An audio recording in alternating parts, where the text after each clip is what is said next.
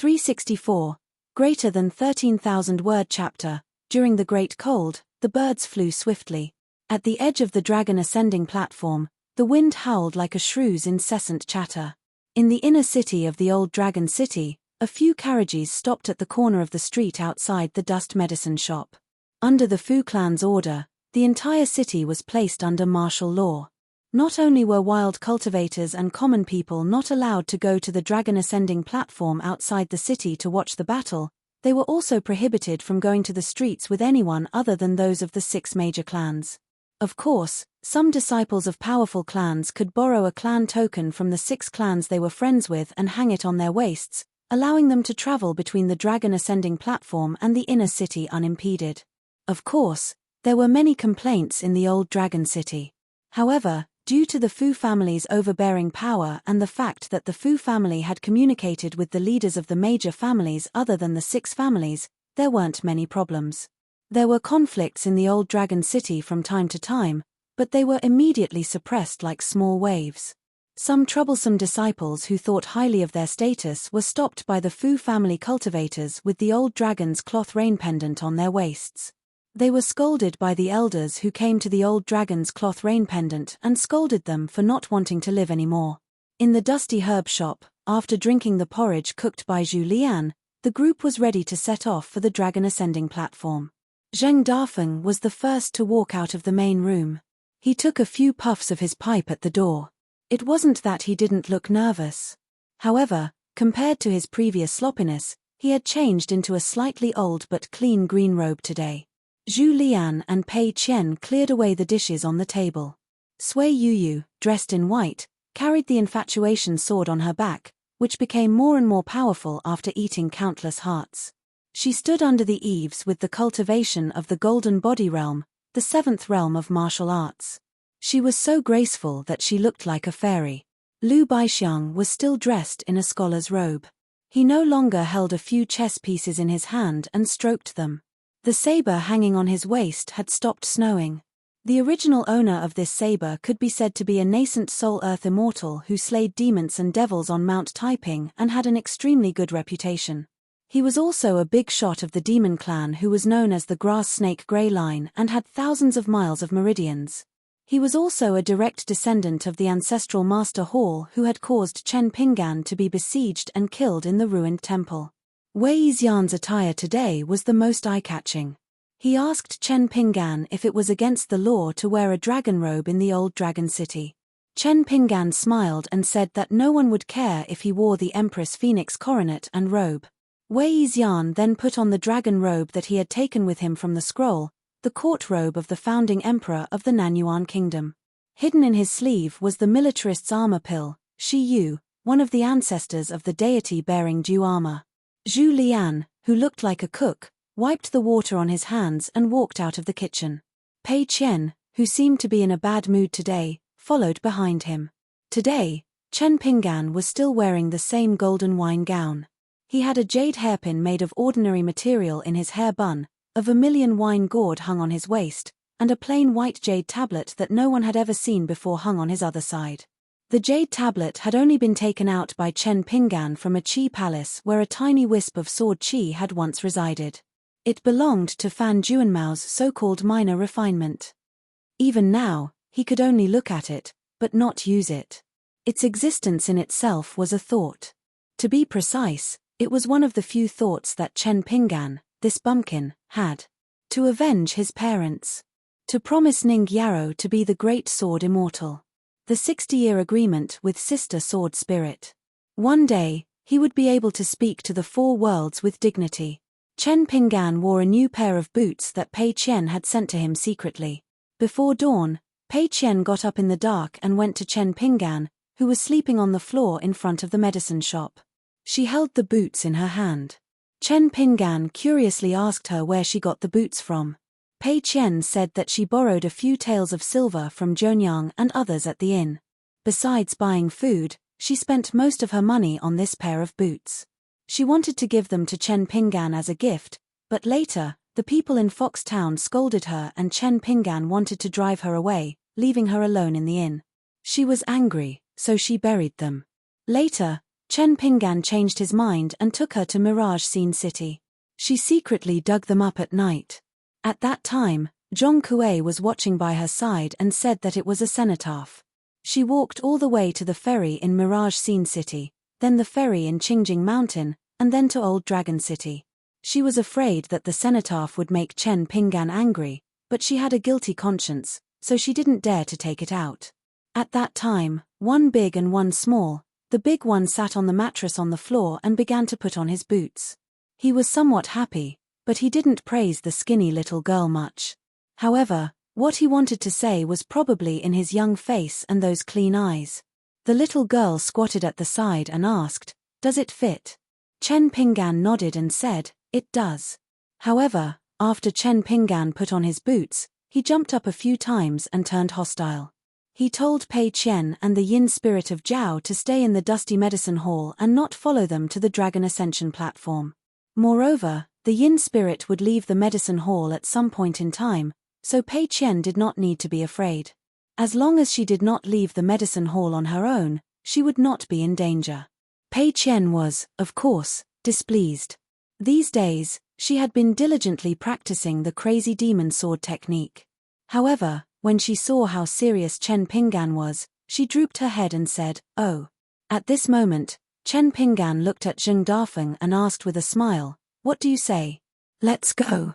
Zheng Dafeng took a deep breath of his pipe and hung it at his waist. He strode towards the courtyard and said, "Let's go." The group left the dusty medicine hall and walked in the alley. They got on the carriage sent by the Fan family. Fan and the old swordsman Ma Ji were not there. Fan had come to the medicine hall again before. The two of them sat on the roof and drank. Chen Pinggan told him not to appear near the medicine hall on the day of the great cold. Fan said he knew the gravity of the matter and would not act willfully. Pei Qian brought a small stool and sat in front of the dusty medicine hall. She bent down and hugged her knees. Under her feet was the trekking staff that she had been with for a long time. She stepped on the soles of her shoes and gently twirled it, rolling it around. On the other side of the threshold, there was an oil paper umbrella. Chen Pinggan had asked her to bring it along. Even if she was in a dusty pharmacy, she had to bring the umbrella with her. The yin spirit of Zhao did not move for now. Zheng Dafeng only needed to break the tobacco pipe and it would appear next to him. If it appeared too early at the Dragon Ascension platform, the other side might already have a plan to deal with it.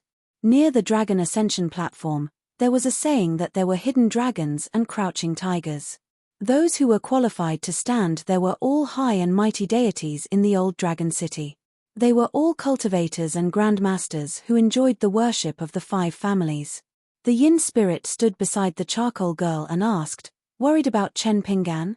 Pei Qian said softly, "My father is so powerful." The yin spirit of Zhao, who walked out of the small temple in the Lizhu grotto, smiled and said, "He is powerful, but he is a little stupid. It has nothing to do with him, but he still wants to get involved." For the first time, Pei Qian did not jump up and scold him. She muttered to herself, "Isn't that right? Otherwise, why would he bring me along? I am a money-losing person. My father is already so rich, but he is still a miser. He never spends money extravagantly. He would break a copper coin into 8 pieces." The more she spoke, the more worried she became. Pei Qian straightened her back and took out the yellow paper talisman from her sleeve. She placed it on her forehead and raised her head. She puffed out her cheeks and blew on the pagoda demon suppression talisman. 3 carriages traveled from the inner city to the outer city. Zheng Dafeng sat alone in the carriage at the very front. He closed his eyes and rested. The fist intent that he had been suppressing actually showed signs of overflowing. With every jolt of the carriage, there would be stellar energy floating. However, it would quickly rush back into Zheng Dafeng's body every time he breathed. A peak martial artist of the 9th realm naturally had his own bearing. Chen Pinggan was supposed to sit with the lackey Zhu Lian, who liked to call himself an old servant. However, Sui Yu beat him to it. Zhu Lian was tactful and went to sit with Wei Xian and Lu Baixiang with a smile. Inside the carriage, they sat facing each other. Sui Yu asked, "You see Lu Baixiang in a different light. Is it because he was the first to reveal the heavenly secret and said something? You're so displeased with me because you noticed the wisp of killing intent I revealed to you at the inn at the border that day? Chen Pinggan asked in return. The old Daoist said that after you came out of the painting, you would definitely be loyal to me. Did he do something to your state of mind? Chen Pinggan answered his own question, but I feel that it doesn't seem like it. It wasn't just because you revealed your killing intent to me that time. In my eyes, the four of you are still living dead.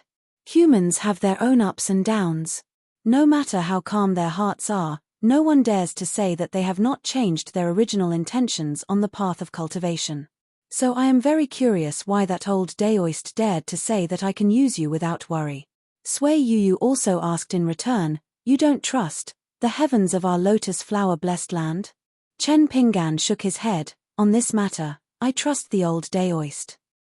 Sui Yuyu stroked the scabbard of infatuation across his knees. The four of us, other than the sentence we each received, actually have another sentence that all four of us know. It's hard to say for Wei Yixian.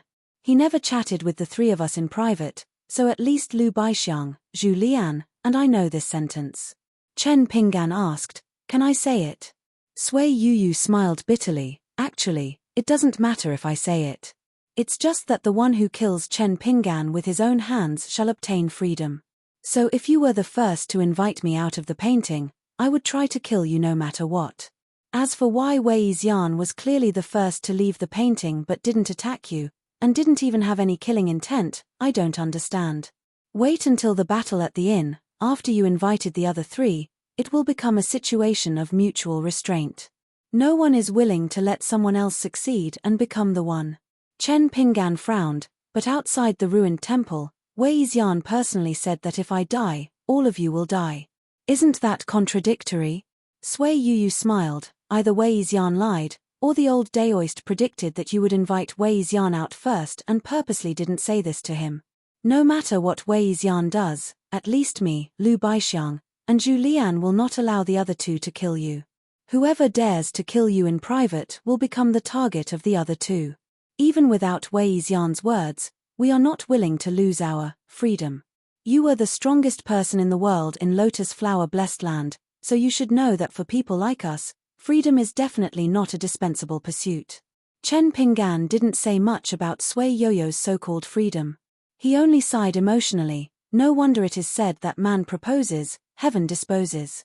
Heaven has already calculated the hearts of men. Chen Pinggan quickly rejected this conclusion. Not everything is like this, not everyone. Sui Yuyu smiled. Even if you survive this time, young master will suffer a great loss. Is it worth it? This world was too big, the mountains too high, and the cultivators too far away from the world. There were too many people and things that were not worth it. Chen Pinggan didn't say anything. He closed his eyes and started to cultivate the sword furnace stance. The three carriages left the outer city and headed for the dragon ascending platform. Fu Qi began to climb the dragon ascending platform alone, climbing up the steps. The Fu family's nascent soul elder didn't show up. Fu Qi's eldest son, Feng Donghai, his eldest daughter, Fu Chunhua, and the groom Fu Nanhua who married the daughter of the Jiang family of Yunlin, as well as the #1 Jindan cultivator of Old Dragon City, Chu Yang, and a group of high officials were all standing below the dragon ascending platform. Chu Yang's expression was cold. After his battle with Zheng Dafeng, he had profited from his misfortune and successfully broke through his bottleneck, becoming a nascent soul immortal. But today, before Fu Qi ascended the platform, the old cultivator frankly said that regardless of victory or defeat, he wouldn't interfere in this mess anymore. Last time, he made an exception and left the cottage by the sea to stop Zheng Dafeng at the Fu family. He had already done his duty as a high official of the Fu family. Fu Qi didn't object to this. He smiled and said that Elder Chu only needed to smile and watch the tides rise and fall of the sea. There would no longer be any disputes in the world that would disturb Elder Chu's meditation. Fu Donghai was expressionless, and no one could tell whether he was happy or angry. He had thought that when Fu Nanhua was at his best, he would make a decent contribution to the Fu family by setting up a trap for Zheng Dafeng. He would be able to suppress his younger brother, Fu Nanhua's momentum. He didn't expect that things would turn out like this. Fu Qi, the city lord's father, didn't even show up after he was severely injured by Zheng Dafeng. He didn't punish or comfort him, as if he was treating his eldest son as a dead man. This was what made Feng Donghai the most mad. As the master of the Fu family, Fu Qi also held the title of the city lord of Old Dragon City. He had always been very easy to talk to when it came to family affairs and the structure of Old Dragon City. For example, he didn't wantonly suppress the prosperity of the other families, and he gave preferential treatment to the vermin in the family who couldn't cultivate. But when Fu Qi was not easy to talk to, Fu Donghai and Fu Chunhua and the other direct descendants would even feel scared. Fu Chunhua looked up at the back of the tall figure who was climbing up step by step, and her expression was absent-minded. She still remembered the scene when her father took her to see Zheng Dafeng. They didn't have a good talk, and they didn't part on bad terms. They just had different goals, but from that day on, they didn't interfere with each other's business. However, Fu Donghai's little trick this time had caused such a big storm. As half an outsider, Fu Chunhua could see more clearly than the anxious Fu Donghai. In fact, her father Fu Qi wasn't angry at Feng Donghai's smart move this time. On the contrary, he was vaguely happy. It was like an idiot who didn't have high hopes, but one day, he accidentally did something that could help a smart person who had been waiting for a long time but couldn't enter. Fu Nanhua's youngest son, Fu Nanhua, who had always been the young city lord, was the most bored. Zheng Dafeng died on the dragon climbing platform without any suspense. As for the daughter of the Jiang family, it was true that they got married in a grand way, but after they entered the bridal room, they had an open and honest discussion, which Fu Nanhua found acceptable. However, her appearance was quite surprising. She wasn't as fat and ugly as the rumors said. She was even more beautiful than Jin Su from the Osmanthus Island, whom he liked. But Fu Nanhua didn't have any thoughts about it. Because in the bridal room, this so-called match made in heaven, except for the daughter of the Jiang family, who had taken off her wedding dress and changed into ordinary clothes, only a teaching woman stood behind them. She was an experienced gathering vitality swordsman supported by the Jiang family. Fu Nanhua didn't dare to act rashly. He just glanced at the daughter of the Jiang family, his wife, and the teaching woman gave him a sharp look. Since he couldn't afford to offend her, he had to hide from her. After that, Fu Nanhua didn't make trouble for himself anymore. Except for some necessary efforts to save face, he rarely went to her and the old woman to make trouble. The woman kept her word. Even if Fu Nanhua went out to drink with his friends, she would pay for it. Fu Nanhua felt that such a wedding day was great and he should be content. He just married the daughter of the Jiang family. As for beautiful women like her, as long as he was willing to spend a lot of money, he could find a few in the old Dragon City. The Ding family stood in the middle, and the Fang family and the Hu family stood on the left and right respectively. But today, Du Yang, the powerful son-in-law of the Ding family from the Tongyi sect, didn't show up. It was good that he didn't show his face. The people of the three families in the old Dragon City could chat more easily. They didn't have to figure out the thoughts of the heir of the Tongyi sect all the time, for fear of saying something wrong and causing trouble. After all, an immortal sect named after a continent must have a profound foundation. Even if all the big families in the old Dragon City of the Aquarius continent joined together, they still couldn't compete with it, not to mention the children of the Shang family who were ridiculed as profit-seeking people. They had always been in a state of disunity. The Aquarius continent was the smallest among the 9 continents, and the Tongyi sect was the largest immortal sect in the Tongyi continent in the south. The Fang family and the Hu family all felt lucky that the noble Du Yang was only a woman with the surname Ding, so he protected the Ding family instead of the legendary ancestor behind him who was interested in the old Dragon City. The Fang family was in the worst situation now. Zheng Dafeng almost broke through their mansion. However, the child of the Fang family, who was the culprit today, was very arrogant and didn't look depressed at all. He was talking with a scoundrel of the Hu family. How could he not feel good? That madman Zheng would soon be beaten to death on the dragon ascending platform. He had already prepared a large sum of money. Once he returned to the city, he would hold a big banquet.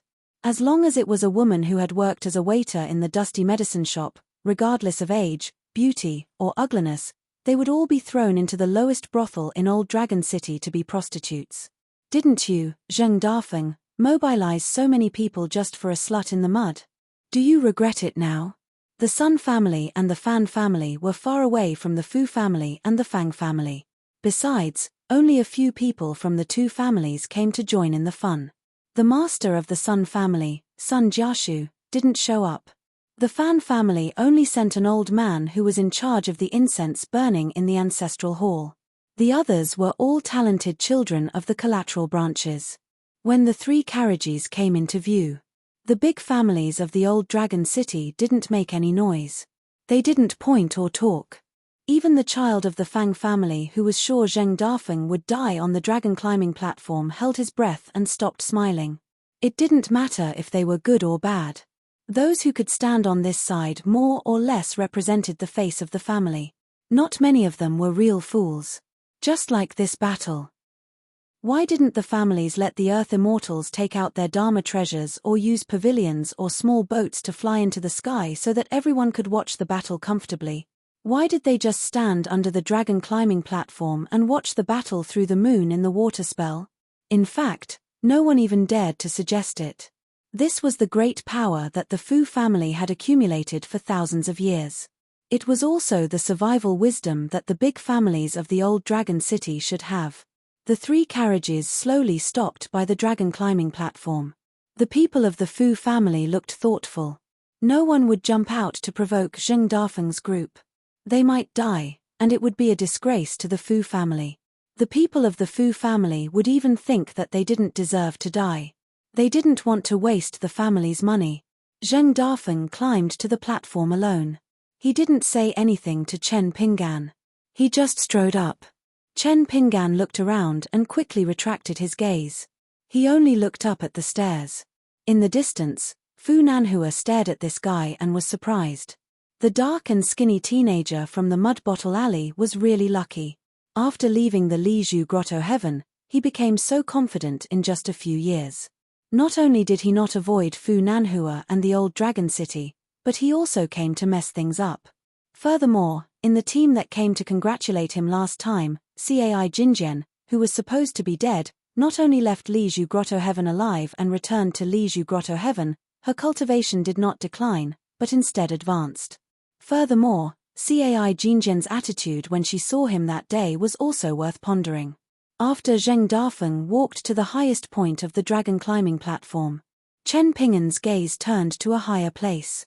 There was a sea of clouds there, but he couldn't see it when he raised his head because he was in the Old Dragon City's territory.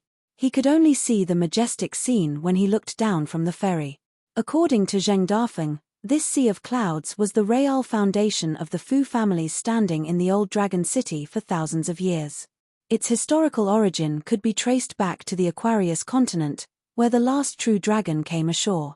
After that, there was the underground dragon path, the bloody battle in the Lizhu heavenly abode where the great cultivators died like rain in battle, the crab archway and the small town, the well, the snowy night, the girl who almost froze to death in front of Chen Pinggan's ancestral house in the Mud Bottle Alley, the girl who Chen Pinggan happened to save, but she went next door and became Song Jisin's maidservant. The old Taoist of East Sea took Chen Pinggan to the lotus flower-blessed land for many years. They traveled thousands of miles. During that time, the old Taoist said, everything in the world can be seen through, and the thoughts of the people in the world can be followed. However, these were all important things that Chen Pinggan couldn't delve into at the moment.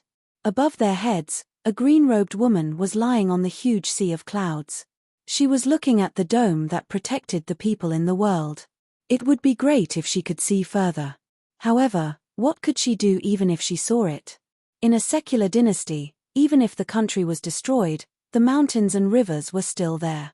She, Sun Jiashu in the Old Dragon City, the woman he met once by the Dragon Beard River, and some other people, but they couldn't do it. As for the little girl who walked on the dragon climbing platform, she wanted to rob the Sea of Clouds because she wanted to repair the dragon robe made by the Fu family. By then, she could upgrade the old dragon robe, which was a half-immortal weapon, into a real immortal weapon. This made Fan Junmao very concerned. The fight for the Great Tao was more dangerous than a matter of life and death. She died once, so it was nothing. As long as the great Tao continued, she could come back again. Therefore, the old man in the shop of the Yang family was the only one who couldn't die. As long as the old man could still live there, Fan Junmao, Li Er's daughter, Li Liu, and all the people chosen by the old man could die without disappearing.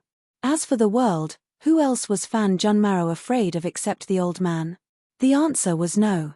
Even if the three ancestral masters of the three sects, who had reached the end of the path, came to the old dragon city and used their divine powers that were more powerful than the old man's, and they could really destroy her with a snap of their fingers, she would only feel hatred and not fear.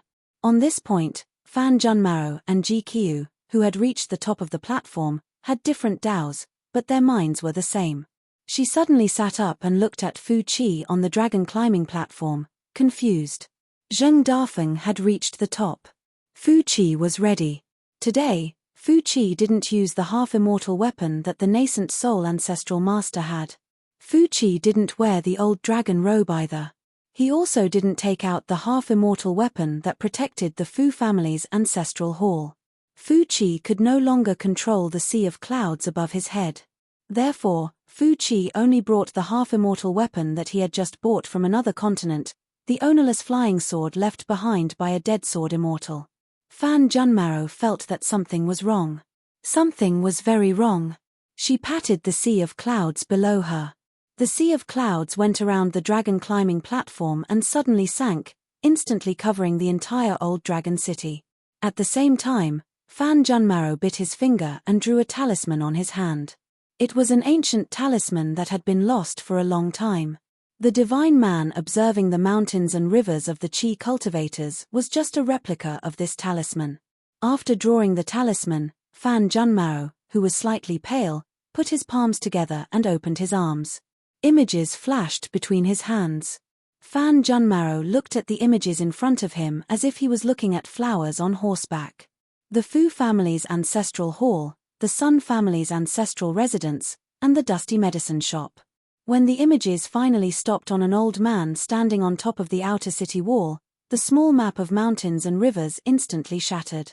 The skin on Fan Junmao's palm that he drew the talisman was already torn. He forcibly swallowed a mouthful of blood essence. Fan Junmao's face was gloomy after losing more than 10 years of cultivation of an ordinary earth immortal of the nascent soul realm. He didn't care about the loss of cultivation at all. Good heavens, a dragon that crossed the river at least of the immortal realm of the 12th realm. Could it be that old pervert from the Tongyi sect? Fan Junmao, who had always been broad-minded since she was enlightened, finally had a heavy heart.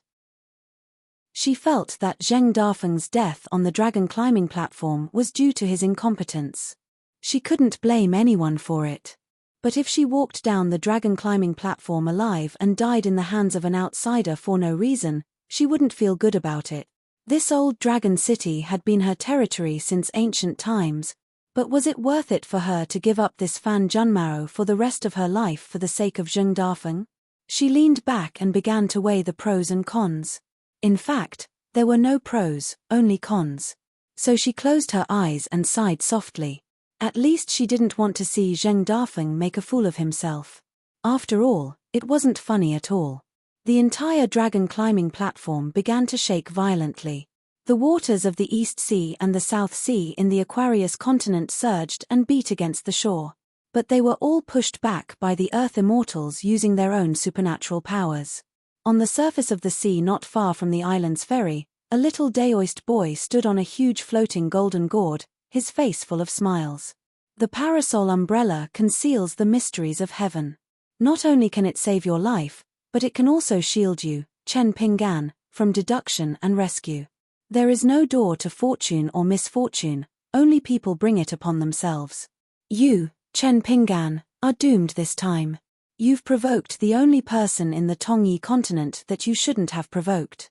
Otherwise, the Jade Gui sect, the Fuxia sect, the Peaceful Mountain, and even the Tongyi sect, Chen Pinggan wouldn't have much of a problem aside from this person. You, Chen Pinggan, do have some ability in a fight against those in the same realm. You, Chen Pinggan, have no fear. You even have the power to fight against those so-called land immortals like Jindan and Yuanying. A little higher, like the jade unadorned realm of the upper 5 realms, may not be willing to bully a young pure martial artist like you. A little higher, like the immortal realm, may see some clues about you and be unwilling to shed all pretense of cordiality. Unfortunately, this time, the person from the Tongyi sect came down from the mountain. He was the least particular. Coincidentally, this particular old pervert was the second person on the mountain in the entire Tongyi continent. After all, the Tongyi continent still had that Daoist temple of his. Therefore, no matter how much you, Chen Pinggan, did not hesitate to spend countless resources to set up a trap to protect that Zheng Dafeng, in the end, it would all be for naught. You might even die here. That's not bad. I'll help you collect your corpse and bring it back to the Daoist temple. Obediently become nourishment for the lotus flower-blessed land. The little Daoist boy, who was standing on the giant golden blade strengthening gourd, swayed and said gloatingly, "The show is about to start. The small Aquarius continent is going to suffer." In less than an hour, the dragon stage was completely silent. The final result was unbelievable. The person who walked down the dragon stage was actually that Zheng Dafeng. Most importantly, his body was clean and there were no signs of serious injuries or near death. Fu Donghai and Fu Chuanhua's emotions fluctuated violently. They were unwilling to believe what they had seen. Could it be that their father, Fu Qi, was dead? This was not entirely a bad thing. The two of them looked at each other tacitly. Fu Nanhua's expression was calm and there was a smile on his face. His heart moved. After hearing the hidden words in the lake of his heart, Fu Nanhua flipped his palm and made a small, imperceptible gesture. On the Ding family's side, an old priest took a step forward and whispered to the head of the Ding family. The latter quickly went to whisper to the families of the Fang family and the Hu family. The two of them had different expressions, but in the end, they nodded. Fu Nanhua's small gesture was like a boulder smashing into a lake, causing ripples. After Zheng Dafeng walked down the dragon stage, he did not say a word. Chen Pinggan accompanied Zheng Dafeng into a carriage. Zheng Dafeng's face was as white as paper. He said hoarsely, "Fu Qi admitted defeat halfway through the fight. He clearly does not want any face at all. Fu Qi was not willing to fight to the death with me and did not give me a chance to break through the Realm 9 bottleneck and enter Realm 10. He also did not take out all his assets to fight me. He only exchanged injuries with me. So this trip back to the medicine shop in the inner city will be very dangerous. Chen Pinggan, think carefully. Will you get off halfway, or will you follow me back to the medicine shop?" Chen Pinggan said indifferently, "Fu Qi doesn't want face, but I do." Zheng Dafeng tilted his head and wiped away the blood flowing out of his ear. He said with a smile, "Do you believe these words yourself? If you want face, would you wait at the tree stump early in the morning, take the letter, and then run around the small town for a few copper coins?" Chen Pinggan shook his head. "I earned that money with a clear conscience." Zheng Dafeng smiled bitterly. "What, do you want me to beg you before you leave?" Chen Pinggan said, "It's useless even if you beg me." Zheng Dafeng leaned back. "What the hell do you want?" Chen Pinggan hesitated. "Last time, when I broke through in Old Dragon City, there was something strange, but it was not obvious. This time, I went to Lotus Flower Blessed Land and came back to Old Dragon City. For some reason, my intuition tells me that there is an evil dragon swimming in my heart. Once I choose to leave, it may break free of its restraints and completely come out of the water. This may be an inevitable calamity for me to go against the heavens and rebuild the longevity bridge. When I crossed the Stone Arch Bridge, I probably felt that I was accepted by the world, but it was an illusion. It was not a good thing. I was already targeted by the vast world. I have to escape today, and I will escape in this life." This, Zheng Dafeng believed. But he knew in his heart that this was actually Chen Pinggan's excuse, even though the words were true. Zheng Dafeng scolded, "Even so, don't die here because of me. Can't you find someone else? Don't make me feel like I owe you. Can you find Li who has a whole new level of respect for you, or your good brother Liu Xianyang?" Chen Pinggan pointed at Zheng Dafeng's eyes. "Your eyes are bleeding. Wipe them. You don't look good. That girl really has bad taste for liking you." If she was still alive and saw you like this, she probably wouldn't like you. Zheng Dafeng cursed and kicked at Chen Pinggan, but Chen Pinggan casually slapped it away. 3 carriages headed for Old Dragon City. The 3 carriage drivers were all Fan family loyalists, and their expressions were calm. After traveling for a dozen miles, 2 of the Fang family's guardians, a level 7 martial artist, and a golden core cultivator appeared on the road.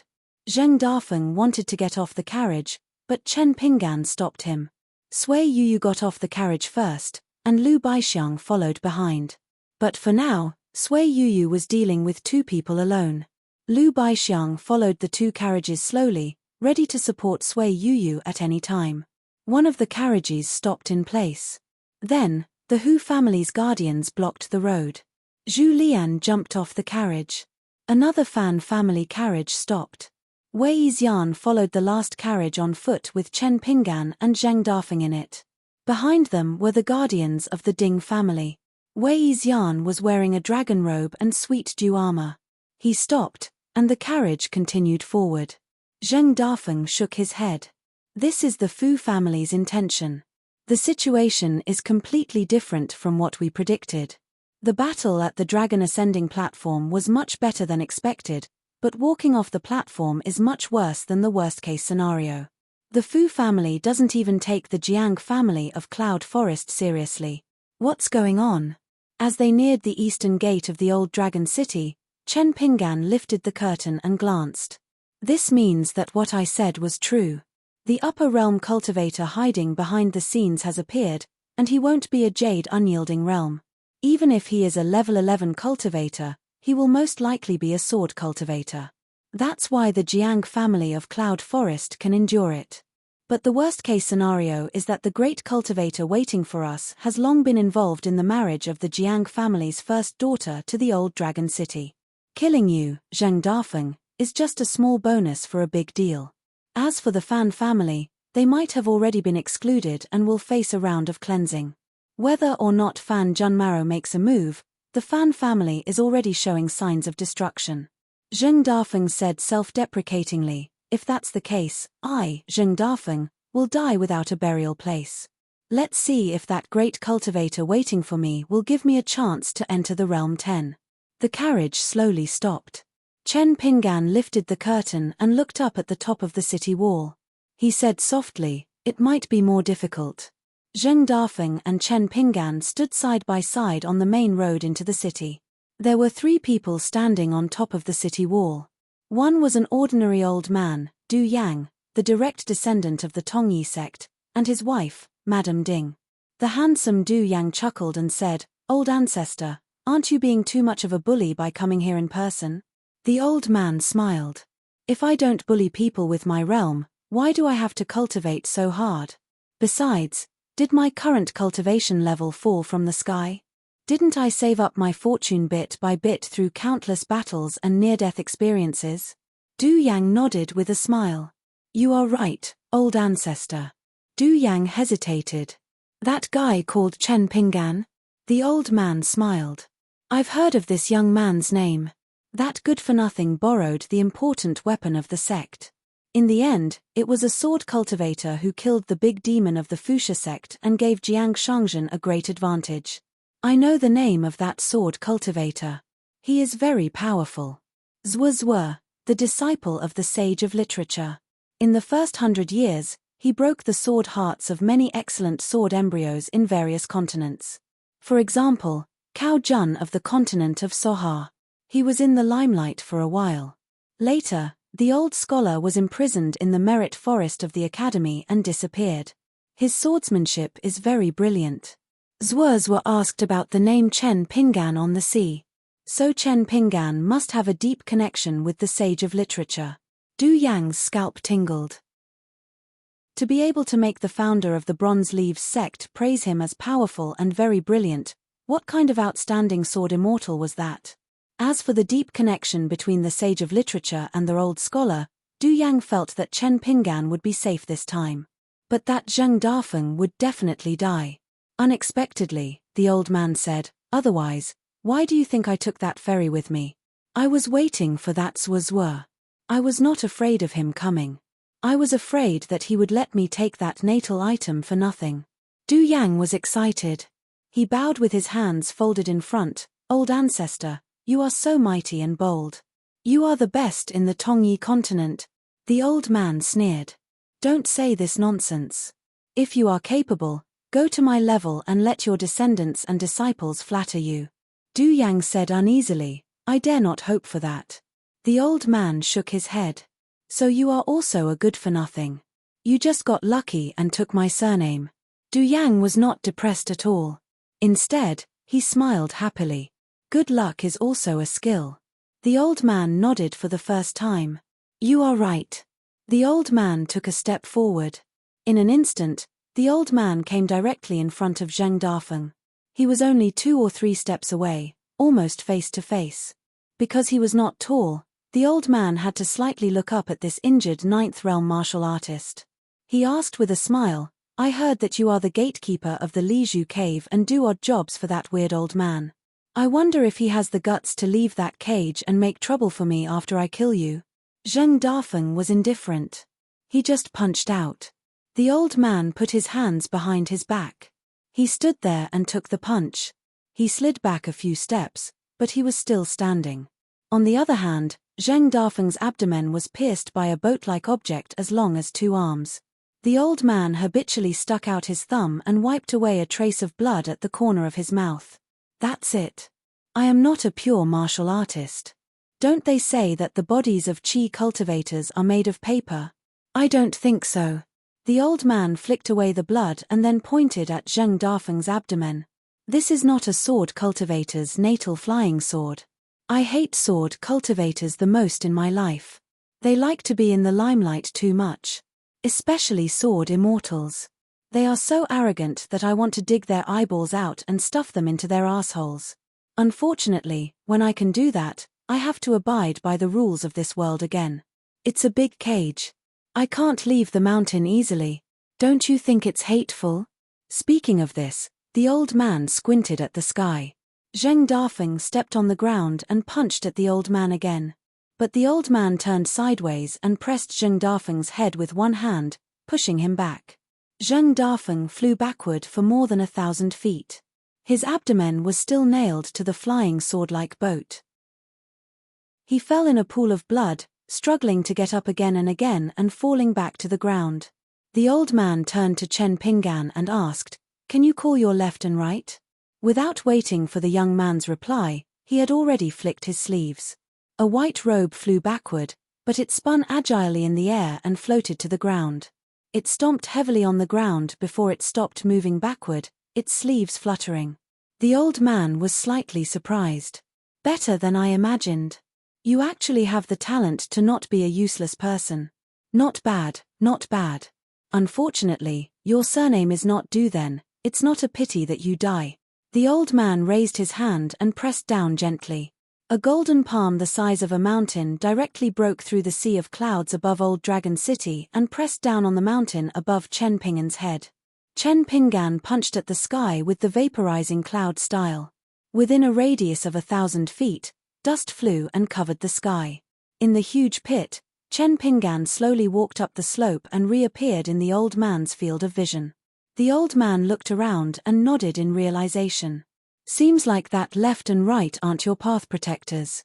Naturally, they can't make it. As he spoke, Chen Pinggan, who had been hit by the golden gourd and revealed his true golden appearance, seemed to be grabbed by an invisible hand. His whole body flew into the air, drew a circle, and crashed into the wall of Old Dragon City behind the old man. The old man shook his head. So what if you are a good seedling? You aren't even in the upper 5 levels. Aren't you still a useless person? Without looking at the wall behind him, the old man stretched out his arm and flicked his finger backward. Where Chen Pinggan crashed into the wall, a huge spider web of cracks appeared. After the old man flicked his finger, Chen Pinggan, who was already deep in the wall, crashed through the entire wall and landed in the outer city. The old man scratched his head and waited for a while. The world was especially quiet. Zheng Dafeng half-squatted on the ground and raised his head. The old man smiled. You can try to break that old tobacco pipe. I'm curious if that old guy will come to save you personally or if it's just a small trick. Zheng Dafeng spat out blood and said with difficulty, "It's enough to kill me alone." The old man shook his head. "If that old guy from Lizhu Grotto Heaven stood in front of me and said that, I might consider it." The old man frowned and turned his head to look.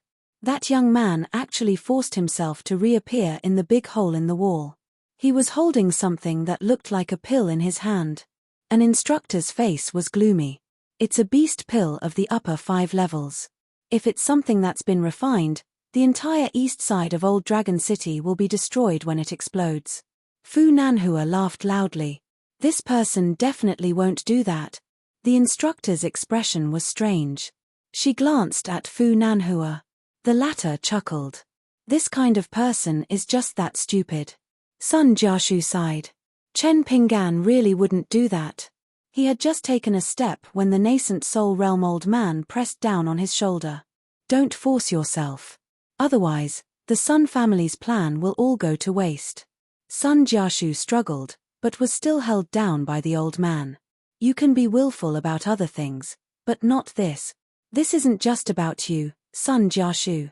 Sun Jiashu still wanted to speak, but he was knocked out by the Sun clan elder. Chen Pinggan sat on the edge of the broken wall and opened his palm. "I'll use this beast pill to buy Zheng Dafeng's life." Although he was far away, the old man could still hear him clearly. "What do you mean by the life of a Realm 9 martial artist? Is it worth that much?" After some thought, the old man smiled and nodded. "But no matter how few Realm 9 martial artists are, it's still more than this beast pill of the 12th realm." "I agree." He reached out and put the beast pill of the 12th realm into his pouch. Then he sneered. "I'll leave Zheng Dafeng's life to you. As for this brat's martial realm, don't keep it." The old man stomped his foot. A series of cracking sounds came from Zheng Dafeng's back as he struggled to get up. A Realm 9 martial artist collapsed on the ground as if he had no bones. The old man looked at the young man. "All right, what are you going to use to buy your life now? Remember, it has to be more valuable than the beast pill of a Realm 12 great demon." The young man sat cross-legged. He was covered in blood, and his face could no longer be seen. The old man smiled. "Everyone says that I have a bad temper. I'll make an exception today and wait for you."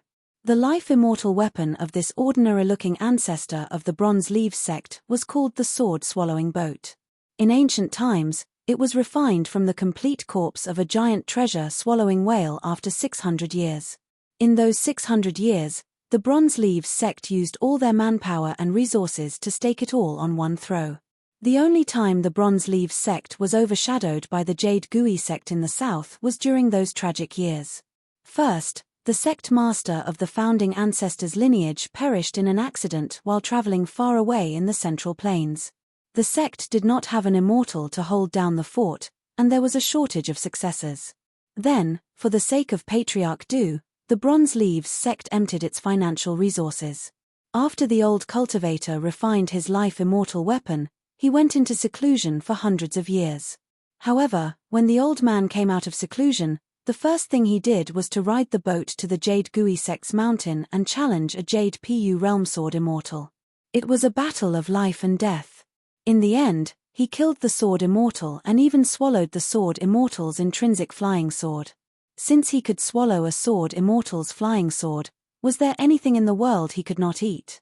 The old man waited for a moment before asking, "Have you thought it through?" Chen Pinggan shook his head. "No." The old man asked with a smile, "The sword nourishing gourd by your waist. It's not bad." "Oh, there's also a jade token. It's quite old, but it's actually an item that's close at hand. Unfortunately, it's not enough to buy your life. Besides, if you die, everything will be mine." Chen Pinggan lowered his head and patted the sword-nourishing gourd.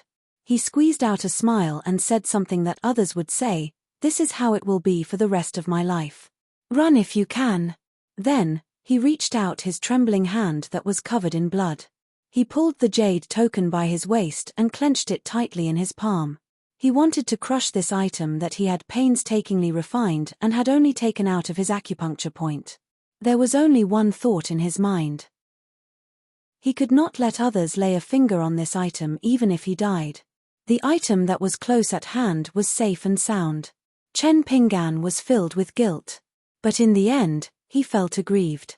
Chen Pinggan, who never blamed the heavens or others. He felt aggrieved. He raised his arm that was clenching the jade token tightly and held it in front of his eyes. His tears were smeared with blood, but he did not wish for the world to see this scene. Chen Pinggan put down his hands and slowly closed his eyes. He raised his head high and glanced towards the south. I have a sword that can move mountains and overturn seas. The ancestor of the Tongyi sect sneered, "What are you doing? Shouldn't your last words be scolding me for being a bully?" So, he controlled his natal immortal weapon and pierced the abdomen of the young man at the entrance of the city. For some reason, the jade token shattered. The old man frowned slightly. But he only felt that it was a pity to lose an item that was close at hand. At the peak of Sui Mountain, an old scholar who was sitting on top of a stone tablet and trying to exhaust the golden-armored deity was silently deducing the heaven and earth. His expression changed drastically. He stood up and said with a rare solemn expression, "Blockhead, help me cut open the barrier between the two continents. Don't ask, hurry." God Suishan, who was clad in golden armor and leaning on the ground with his sword, was even more puzzled. He nodded, and without asking anything, he revealed his golden body Dharma idol that was as tall as a mountain. With a slash of his sword, he directly cleaved out an endless void that resembled the river of time. The old scholar flew away. The gap closed. The entire central plain Sui Mountain was shaken by the fate of mountains and rivers. Between heaven and earth, someone seemed to have heard old Long Cheng's words. She replied softly, "I'm coming." Li Zhu Grotto Heaven, which had fallen to the ground after shattering, began to shake violently within a radius of 1,000 miles. Ruan Qiong's face was ashen. She tried her best to suppress the extreme chaos of fate. On a large cliff of the dragon subduing platform, a tall white figure appeared. She flew straight up into the sky with her 2 snow-white sleeves. She stopped at the dome of the vast sky and glanced at the southernmost point of the Aquarius continent. Her figure moved like a sword.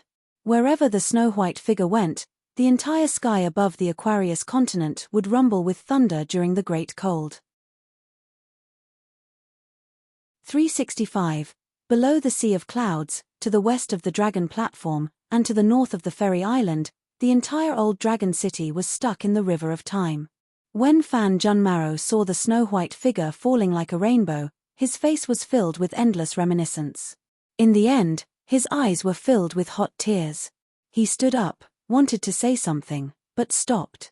Then, he sat upright on the Sea of Clouds with a long history of sitting still posture. The Confucian gentleman of the later generations was particular about sitting upright like a corpse and sitting like a god. This was the case. Over at the dusty medicine shop, Pei Qian held the mountain walking staff and was performing the crazy demon swordsmanship in the alley outside the shop.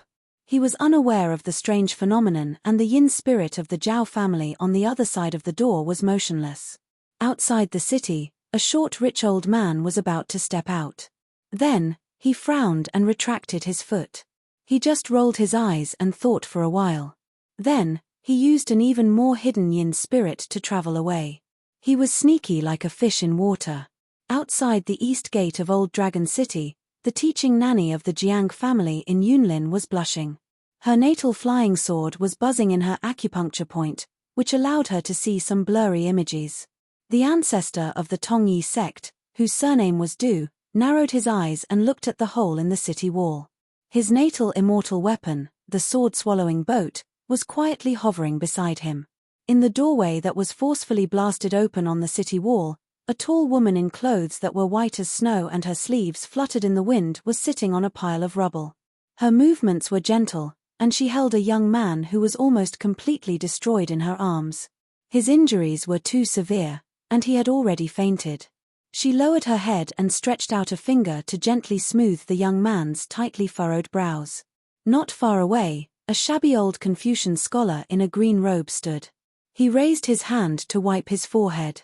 "You're too rash. You made such a big commotion. Do you know that in order to cover your tracks, I used all my strength to suck on my mother's milk?" If Suishan God didn't let me jump to the north of the Aquarius continent, you would have been known to the whole world. By then, how could Chen Pinggan cultivate in peace? Seeing that the woman didn't speak, the old Confucian felt more guilty. He sighed and didn't look at the second immortal on the map of the Tongyi continent. He came to the edge of the wall and suppressed his anger. What? Since you two like to watch the show so much, why don't you dare to show your heads? In the north, an ethereal figure appeared. It was a middle-aged Confucian with a golden jade pendant on his waist. The seal script was "I am good at nurturing the Great Spirit." To the south, there was a Confucian scholar who also had an erratic figure. He looked to be in his 70s, and there was also a golden jade pendant hanging from his waist. The seal script read, "A just Tao enjoys abundant support." The middle-aged scholar bowed and said, "Greetings, Mr." The Confucian in the south saw the old Confucian sage but was completely indifferent. His eyelids didn't even move. The old Confucian took a deep breath and pointed to the ancestor of the revival of the Tongyi sect. He looked at the old Confucian with the jade pendant and asked, "You are the sage in charge of monitoring the north of the Tongyi continent. If a 10th or 11th state qi cultivator is walking around the world, you can say that there are too many things in the world. You can't take care of all the lights under your feet. Are you blind for an ascendant realm qi cultivator? Can't you see a big lantern floating in front of your eyes?" The old Confucian kept silent. The middle-aged Confucian sighed. He was informed in advance that Du Maro from the Tongyi sect would come down the mountain to the old dragon city of the Aquarius continent. It was one of the plans of the northern Song clan. It was also related to the chaos of the demon race in the Fuming sect and Taiping Mountain. Therefore, before Du Maro left the sect, he had reported it to the old Confucian. It was just that it was too sudden and he didn't have time to ask for it from the school. Therefore, the middle-aged Confucian turned a blind eye to it. The restraint of these ascendant realm cultivators was an iron law set down by the Sage of Rights. For so many years, there was no backlash. There were even great cultivators who openly sneered that the Sage of Rights was really philanthropic. There were so many demon races in the world, but he didn't kill them all and leave them alive. Instead, he was strict with the rules of his own family. He had to get the approval of the school to stretch his arms and legs. Look at the Qingming world under the three branches of Taoism. The ascendant realm cultivators could stay in the Beko Keikyung building if they wanted to. When they were bored, they could wander around the world. Why did they have to follow the rules when they sneezed in the vast world? Du Maro from the Tongyi sect was a little impatient. He put one hand behind his back and the other hand scratched his head. He looked up at the old Confucian scholar and said, "You are the sage of literature." The old Confucian scholar actually ignored this person from the beginning to the end. He said to the two Confucian scholars in the Confucian temple in the sky who accompanied the 72 sages, "You two are the third brother's favorite students. You are saints. The third brother should have taught you. You should remember that compassion is in everyone. Everyone has a shameful heart," the former said to the middle-aged Confucian scholar in the south of the Aquarius continent. The latter said to the old Confucian scholar who let Du Maro go down the mountain and cross the continent to enter the old dragon city. Scholars who could enter the Confucian temple and accompany the sage of literature were of course real saints. They were more important than the so-called sage of Confucian Academy. However, the orthodox Confucian school of the world still insisted on the saying of the 72 sages. The old Confucian scholar continued, "Your teacher said that life is also my desire. Justice is also my desire. If you can't have both, you have to sacrifice your life for justice. Now, it is that Chen Pinggan who is teaching you how to be a man. Anyway, the third brother can't teach you well. Let a child who doesn't read much teach you." The old Confucian scholar's face was old-fashioned. He said indifferently, "You are no longer in the Confucian temple. There is no longer a statue to accompany you. The Confucian vein of the Confucian school is broken. You should respectfully address my teacher as secondary sage." The old Confucian scholar was so angry that his eyes widened. "I am already giving him a lot of face by not calling him an old bastard. Who do you think you are? Relying on **T moral essays and **T knowledge, you entered the Confucian temple to eat cold pig's head meat. The old Confucian scholar was still expressionless. However, the corner of his mouth moved slightly, as if he was mocking him.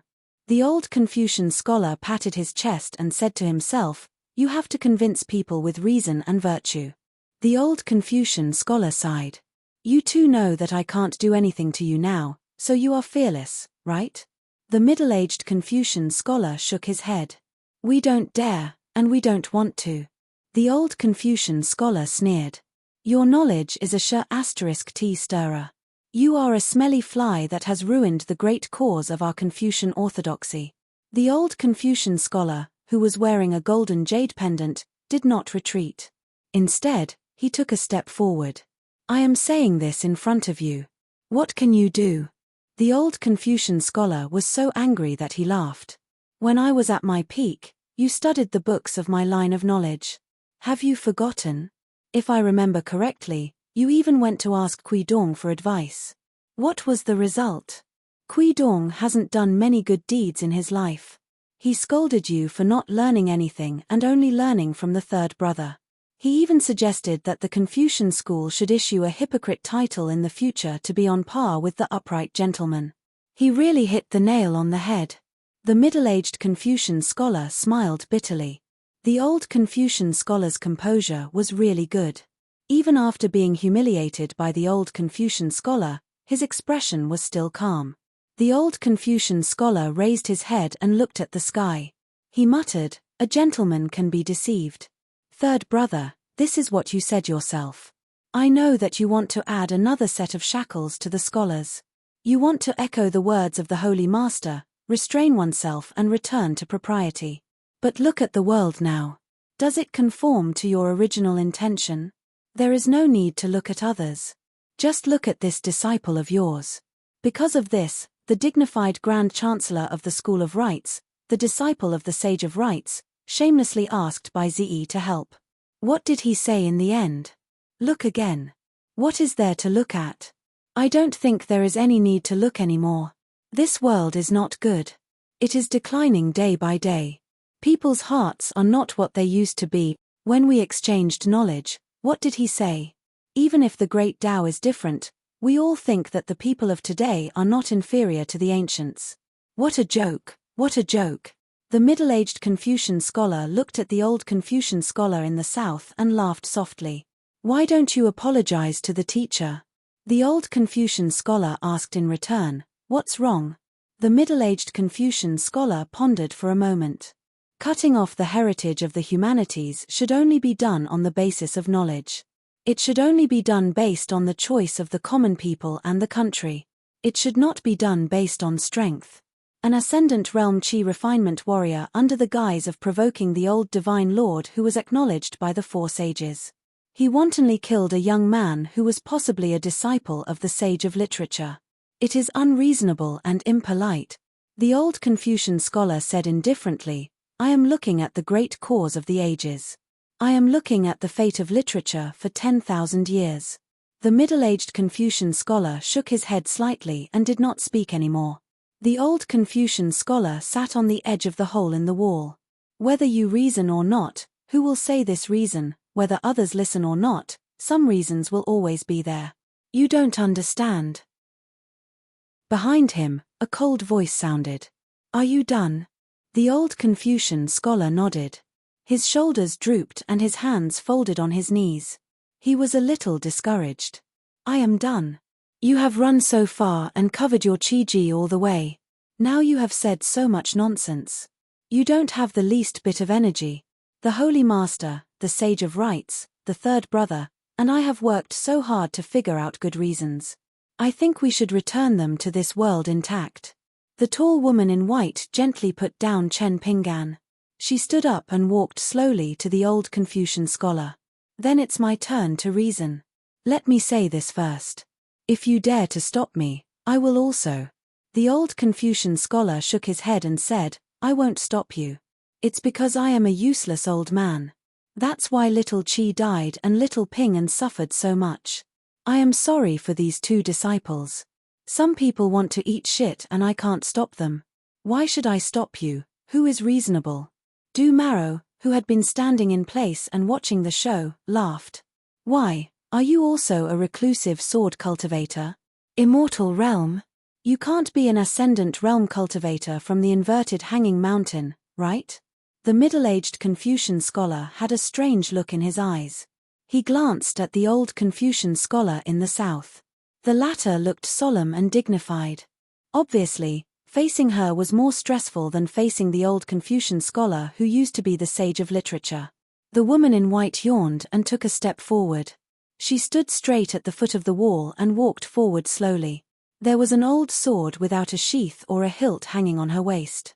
It was rusty and only a small part of the sword tip was polished to an extremely bright light. The old Confucian scholar said in a deep voice, "If you dare to make a move, you will break the rules of this world." The woman in white just walked forward slowly. She stretched out her hand and patted her mouth. She seemed to have just woken up. The old sword was not hanging firmly, so the tip of the sword swayed gently with her steps. The snow-white sword light flowed unsteadily. Du Mao's mind turned quickly. He hid his hands in his sleeves and wanted to deduce the mysteries of heaven. Suddenly, he found that this world had been confined by someone. He could no longer deduce the true origin of the tall woman in front of him. On the way forward, she turned her head and said to the middle-aged Confucian scholar, "Since you said a few words, get out." The middle-aged Confucian scholar frowned slightly, but found that the old Confucian scholar was waving at him. After a slight hesitation, he dispersed his figure and left this small world that was the mainstay of the river of time. She looked to the south and squinted at the old Confucian scholar. "Get out." The old Confucian scholar did not move. The old Confucian scholar asked, "Do you really want to contend with the great Tao of this world?" The tall woman tilted her head and stretched out a finger. She gently pressed the tip of the old sword. "It's only been polished a little, but it should be able to split an inverted mountain. Then I will open the door between the vast world and the savage world." The old Confucian scholar's face changed. No. She was not willing to deal with this guy. She gently pushed the old sword. It disappeared in a flash. A big hole was opened in the sky of this mainstay of the world. The flying sword went straight to the inverted mountain. In the blink of an eye, it traveled 10,000 miles. The old Confucian scholar did not care at all. After all, he was the scholar who ran to the sky before he became a sage. He stretched his neck and shouted for the second brother of the Tao to chop here. On the vast sea between the Hassa continent and the Tongya continent, a swordsman who was far away from the world suddenly looked up. In an instant, the sea thousands of miles away in front of him seemed to have been split into two halves by a flying sword. The huge waves were as high as mountains, pressing down on him rapidly. This swordsman was naturally not worried about the power of these waves. They would shatter if they came within 1,000 feet of him. But the momentum of the flying sword made him feel a little shocked. There was such a swordsman in the vast world. Alliance was defeated by the second brother of the Tao again. But Alliance did not have such a sword now, did he? In fact, he had never had one in his life. The four worlds, the four best swords. One was in the hands of the great celestial masters of the central continent. One was in the waist of the scholar who claimed to be stupid, unable to learn Taoism or knowledge but could split open the yellow river to heaven with one sword. The last one was in the hands of the second brother of the Tao. After Alliance left the inverted mountain, it was said that he went to find the last one, the one with the highest killing power in the sky. But for some reason, Alliance, who was most worthy of that sword in the world, in the end, actually flew to the sky beyond heaven with his bare hands. He did not chase after the flying sword with unparalleled killing power. Instead, he suddenly woke up and immediately rushed to the southernmost point of the Aquarius continent. The old Confucian scholar pointed at the tall woman and said angrily, "You are crazy." She was still moving forward slowly. Du Marrow swallowed. "Since you threw the sword out, do you really want to fight me to the death?" She seemed to have heard the funniest joke in the world. "Fight? You probably don't know about an old thing. After all, you are young. I don't blame you." The old scholar suddenly burst out laughing.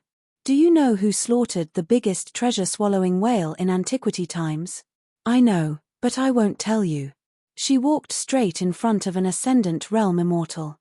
She was about the same distance as Du Marrow was standing in front of Zheng Dafeng. However, the white-robed woman was tall and big, so she looked down at the damned old fart with a cold gaze. Why don't you try using your natal immortal weapon? I won't lie to you. I will stand still. Bitch, you are courting death. Du Marrow bellowed as his figure flashed. But the sword-swallowing boat was as fast as lightning, heading straight for the head of the strange woman. It was only a few steps away, and it was a natal immortal weapon. But Du Mao's heart trembled. The old Confucian scholar's eyelids also started to twitch. The sword-swallowing boat hovered in front of her eyes, full of instinctive fear and resentment towards its master, Du Mao. The tall woman pointed down with a finger. Be good, don't be an eyesore. Go down. The sword-swallowing boat began to descend meekly and hovered at her feet. But she still kicked it away. She said angrily, "You don't learn your lesson." Du Marrow habitually wiped the corner of his mouth with his thumb. Those familiar with the old pervert of the Tongyi sect knew that Du Marrow was going all out when he did that. The tall woman sighed and said to Du Marrow, "You are quite lucky. You only destroyed one intrinsic item. That strike of mine should have been aimed at you. But next time when I appear in the Tongyi continent, you won't be so lucky." At this moment, a big hand with a green sleeve reached in from the hole in the sky. It held the old sword with 2 fingers. The arm trembled and the sleeve rolled. Obviously, even if it was just temporarily controlling this old sword that had only a section of its tip sharpened, it was still not easy. A majestic voice came from the big world outside. "Nonsense, don't do it again." The tall woman turned her head. "What? You want me to hold the sword before I attack? Then should I connect the vast world and the green world?" She waved her hand, and the old sword was instantly freed from the hand's control and held in her hand. The owner of the hand did not show up, but he shook his wrist. A breeze gathered in his sleeve like a rolling river and wrapped the old Confucian scholar in it. He said, "Follow me to the Confucian temple and reflect on your mistakes." The old Confucian scholar clicked his tongue. "I can't even eat cold pig's head meat now." The person snorted and seemed to be talking to the old Confucian scholar. "Old Confucian scholar, you will clean up the mess today. The Confucian temple will not interfere." The old Confucian scholar jumped up and cursed, "I don't accept this. Give me some benefits. Otherwise, I'll go to the Confucian temple and move the rest of the 70 statues, including you and the Sage of Rites. I'll throw them all out and move my statue in. After all, the old man likes me the most." The person put the old Confucian scholar in his sleeve and sighed. "Take it." He finished speaking. The hole in the sky of the small world had closed. A golden jade pendant floated down. It was not the Confucian scholar's pendant, but the middle-aged Confucian scholar's pendant. "I am good at nurturing the Great Spirit." The old Confucian scholar took it in his hand and was satisfied. "This time, it's fair. It's a little good." The person seemed to be angered by this little good statement. He did not return to the central divine continent immediately. Instead, a majestic great spirit lingered outside the small world. The old Confucian scholar straightened his neck. "What? You don't accept this either? Why don't I tell you why I lost the battle of the 3rd and 4th places? Is it because you are more knowledgeable than me? If it wasn't Qi Jingchun among my disciples, it would have been left and right." When the old Confucian scholar seemed to be talking nonsense, he shook his sleeves and bent his knees slightly. He was about to sit down and discuss Tao. Only the Confucian sage and the immortals of the upper 5 realms of the central continent could see with their own eyes how brilliant the person's knowledge was and how he suppressed the sages of Buddhism and Taoism. Even the imperial tutor of Dali, Kui Dong, who betrayed his master and ancestors, was generous when talking about this dusty history. The person left directly. The old Confucian scholar stopped his scaring action and stared for a long time. There was no movement. He should have left. Then, he took a bite of the golden jade pendant. "Oh, it's true. It's reasonable. I didn't lose this big jar of saliva." After leaving the Pearl Grotto heaven, the tall woman held the old sword for the first time. She smiled at Du Marrow and said, "You seem to be less lucky than I thought." The old Confucian scholar laughed and said, "Didn't you dislike the Ascendant Realm for being restrained? Beat him down to the Yuanying realm and he can go wherever he want. Didn't you want to cut off the bloodline of my Confucian lineage? Haha, this time you kicked an iron plate. No, you kicked an old sword. Du Marrow, your luck is unique in 10,000 years. You can still brag to others when you go out in the future." The tall woman turned her head and squinted her eyes. "Take care of my master." The old Confucian scholar shrank his neck. "Don't worry, I care about little Pingan as much as you do." Du Marrow rolled up his sleeves and said slowly, "Without the sword-swallowing boat, I'm still an Ascendant Realm." The old Confucian scholar twitched the corner of his mouth and waved his sleeve. The small sky curtain above Du Marrow's head had been opened, just enough to let Du Marrow return to the vast world. Du Marrow was finally a little flustered. The reason why the Ascendant Realm hid in various grotto heavens and blessed lands was that it could easily cause the chaos of heaven and earth and be restrained by the rules of the Confucian school. It was also very easy to be crushed by the Great Way. The tall woman held her sword in front of her and said indifferently, "Close it." The old Confucian scholar nodded and closed the hole in the sky curtain again. This time, Du Marrow began to panic a little, but the hostility on his face did not reduce at all. "Since you value that young man so much, are you really willing to exchange cultivation with me?" The tall woman smiled. "Now you're trying to reason with me? A wise man submits to circumstances." Du Marrow went north this time for 3 purposes. If he had the chance, he would cut off the bloodline of the Confucian school and also learn about the flying swords of the sword cultivators. Secondly, someone wanted to test the bottom line of the old immortal of the Pearl Grotto Heaven. Thirdly, he came for the Tongye school to infiltrate half of the Aquarius continent. Now he had achieved 2 goals. The first one was dispensable. He was not a Confucian disciple, so there was no need to consume his cultivation. Cultivation on the mountain was about strength. At least Du Marrow had always respected this point of view. The winner had the power, and the winner had the way. The former was real and could be put at ease. As for the latter, in Du Marrow's eyes, it was complete nonsense. As long as one died on the path of Tao, even if it could be called a martyr's death, wasn't it still dead? She lightly gripped the old sword. "Previously my master was in front of you. Did you reason with him? Du Marrow was a true villain. His cultivation is now trash. If not to draw out the sword cultivators, I, Du Marrow, wouldn't even have the qualifications to say a word to him. You have." The tall woman held the sword in one hand and raised the other to make a gesture. The old Confucian scholar bitterly took out a painting of mountains and rivers. "Take it easy." When Du Marrow saw the unusual picture scroll, he no longer hesitated and put the useless natal immortal weapon back into his aperture acupoint. At the same time, he summoned his golden body Dharma form, opened a small world with his shoulder, and flew toward the South Sea. She did not chase. The old Confucian scholar smiled and casually threw out the painting. The tall woman and Du Marrow's golden avatar disappeared one after the other. Then the painting of mountains and rivers stopped in front of the old Confucian scholar. As for the small world of the old dragon city, it seamlessly closed again. Outside the old dragon city, except for the instructor Nanny who could blink slightly, the others were still silent and motionless. From time to time, there were sounds of silk tearing coming from the painting. The painting was opened by Du Marrow's golden avatar and caused by the sword slashing through the air. The old Confucian scholar felt his heart ache. In less than half an hour, the old Confucian scholar calmed down. He bent his finger and tapped somewhere on the painting.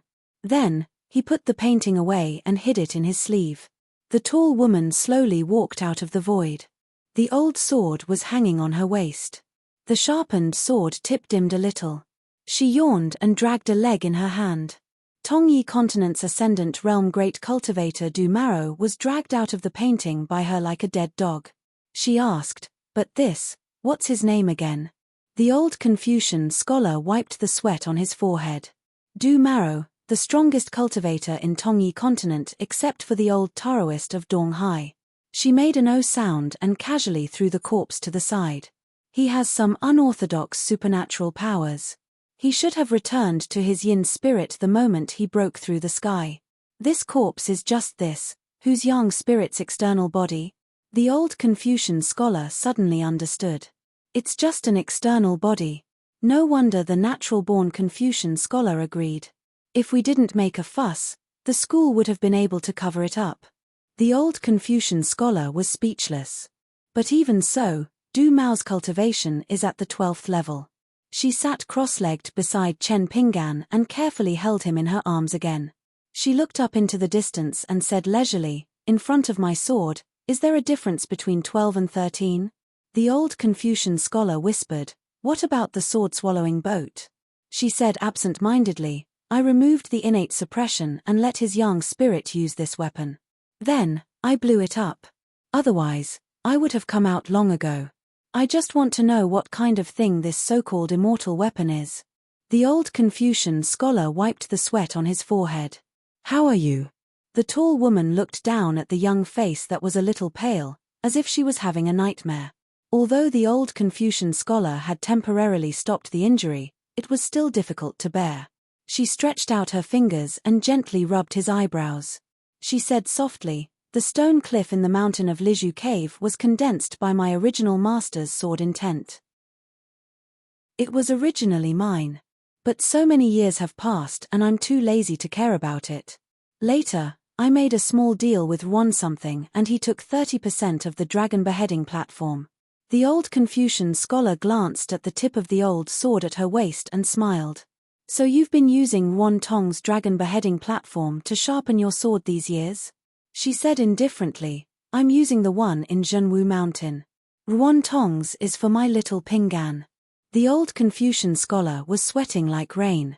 She looked to the south. "This matter is not over yet." The old Confucian scholar shook his head. "No, please don't. It's not over yet, but you can't do it. Let me do it. This is for the good of little Pinggan." She nodded. "I'll go back this time and not come out for the time being. If I come out next time and find out that your so-called good is not good at all, I'll find you. You should know that after you become one with the great Tao of the world, only I can kill you in this world." The old Confucian scholar laughed dryly. "We're family.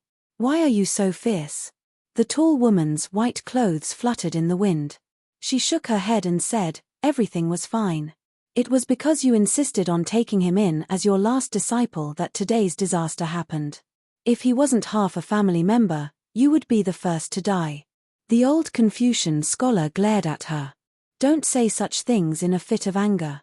Besides, do you dare to say such things in front of your master?"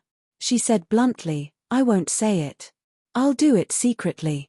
When the time comes, whether Chen Pinggan recognizes me or not, he'll still be my master." The old Confucian scholar was speechless. She waved her hand. After the small gift she gave Chen Pinggan that year shattered, 3 long bluestones fell out. They were the dragon beheading platforms that sword cultivators in the world dreamed of. They were of different sizes. The small ones were as small as a ruler, while the big ones were as big as a tile on the floor of a palace. She handed Chen Pinggan over to the old Confucian scholar. "I'll go out and take care of some small matters." The old Confucian scholar said resentfully, "Let's talk nicely." This time, the tall woman didn't walk to a certain place.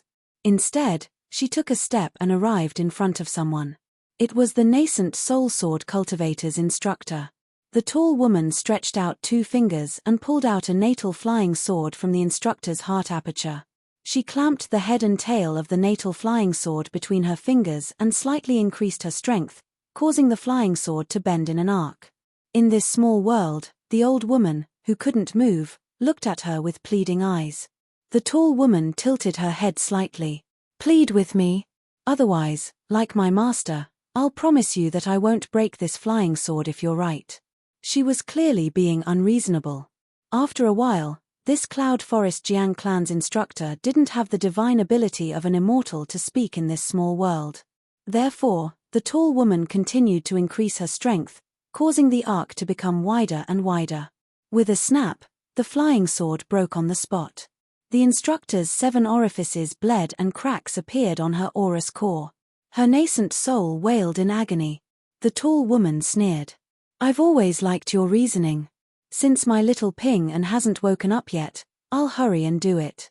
I might not have such an opportunity in the future." After she finished speaking, she flew straight to the sea of clouds above Old Dragon City. The green-robed woman, Fan Junmaro, continued to maintain that strange sitting posture. When she raised her head, her eyes were burning and her heart was filled with reverence. Fan Juanmao's first words were, "I didn't know that this young man was your new master." The tall woman stood in front of Fan Junmaro with her old sword hanging. She bent down and asked with a smile, "Ignorance is blameless?" Fan Junmaro shook her head. "Ignorance is a great crime. I admit it." The tall woman rubbed her forehead. "Why are you still the same as before? You're so pitiful every day. You're either secretly running to the arch bridge to cry in front of the sea of clouds or kneeling on the sea of clouds like today. How am I going to kill you?" Fan Junmaro was in high spirits. "Kill me if you want. With you here, it's enough." The tall woman nodded. She patted the end of the old sword gently with her palm. She raised it up high and spun it around. Then, she pierced Fan Juanmao's chest and lifted her into the air. "Is it enough? Don't you know how many existences like you I've killed back then?" Blood seeped out from the corner of Fan Juanmao's mouth. There was only joy in her eyes.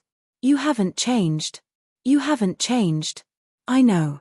It's been 10,000 years and you're still the same. Even if another 10,000 years pass, you won't change.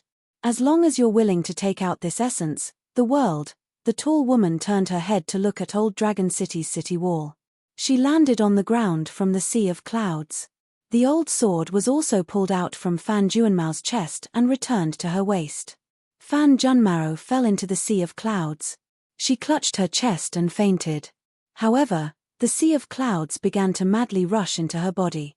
On the other side of the hole in Old Dragon City's city wall, Chen Pingan had already woken up. He was a bit confused. The old scholar was nowhere to be found. Then, he saw a familiar figure slowly floating down in front of him. It hovered in the air outside the hole in the city wall. The young man, who was no longer the thin youth of Clay Bottle Alley, asked softly, "Was I wrong?" She shook her head. The young man promised, "I'll be more careful next time. For example, I'll learn the Yin-Yang School's deduction technique. I thought I could deal with it myself. I didn't expect that cultivator's realm to be so high." She still shook her head. The young man asked, "You're not disappointed in me?"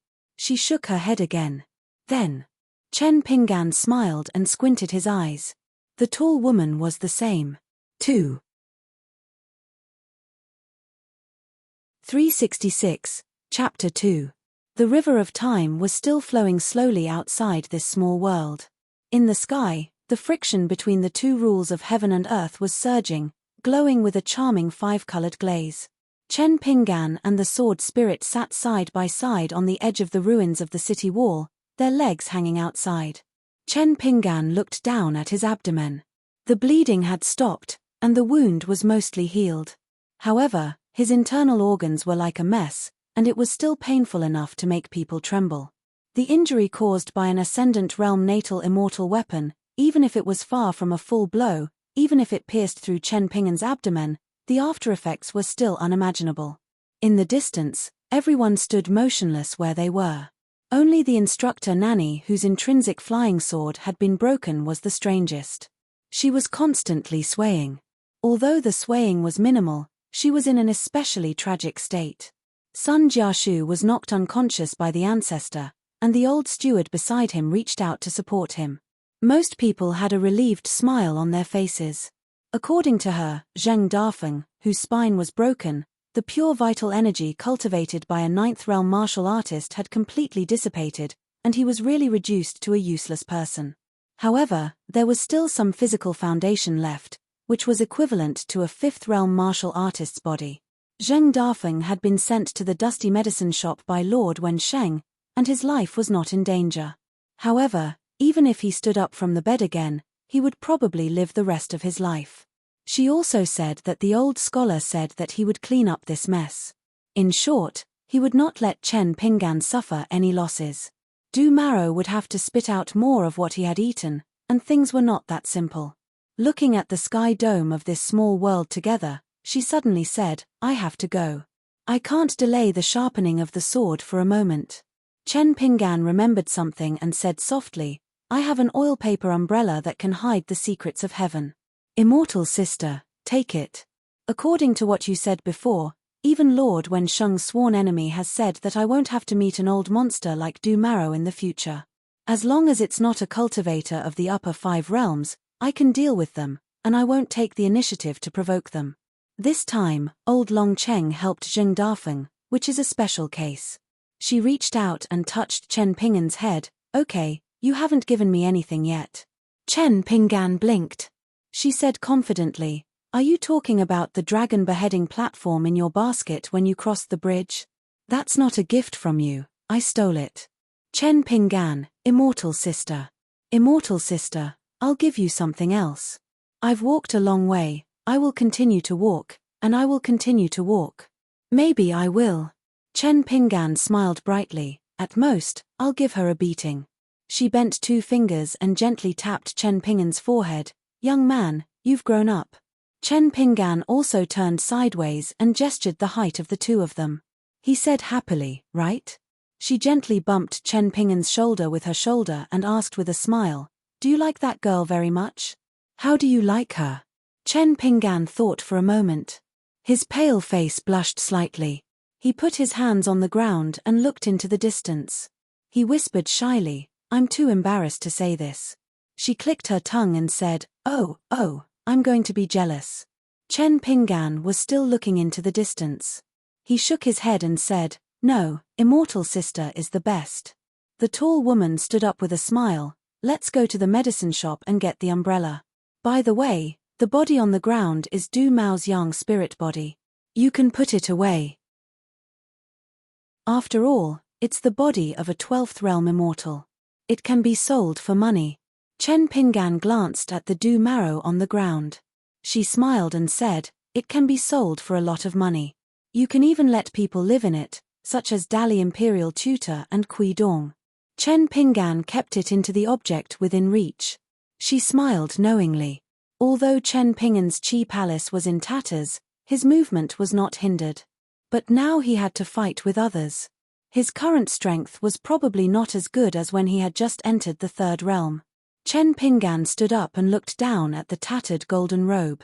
His heart ached more than his flesh. She held the 3 pieces of beheading dragon platform that were first placed in the white jade tablet. She smiled and said, it's okay. It can be replenished. It's just a few bags of gold and copper coins. Maybe it can be upgraded to a half-immortal weapon in one go. Old Yang has to give some. That do something, we have to think of a way to give it to him. Chen Pinggan nodded. She strode forward and walked through the big hole in the city wall. Don't be discouraged. The end of the road is still far away. When the time comes, I will still be by your side. Chen Pinggan quickly followed. She grabbed Chen Pinggan's shoulder and jumped out of the hole. Under Chen Pinggan's guidance, they rushed to the dusty medicine shop in the inner city of Old Dragon City. Because the old scholar had not removed the prohibition of Old Dragon City, everything was still silent. Pei Qian, who was holding the mountain walking staff, was as anxious as an ant on a hot pan when they landed in the alley outside the medicine shop. This was because she found that Yin Master Zhao was like a wooden man after she finished practicing her crazy demon swordsmanship. No matter how she shouted, it was useless. The black smoke was like an icicle. She grabbed a strand with both hands, but it did not move. In the end, she threw the mountain walking staff and squatted on the ground, crying bitterly. After crying, she ran out of the alley like a madwoman. But she stopped at the corner of the alley because she remembered Chen Pinggan's advice. So she paced back and forth there. Finally, she squatted on the ground again and shouted father and master until her voice became hoarse. She could not cry anymore. She took out the talisman and stuck it on her forehead to give herself courage. With a wrinkled face, she was about to step out and find Chen Pinggan. But then she heard a familiar voice behind her. Come back. Pei Qian turned around and saw Chen Pinggan smiling at her.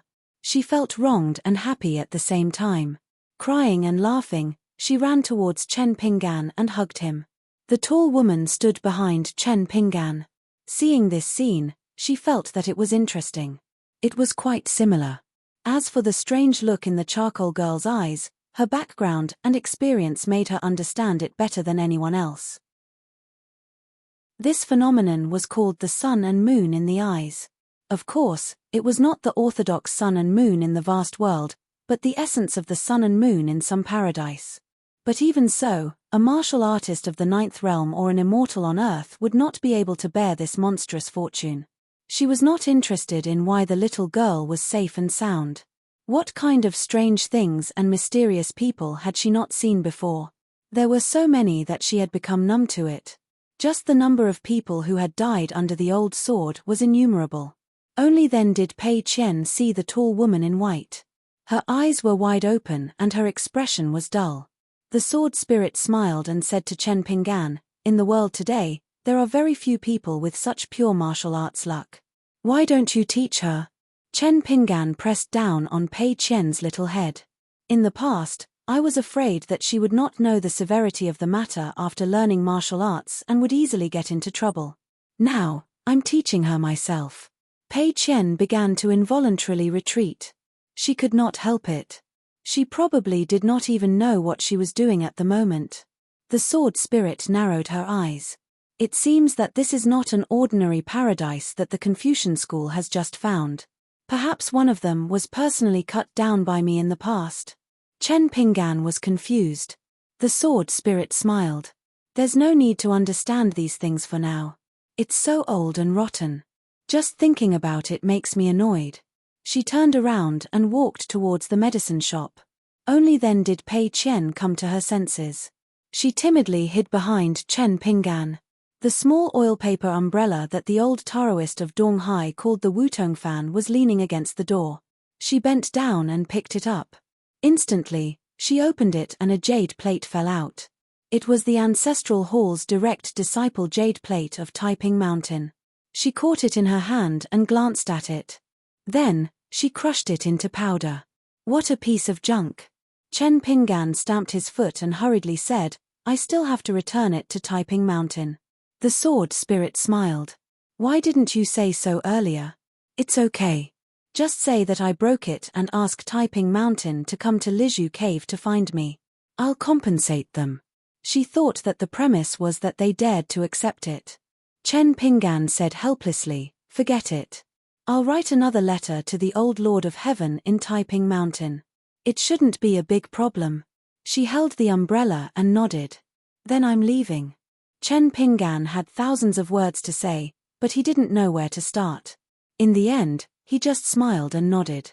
She walked to Chen Pinggan and bent down slightly. She touched Chen Pinggan's forehead with her forehead and whispered, "Chen Pinggan, it's my luck to meet you." After that, she held the oil paper umbrella in her hand and turned into a snow-white rainbow. She broke through the sky of Old Dragon City and the sea of clouds where Fan Junmaro fell to the ground. After hovering for a while, she went north and returned to the dragon beheading platform in Lizhu Cave. At the door of the drugstore, Pei Qian pulled Chen Pinggan's sleeve and said in fear, "This is the most powerful fairy sister I've ever seen. Alas, in front of her, I don't even dare to flatter her." Chen Pinggan smiled. "There's always someone better than you. So, after practicing martial arts, you can't be arrogant." Pei Qian nodded vigorously and suddenly asked, "She's that girl, right? Should I call her mother the next time we meet?" Chen Pinggan was just about to step over the threshold when he staggered. Pei Qian suddenly realized. "Yes, master's wife." Chen Pinggan quickly turned around and covered the guy's mouth. He glared at him and said, "Don't talk nonsense." Pei Qian blinked. "You don't say it, but you keep it in your heart." Chen Pinggan pulled his ear with a dark face. Pei Qian tilted his head and stood on his heels. He babbled until Chen Pinggan pulled him into the courtyard behind the drugstore. Only then did he let go. Pei Qian squatted on the ground and rubbed his ear. Chen Pinggan went to Zheng Dafeng's room alone, and saw the man lying on the bed. He had fainted, and similarly, he had stopped his external injuries. But compared to Chen Pinggan, he was much more miserable. Back then in Lotus Blossom Blessed Land, Chen Pinggan used Zhong Qiu's peak fist technique and the dragon school to break through. But the man on the bed had his entire dragon spine shattered. Chen Pinggan moved a chair and sat in the dark room, looking at Zheng Dafeng in a daze. Pei Qian tiptoed to the door of the room. Seeing the scene, she hesitated for a moment, then left quietly. She sat on the steps, her hands holding onto her cheeks. She had never seen such a sad Chen Pinggan. She was also sad, and blew on the yellow talisman on his forehead. The talisman could not be blown away, nor could the sadness be blown away. When a person grows up, will they always be like this? In the blink of an eye, the water of time that flowed to the south of Aquarius continent returned to normal, and flowed into Old Dragon City from all directions. But other than Jindan and Yuanying and the secular Earth Immortals, ordinary people would not be able to detect this. After a while, the smart people of Old Dragon City finally realized that something was wrong. It was normal for Chen Pinggan to disappear, as his abdomen was pierced through by the sword-swallowing boat, and he disappeared from their sight. But Du Maro and Zheng Dafeng were gone, and that was hard to explain. Furthermore, there were also accidents that happened at their side. For example, the Fu family's most nervous, other than the number one person in Tongyi continent in Aquarius continent, the most invincible instructor Granny in Old Dragon City, fell to the ground and lost consciousness, blood flowing out of her body. It was a terrifying scene where the great Dao was injured. Fu Li rushed over from the dragon ascension stage and squatted down. His face was pale and he was puzzled. He hated the existence of Fan Junmao. If not for Fan Junmao, he would not have been kept in the dark today. He would have been able to see the inside story of the strange phenomenon. After investigating the situation of the old woman from the Jiang clan, he was even more shocked. His life source flying sword was destroyed. But Fu Li did not reveal the truth, and said indifferently, "She was injured, let's return to the residence first." Fu Nanhua looked at the city wall. Chen Pinggan was gone. Did he die somewhere in the outer city, or? Fu Donghai and Fu Chunhua looked at each other again. To see that the arrogant instructor Granny was injured, to the two of them who were not willing to give up on the city lord seat, it was good news. Fu Nanhua asked softly, "Behind?"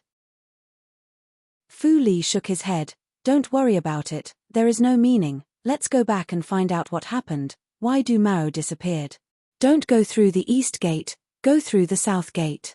As the undisputed leader of Old Dragon City, and the Fu family who wanted to unify Old Dragon City, the carriage chose to take a detour and go to the south gate. The most dazed one was naturally Du Yang on the city wall. The descendant of Ascendant Realm Du Mao, rubbed his eyes. Where was the old ancestor? Where was he? His wife, Madame Ding's cultivation talent was average, but she was calmer than Du Yang who was in Jindan Realm. In Tongyi continent, the old ancestor can do whatever he wants, let alone such a small Aquarius continent. Du Yang nodded, holding her hand. He smiled. "I lost my composure. After this, our Tongyi sect will use Old Dragon City as a springboard to spread a net to the north, and gather all the major sects. Those who follow our Tongyi sect will prosper, those who defy will die. At that time, I will be in charge of one of the routes, you will be the patriarch of the Ding family. Old Dragon City will only have the two surnames Ding and Ding." The woman smiled sweetly. Outside Old Dragon City, the Ding family, Fang family, and Hu family all sent their consecrators to kill Zheng Dafeng and his group. This was the temporary arrangement of the Fu family. In fact, they were a little unprepared, they shouldn't have been so hasty. They should have sent a group of people outside the city, a group in the outer city, and a group in the inner city. The three groups of people could have been more in line with their identity, and people couldn't catch them, instead of using such a clumsy trick that was close to street fighting. However, since the Fu family was willing to be shameless, their previous alliance with the four families, after the Sun family, Sun Jiashu, and Ding family, Du Yang, turned to the Fu family one after another. After knowing the Fu family's order to kill them, they didn't have the capital and confidence to bargain. In the future, they would become the Fu family's vassals. Eating the leftovers from the Fu family's mouth was better than being uprooted tonight. In the group of the three families, The disciple with the surname Fang didn't feel that the situation had changed. He was still thinking about the big banquet tonight. At that time, all the women in the dusty medicine shop would appear in public. Whoever drank a cup of wine would be able to teach them to take off a piece of clothing. After the people in charge of the three families discussed, they decided to follow the Fu family to the South City Gate. As for the consecrators behind them who were responsible for killing them, they wouldn't restrict them first. After they took off the heads, they would naturally meet up with them in the city. Above the sea of clouds, Fan Junmaro slowly woke up. As expected, her cultivation level had dropped to golden core. But she didn't have the slightest bit of resentment. After laughing, she glanced down at the root of the dragon platform and the sporadic fighting. She frowned and reached out one hand to cover her heart, while the other hand pointed down with 2 fingers. In the sea of clouds, pillars of light fell down one after another. Because she used the providence of the sea of clouds, Fan Juanmao's attack was no less powerful than a normal nascent soul realm cultivator. The consecrators who had already suffered heavy casualties, only 5 or 6 of them were left, and their heads were pierced through one by one. Of the Fan family's coachmen, only 1 was left. Of the 4 people who got off the carriage, only Lu Baixiang, who was covered in blood, and Wei Yixian, who was wearing the Ju armor and had the lightest injuries, walked onto the carriage. As for the martial madman Zhu Lian, he died. Sui Yuyu died in battle. Lu Baixiang picked up the infatuated sword, and didn't forget to stab the sword into the hearts of the corpses. Only then did he go to the carriage. In the old dragon city, the grand cultivator who was able to travel with his yin spirit in the stagnant time, the short old man who was disguised as a rich man, was now standing under a tree. He bent over and held his stomach, laughing until tears came out of his eyes. How satisfying. In the past 1,000 years, the old man hadn't laughed so happily. The final transmigration du Mao, that old pervert, also had a day like this. This time, he crossed continents to the north. His original intention was just to relax and meet a fellow cultivator. Who would have thought that he would encounter such a wonderful thing? Although he was in the Tongya continent, in the hearts of some small immortals in the Aquarius continent, especially in the hearts of various fairies, he was the most famous one-foot spear. He was the most generous person on the mountain who was willing to spend a lot of money. He and a certain invincible divine fist sect's jade-faced young gentleman would often compete for the affection of a certain fairy during the time of the divine art of the illusionary flower, water and moon. Of course, they weren't really fighting, but throwing money. Moreover, it wasn't the snowflake money, but the summer money. The old man stopped laughing and said seriously, "Today is a good day, I can't be stingy anymore. I have to suppress that guy. I have to be generous and show off the style I should have. I can't let that guy be arrogant anymore. It's just a pity that Fairy Su Jiao of the Xingyang Mountain, what a beautiful and fairy-like lady. Sigh, I originally wanted to personally make a trip to the Xingyang Mountain and give her a magic treasure. What a pity, what a pity. And that He Xiaoyong of the Divine Grandeur sect, great fairy He, why did she leave the Aquarius continent? I wanted to run over to see her and take a look at her, even if it's just a glance from afar."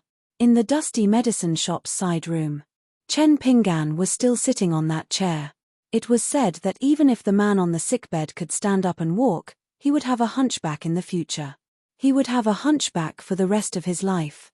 He was originally sloppy and unkempt, and his appearance was not good.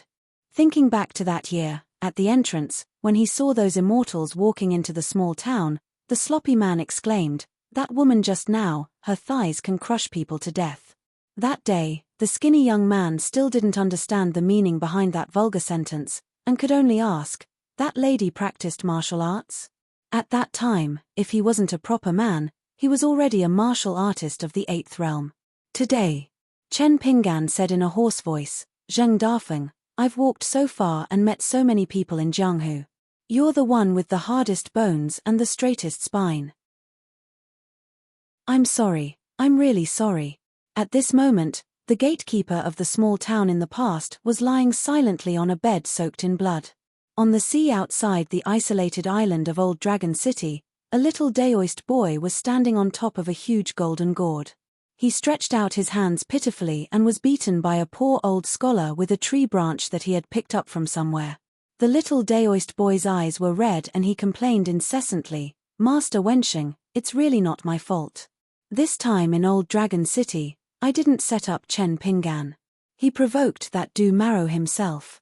I can't even deduce what realm Du Marrow is in. I can't go to Old Dragon City to die, can I? It's against the rules for you to beat me. Ouch, ouch, ouch, ouch." It would have been better if the old scholar didn't listen to his complaints, but when he heard this, he became even angrier and beat him even more ruthlessly. "You heartless little bastard, who were you brothers with back then? Who were you holding arms and talking to each other? You picked up chopsticks to eat and put them down to curse your mother, right? Stinky cow's nose taught you wrong. I'll straighten you out. You still dare to dodge? Stop, stand still and stretch out your hands." The little Daoist boy obediently stretched out his hands, but there was nowhere to hide. He wailed, "Master Wensheng, if you continue to be like this, I'll complain to my master. You're so partial to Chen Pingan, my master will also be partial to me." The old scholar said angrily, "You still dare to talk back? Do you think I don't know what kind of tricks you have in mind? If the upper beam is not straight, the lower beam will be crooked. If I don't beat you up today, I'll take your surname." The little Daoist boy cried loudly, "Master Wensheng, we have the same surname. Even if we're not a family, but for the sake of our relationship, please don't hit me so hard." The old scholar snorted and threw the tree branch away. He scolded, "When you move to Qingming Tian in the future, don't cause trouble. You'll only be a disaster if you're this clever." The Daoist priests in the Beko Keikyang building have 12 buildings and 5 major cities. Immortals are free and unfettered, but it also means that they won't follow the rules like the world. What they hate the most are rules. The little Daoist boy sat down on the golden gourd. After wiping his tears, he shook his hands vigorously and raised his head. He asked curiously, "Master didn't say anything about going to that world." The old scholar glared at him. "What do you know?" The little Daoist boy said, "What do I know? Then I know that you're the Master Wensheng." The old scholar laughed and grabbed a tree branch that was drifting away with the seawater. The little Daoist boy stood up and stretched out his hands, beginning a new round of beatings. The little Daoist boy wanted to die. This inconspicuous withered branch was in no way inferior to a sword immortal's flying sword in the hands of the pauper in front of him. The old scholar glanced at the southwest and threw the branch away. He slapped the little Daoist boy on the head and said, "Get out of here and behave yourself from now on." The golden gourd drifted away and the little Daoist boy standing on it suddenly turned his back to the old scholar. He bent over and twisted his butt, not forgetting to turn his head and make a face. The old scholar stretched out a finger and gently twisted it. The branch whizzed and poked one of the little Daoist boy's buttocks. The little Daoist boy pulled out the branch and threw it away. He jumped and jumped, hurriedly driving the blade-strengthening gourd under his feet away. It seemed that this appearance had angered the poor old man quite a bit, so he wanted to vent his anger on him. The little Daoist boy wiped the tears from his face. He said angrily, "I'm so angry. I won't call you brother from now on." Whiz. The branch poked another buttocks. The old scholar sent the little bastard away and flashed towards the southwest. Sword energy rushed to the sky. The seawater shook. Without another word, the old scholar flew into a rage. He jumped up and slapped the sword cultivator's head. Still not satisfied, he slapped him again and again. "You useless thing, you can't even protect Xiao Qi. Fine, you have an excuse. You were far away and didn't know the situation in Black Pearl Cave. Fine, now you can't even protect your junior brother right under your nose. Instead of studying, you practice the sword, practice the sword, practice the sword, practice the sword, practice the sword, practice the sword, practice the sword my ass. Do you know that Chen Pingan was harmed twice by you? The first time, his state of mind was drawn by you. The second time, you rashly gave him the 12th state monster core. Chen Pingan almost suffered from this unexpected disaster. Du Mao, have you heard of him? A shameless ascendant state guy blocked Chen Pingan in Old Dragon City. Your little junior brother is only a fifth-state martial artist now. She made a special trip for your junior brother. What about participating in Dallas' plan for the sect? What about helping others to test the old divine lord? It's all nonsense. He just wants to kill Chen Pinggan. In front of outsiders, even the little Taoist boy and the two Confucians in the skyscreen, the old scholar's so-called anger was still restrained. At least, he wouldn't show it so directly. But in front of this sword cultivator, he didn't hold back at all. And the sword cultivator also stood still, letting the old scholar, who was much shorter than him, jump up and down and slap his head again and again. The old scholar hit and scolded, "You just patted your ass and left. You're really cool. Qi Jingchun is not as cool as you in his life, and this little junior brother is not as cool as you. No one is as cool as you. If you're so cool, why don't you ascend to the sky and *ck off?" The old scholar stood in place, not fighting back, not talking back. Because it was the first time in his life that he saw the teacher so angry and disappointed. Even when he was imprisoned in the meritorious forest of the Learning Palace and accompanied by the teacher was still smiling and didn't think it was a difficult task at all. Even when the statue of the Confucian temple was moved, and smashed again and again, the teacher still didn't care. He really didn't care and wasn't pretending to be relaxed. He knew that the teacher was never this kind of person. The old scholar asked calmly, "Teacher, what should I do? You finally remember that you're my disciple? How did I deal with the gods of the 5 sacred mountains in the central region? Now that you're in the right and have a sword, what do you think I should do?" The old scholar jumped up again and slapped the old scholar's head.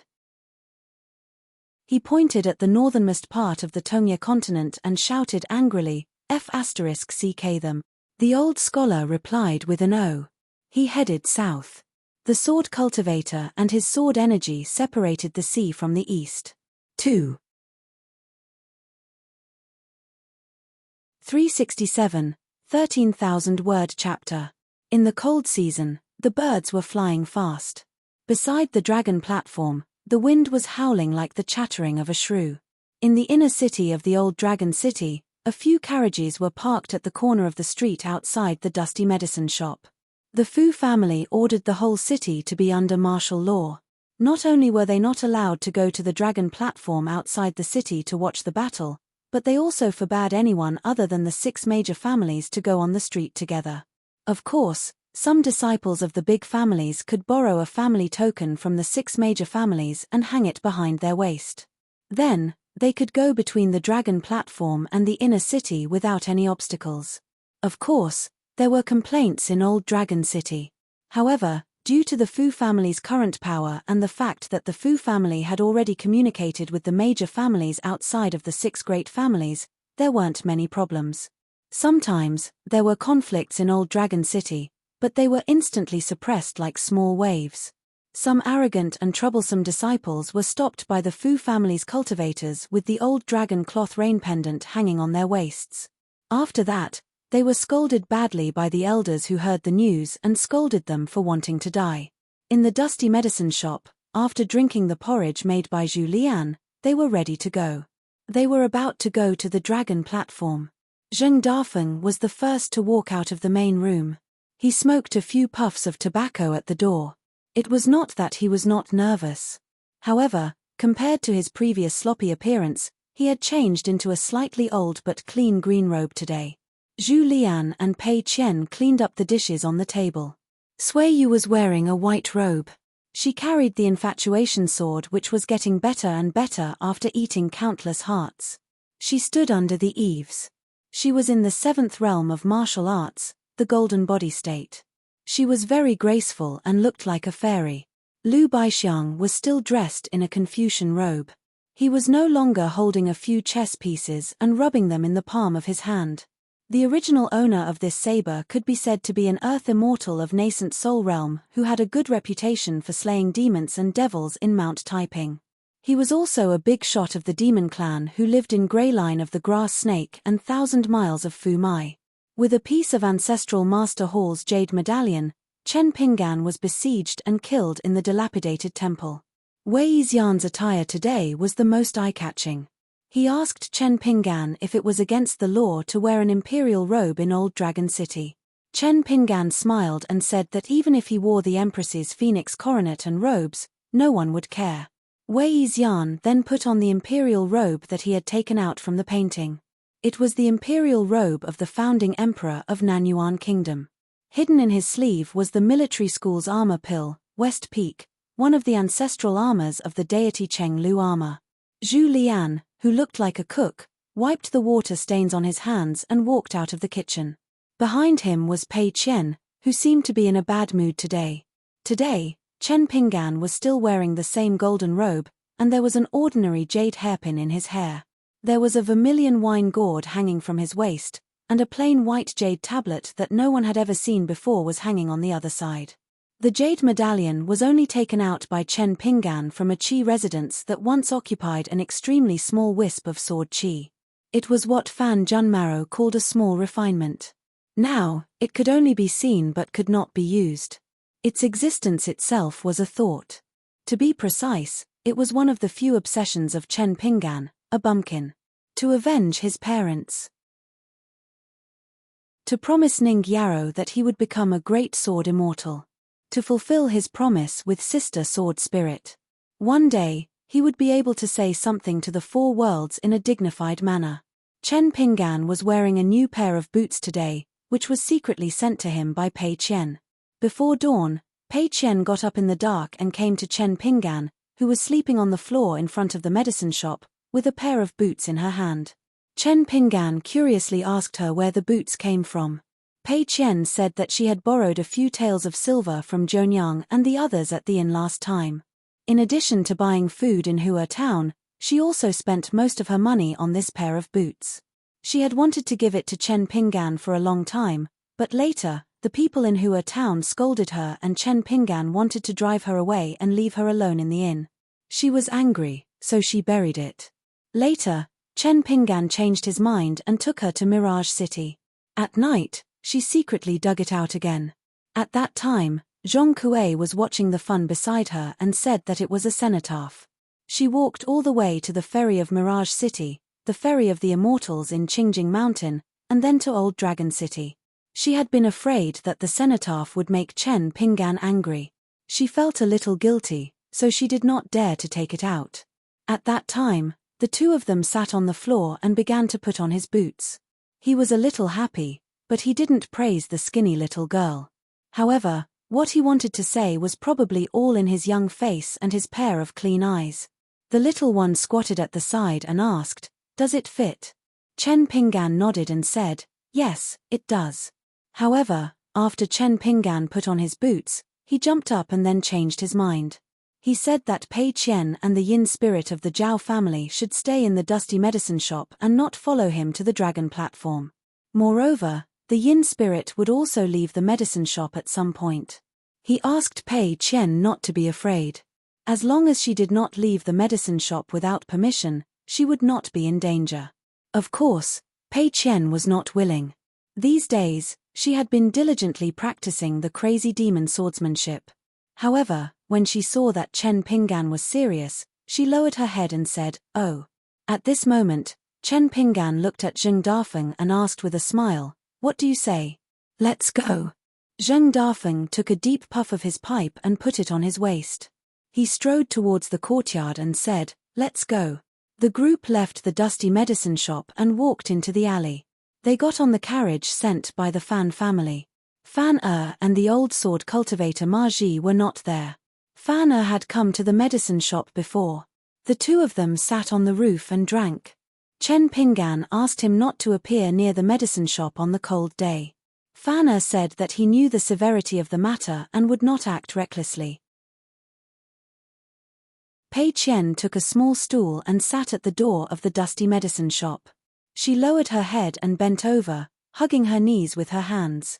Under her feet was the walking stick that had been with her for a long time. She stepped on it and gently twisted it, rolling it around. On the other side of the door was an oil paper umbrella. This was what Chen Pingan asked her to bring it with her even in the dusty medicine shop. The yin spirit of the Zhao family did not move for the time being. Zheng Dafeng only needed to break the pipe and it would appear beside him. If it appeared too early on the dragon platform, the other side might have already prepared a countermeasure.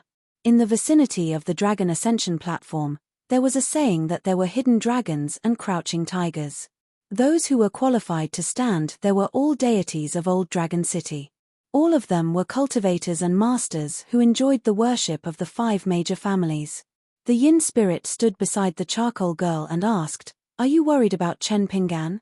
Pei Qian said softly, "My father is so powerful."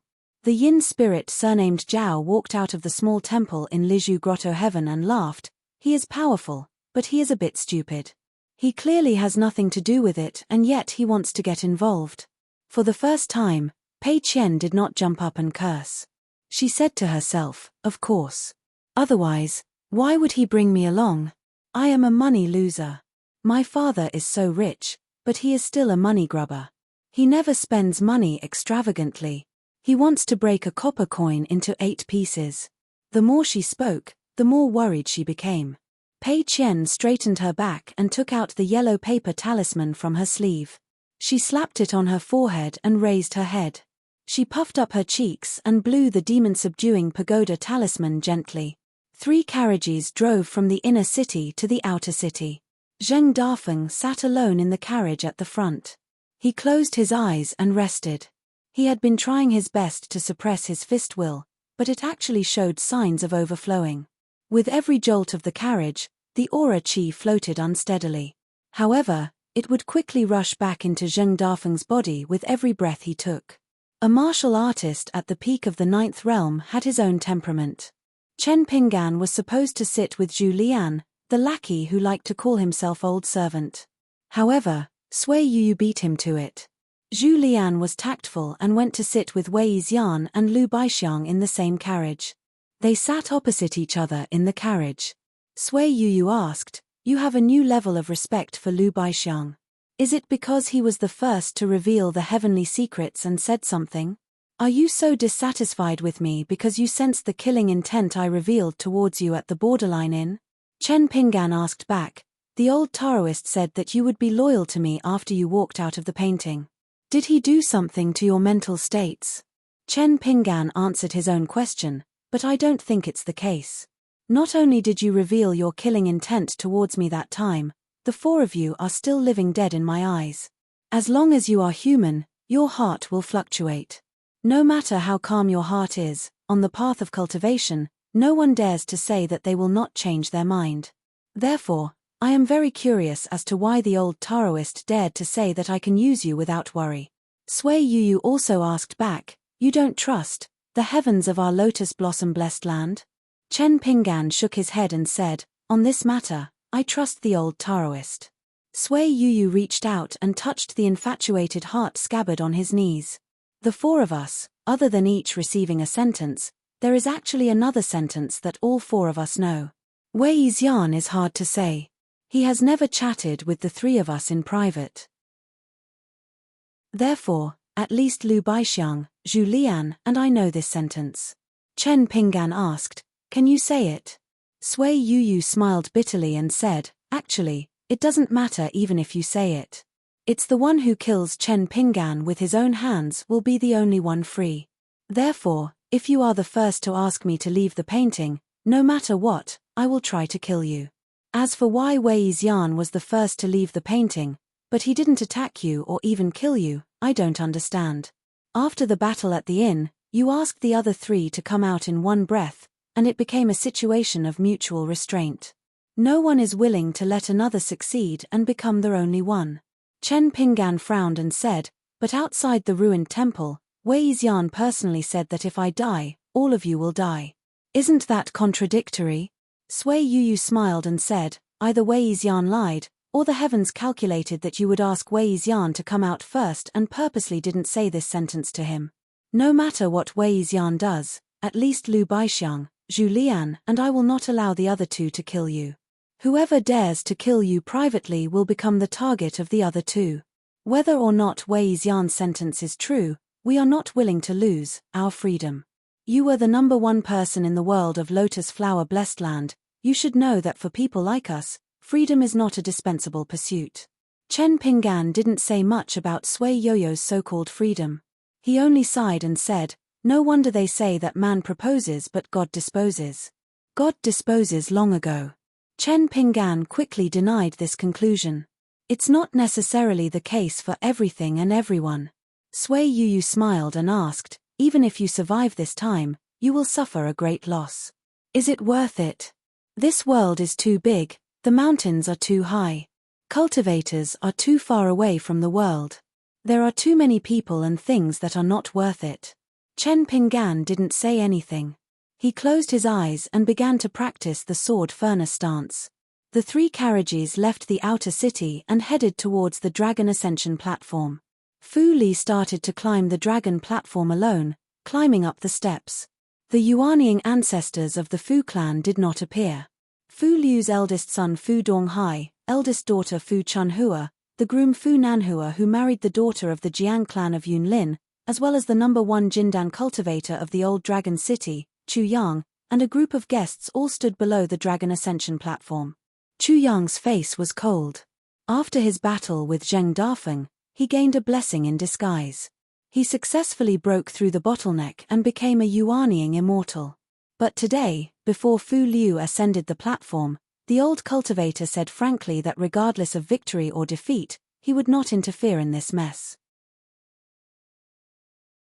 Last time, he made an exception and left the cottage by the seaside to go to the Fu clan to stop Zheng Dafeng. He had already done his duty as a guest of the Fu clan. Fu Liu had no objection to this.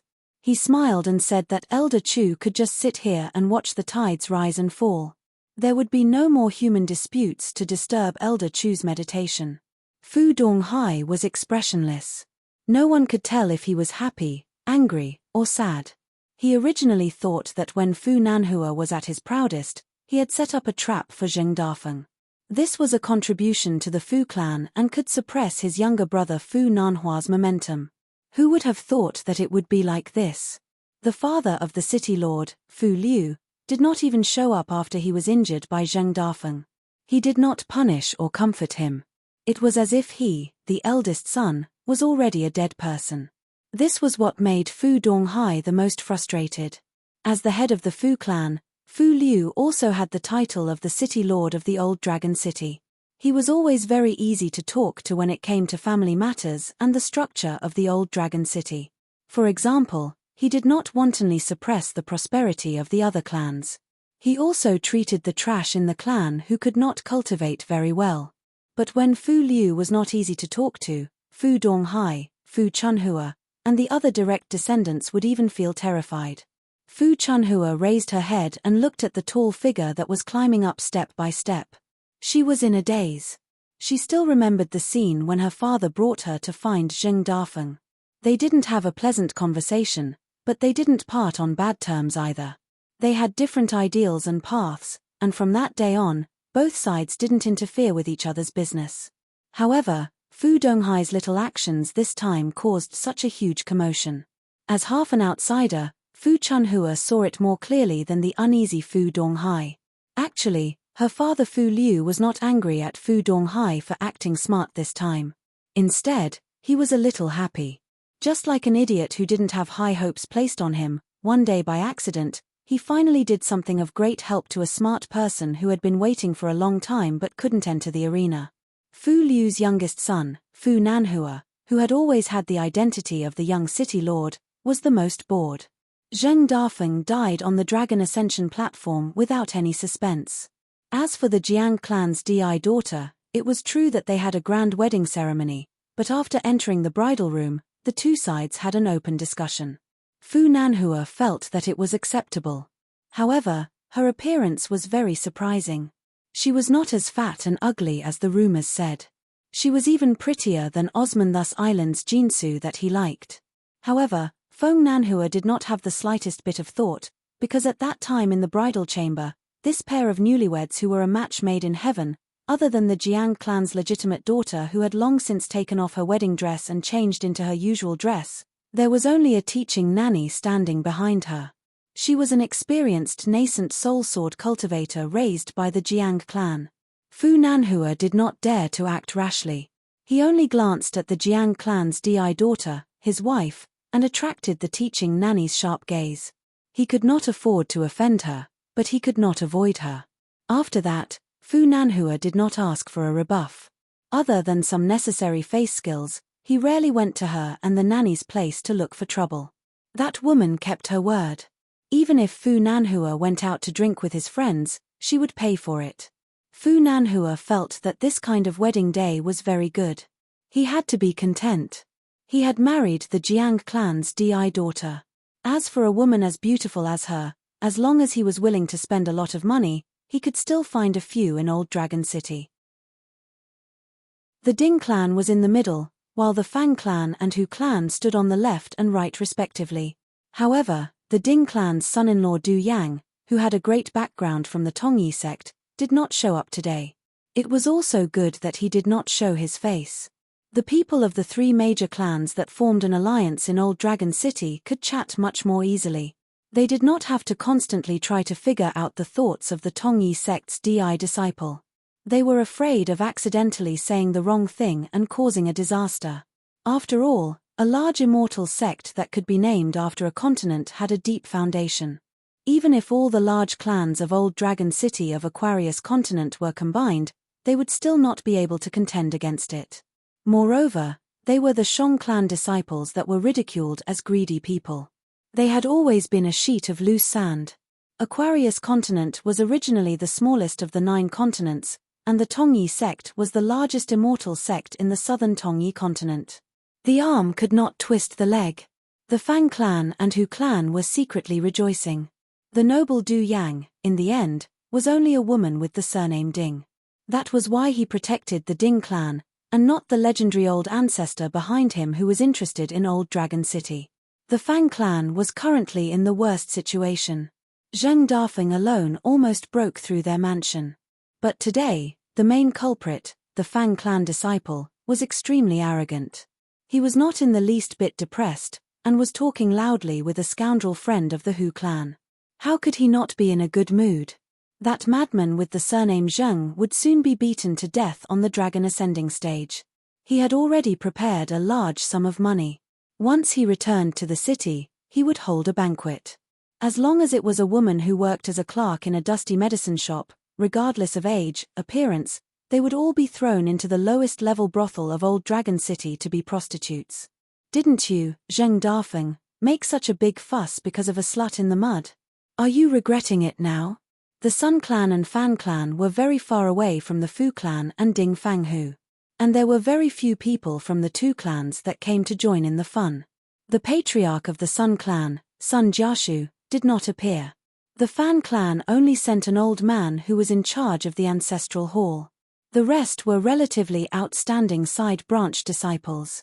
When the 3 carriages came into view, the big clans of Old Dragon City each had their own camp. They did not make any noise or point. Even the disciple of the Fang clan who was certain that Zheng Dafeng would die on the dragon ascending stage started to hold his breath and stop smiling. No matter if their nature was good or bad or if their temperament was good or bad. Those who could stand on this side more or less represented the face of their clans. Not many of them were fools. Just like this time, why did none of the clans let the Earth Immortals take out their Dharma treasures, or use pavilions or small ferries to fly into the sky so that everyone could comfortably look down on the battlefield? Why did they have to stand under the dragon ascending stage and only watch the battle with the various illusions on the mountain? No one even dared to suggest this. This was the great power that the Fu clan had accumulated over thousands of years, and the survival wisdom that the big clans of the Shang clan in Old Dragon City should have. The 3 carriages slowly stopped by the dragon ascending stage. The people of the Fu clan had a playful look in their eyes. Similarly, no one would jump out to provoke Zheng Dafeng. They might die, and it would be the Fu clan that would lose face. The people of the Fu clan would even feel that death was not worth it. Don't waste the clan's money. Zheng Dafeng went up the stage alone. He did not say anything to Chen Pingan and just walked up the stairs. Chen Pingan glanced at the surroundings and quickly withdrew his gaze, and then he raised his head to look at the stairs. Fu Nanhua stared at this guy from afar and was very surprised. The tanned and thin young man in the mud bottle alley was really lucky.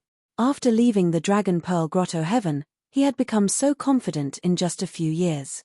Not only did he not avoid Fu Nanhua and Old Dragon City, but he also came to mess things up.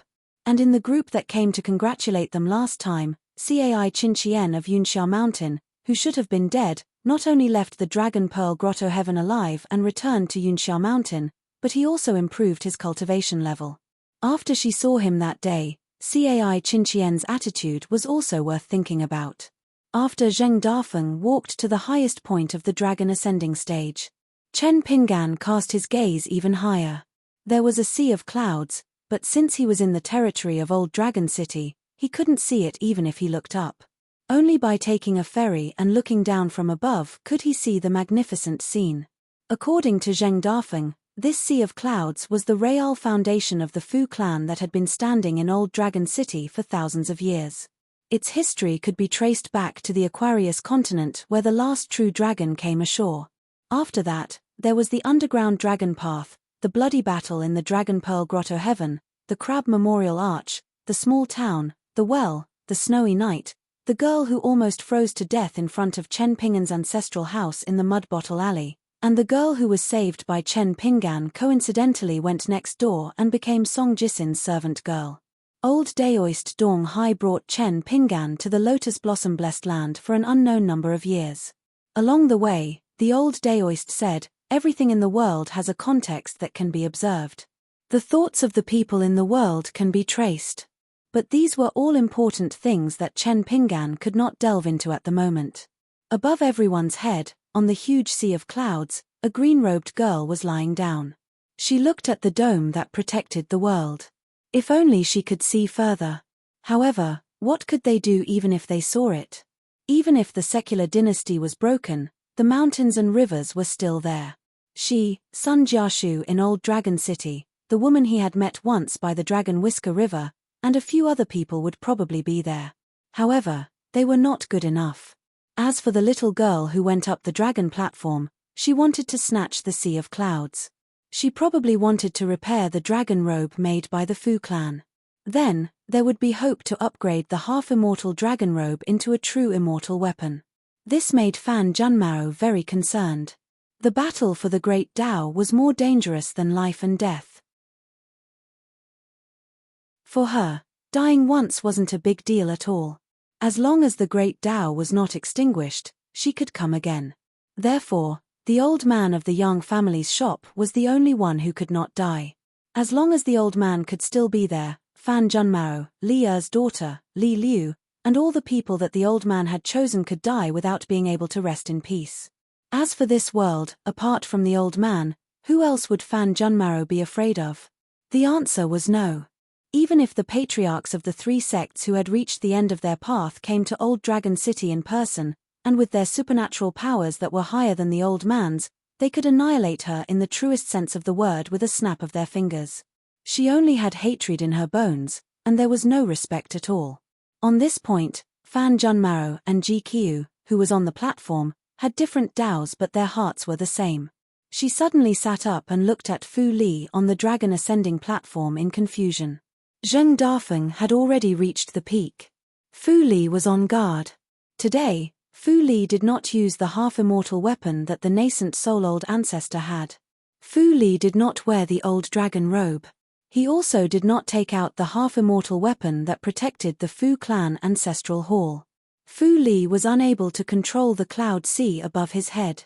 This was why Fu Li only brought the half-immortal weapon that he had just bought from another continent. It was an ownerless flying sword left behind by a dead sword immortal. Fan Junmao felt that something was wrong. Something was very wrong. She patted the sea of clouds beneath her. Apart from bypassing the dragon platform, the sea of clouds suddenly sank and instantly enveloped the entire Old Dragon City. At the same time, Fan Junmao bit his finger and drew a talisman on his hand. It was an ancient talisman that had long been lost. Today's Qi cultivator's divine being controlling mountains and rivers was just an imitation of this talisman. After drawing the talisman, Fan Junmao relied on the sea of clouds to cover Old Dragon City. His face was pale, and he clasped his hands together. Then, He opened his arms. Images flashed between his hands. Fan Junmaro looked at the images in front of him as if he was looking at flowers on horseback. Fu Clan Ancestral Hall, Sun Clan Ancestral Hall, Dusty Medicine Shop. When the image finally stopped on an old man standing on top of the outer city wall, the small mountain and river painting instantly shattered with a bang. Fan Juanmao's palm was already bleeding. She forcefully swallowed a mouthful of blood essence and lost dozens of years of cultivation for an ordinary nascent soul earth immortal. Fan Juanmao's face was gloomy. She did not mind the loss of cultivation at all. Good heavens, a dragon that was at least in the 12th state of immortal. Could it be that old pervert from the Tongyi sect? Fan Junmao, who had always been broad-minded since she was enlightened, finally felt a little serious. If Zheng Dafeng died on the dragon platform, she would think that it was because she was not as good as him. She could not blame anyone. However, if she walked down the dragon platform alive and died suddenly in the hands of an outsider, she would feel uncomfortable. This old dragon city had been her territory since ancient times. However, was it worth it for her to give up her life as Fan Junmao for a Zheng Dafeng that she did not like? She leaned back and began to weigh the pros and cons. In fact, there were no pros, only cons.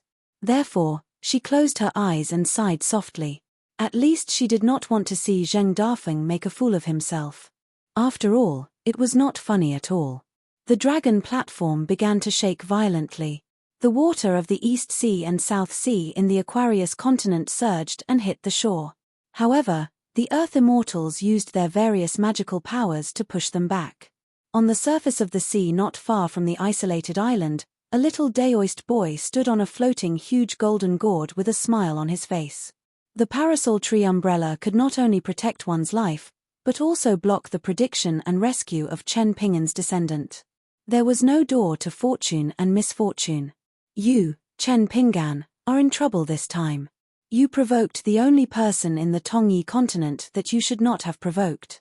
Otherwise, other than this person, you, Chen Pingan, would not have a big problem. In a battle of the same realm, you, Chen Pingan, do have some ability. You do not need to fear. Even the Jindan and Yuanying, the so-called Earth Immortals in the eyes of the secular world, you have the power to fight. Those of a higher level, the Jade Unpolished realm of the upper 5 realms, may not be willing to bully a young pure martial artist. Those of a higher level, the Immortal realm, may see some clues about you and may not be willing to fall out with you. Unfortunately, this time, the person who came down the mountain from the Tongyi sect. The most unscrupulous. Coincidentally, this unscrupulous old pervert was the second most powerful person in the entire Tongyi continent. After all, the Tongyi continent still had his own Daoist temple. Therefore, no matter how much you, Chen Pingan, planned and schemed, even if you didn't hesitate to spend countless resources and painstakingly set up a trap to protect that Zheng Dafeng, in the end, it would all be for naught. You might even die here. That was not bad. I will help you collect your corpse, and bring it back to the Daoist temple, and obediently become nourishment for the lotus flower-blessed land. The small Daoist child who was standing on top of the gigantic golden blade strengthening gourd swayed, and gloated, the show is about to begin, the small Aquarius continent is going to suffer. In less than an hour, the Dragon Ascension stage was completely silent. And the final result was inconceivable. The person who walked down the Dragon Ascension stage was actually Zheng Dafeng, and the key was that his body was clean, without any signs of injury or death. Fu Donghai and Fu Chuanhua's emotions were fluctuating, they were unwilling to believe what they saw. Did their father, Fu Feng, die? That was not a bad thing. The two of them looked at each other with tacit understanding. Fu Nanhua's expression was calm, with a smile on his face, his heart moved. After hearing the hidden words in his heart lake, Fu Nanhua flipped his palm, and made a small movement that was hard to detect. Over at the Ding family's side, an old consecrator took a step forward, and whispered to the Ding family patriarch, who quickly went to whisper to the Fang and Hu family patriarchs. The two of them had different expressions, and finally nodded. Fu Nanhua's small movement was like a huge rock smashing into the lake, causing ripples. After Zheng Dafeng walked down the Dragon Ascension stage, he did not say a word, and Chen Pinggan accompanied Zheng Dafeng into a carriage. Zheng Dafeng's face immediately turned pale, and said hoarsely, "Fu Feng only fought halfway, and already admitted defeat. He obviously did not want his face anymore. Fu Feng was not willing to fight to the death with me, and did not give me the chance to break through the bottleneck of the 9th realm and reach the 10th realm, and did not take out all his wealth to fight with me, and only exchanged injuries with me, so this trip back to the medicine shop will definitely be dangerous. Chen Pinggan, think carefully. Will you get off halfway, or will you follow me back to the medicine shop?" Chen Pinggan said indifferently, "Fu Feng is shameless, but I am." Zheng Dafeng tilted his head, and reached out to wipe away the blood flowing from his ear, and laughed. "Do you believe your own words? If you want your face, then for a few coins, would you wait by the tree stump every morning, take the letter, and then run around the small town?" Chen Pinggan shook his head. "That money, I earned it with a clear conscience." Zheng Dafeng laughed bitterly. "What, do you want me to beg you before you are willing to leave?" Chen Pinggan said, "It's useless even if you beg me." Zheng Dafeng leaned back. "What the *CK do you want?" Chen Pinggan hesitated. "Last time when I broke through in Old Dragon City, there was something strange, but it was not obvious. This time I went to Lotus Flower Blessed Land, and when I came back to Old Dragon City, for some reason, my intuition told me that in the well of my heart, there is an evil dragon that is looking up.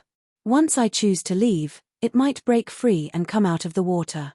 This might be a natural disaster for me to go against the heavens and rebuild the Bridge of Longevity. When I crossed the Stone Arch Bridge, I felt that I was accepted by the world, but it was actually an illusion. It is not a good thing, but I have already been targeted by the world. If I escape today, I will escape for the rest of my life." Zheng Dafeng believed this. However, he knew in his heart that this was actually Chen Pinggan's excuse, even though it was true. Zheng Dafeng cursed, "Then don't die here because of me. Can't you find someone else? Don't make me feel like I owe you.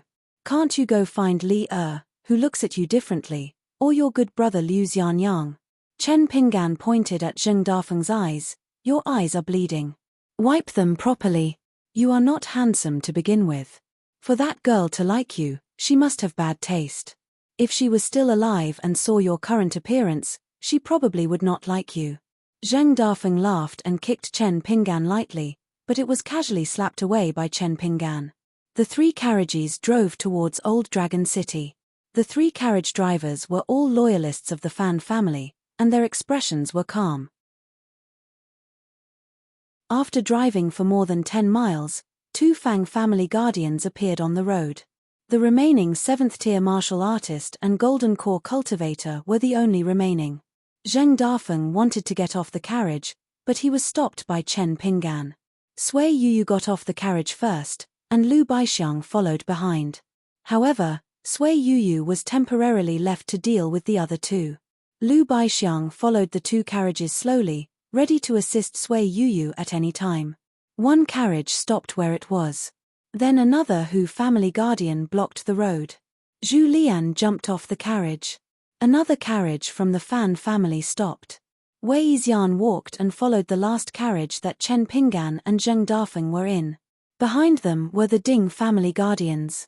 Wei Xian was wearing a dragon robe and dew armor on the outside. He stopped and the carriage continued forward.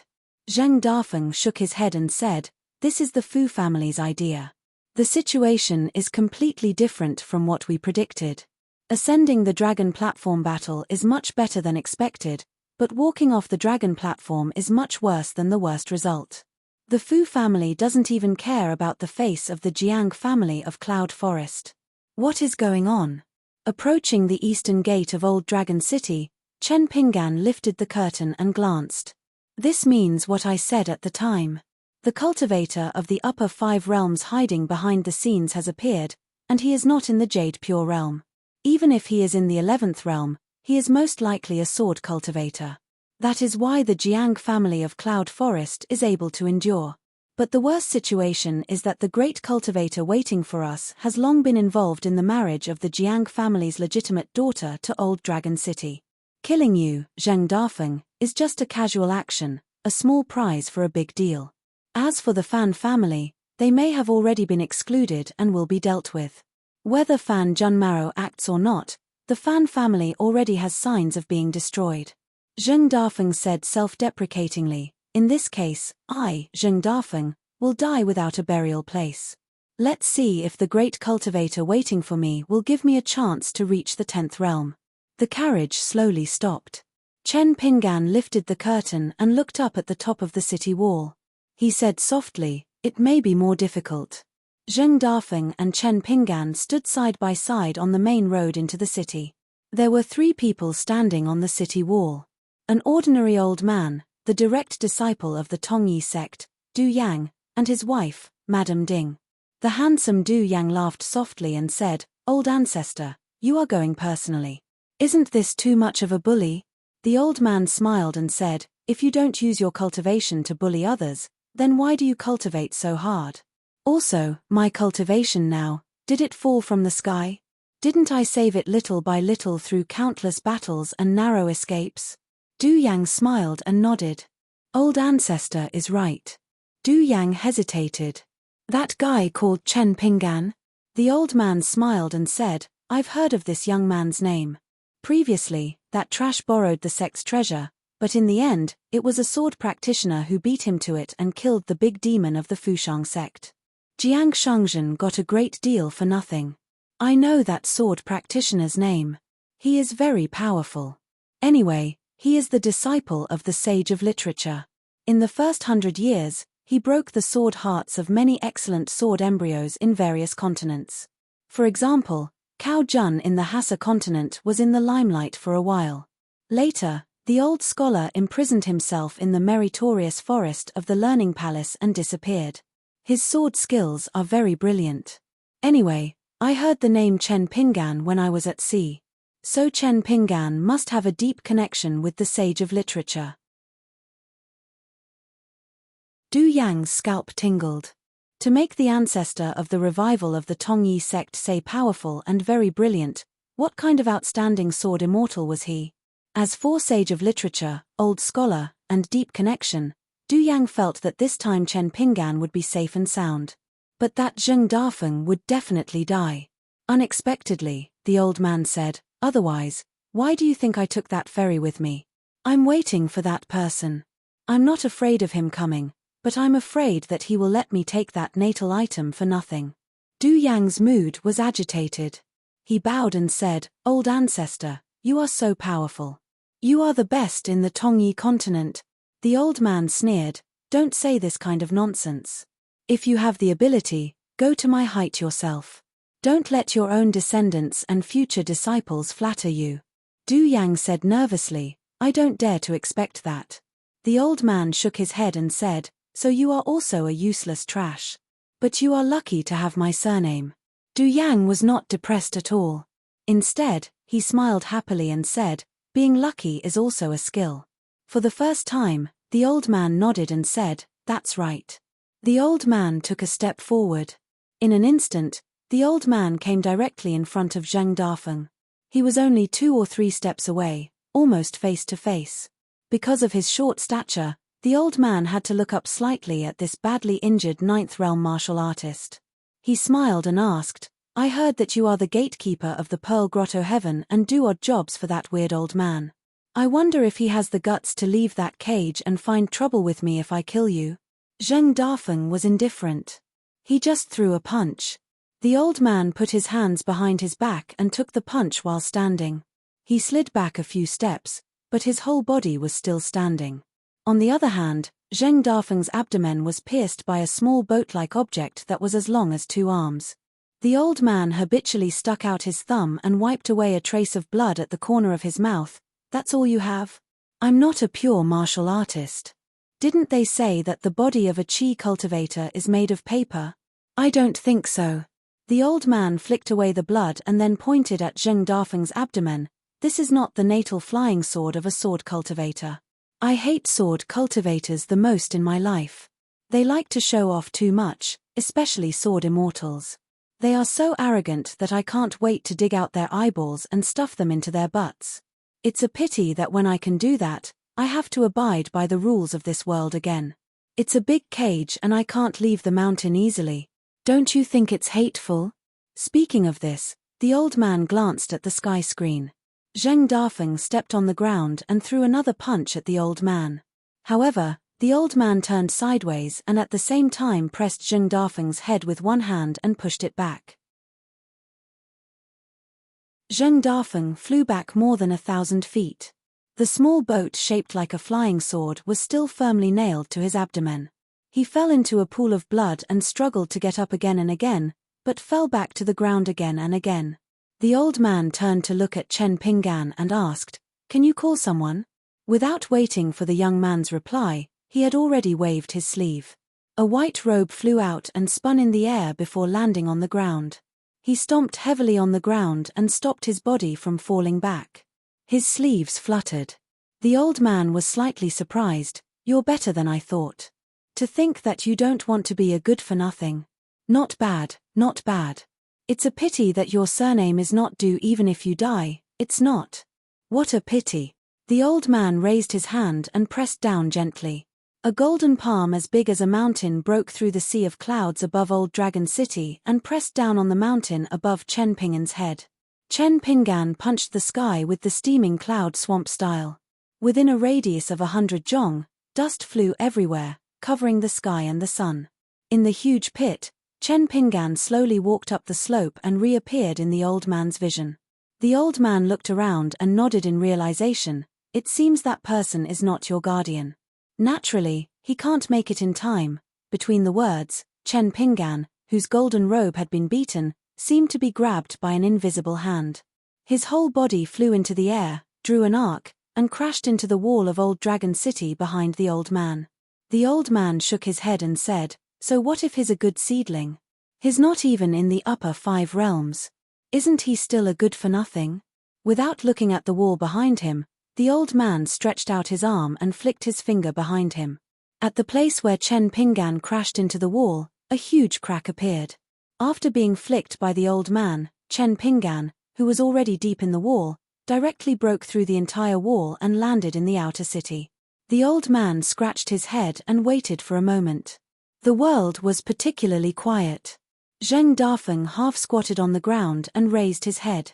The old man smiled and said, "You can try to break that old pipe. I'm very curious whether that old man came to save you personally or with some small tricks." Zheng Dafeng vomited blood and said with difficulty, "It's enough to kill me." The old man shook his head and said, "If that old man from Pearl Grotto Heaven stood in front of me and said this to me, I might consider it." The old man frowned and turned his head to look. The young man actually forced himself to reappear in the big hole in the wall, holding something like a pill in his hand. An instructor's face was gloomy. "It's an upper 5 realm monster core. If it's something that's been refined, the entire east side of Old Dragon City will be destroyed when it explodes." Fu Nanhua laughed loudly and said, "This person will definitely not do that." The instructor's expression was strange. She glanced at Fu Nanhua, and the latter chuckled softly. "This kind of person is so stupid." Sun Jiashu sighed. Chen Pinggan really wouldn't do that. As soon as he took a step, he was pressed on the shoulder by a nascent soul realm old man. "Don't force yourself. Otherwise, the Sun family's plan will all be in vain." Sun Jiashu struggled for a while, but he was still pressed down by the old man. "You can be willful about other things, but not this. This isn't just about you, Sun Jiashu." Sun Jiashu still wanted to speak, but he was knocked unconscious by the Sun family's old man. Chen Pinggan sat on the edge of the broken wall and spread out his palm. "I'll use this monster core to buy Zheng Dafeng's life." Although he was quite far away, the old man still heard it clearly. "What do you mean by the life of a 9th realm martial artist? Is it worth so much money?" After thinking for a while, the old man smiled and nodded. "But no matter how few 9th realm martial artists there are, it's still more than this 12th realm monster core." "I agree." He reached out and grabbed the 12th realm monster core, then sneered, "I'll leave Zheng Dafeng's life to you. As for this kid's martial arts realm, don't keep it." The old man stomped his foot. A series of cracking sounds came from Zheng Dafeng's back as he struggled to get up. A 9th realm martial artist, as if he had no bones, collapsed to the ground. The old man looked at the young man. "All right, now what are you going to use to buy your life? Remember, It has to be more precious than the monster core of a 12th realm great demon. The young man sat cross-legged, covered in blood. His face could no longer be seen clearly. The old man smiled. They all say that I have a bad temper. Today, I'll make an exception and wait for you. This ordinary-looking ancestor of the Tongyi sect's resurgence had a natal immortal weapon called the Sword Devourer Boat. It was the complete corpse of a huge treasure devourer whale from ancient times. It had taken 600 years for it to be refined. In those 600 years, the Tongyi sect had poured in all their manpower and resources. The only time the Tongye sect had been overshadowed by the Yugue sect in the south was during those bleak years. First, the sect master of the founding ancestors' lineage had perished during a trip to the central divine continent. Without an immortal to hold the fort, the sect was in dire straits. Then, the Tongye sect had emptied its finances for the sake of the Du clan's patriarch. After the old cultivator had refined his natal immortal weapon, he had gone into seclusion for several hundred years. But when this old man came out of seclusion, the first thing he did was to take the giant ferry to the Jade Gui sect's mountain. He challenged an unpolished Jade Realm Sword Immortal to a battle of life and death. In the end, he killed the Sword Immortal and even devoured the Sword Immortal's natal flying sword. Since he could devour a Sword Immortal's flying sword, what else in the world could he not eat? The old man waited for a moment, then asked, "Have you thought it through?" Chen Pinggan shook his head, "No." The old man smiled, "The sword nurturing gourd at your waist. It's not bad. Oh, and the jade pendant. It's quite old. It's actually something close.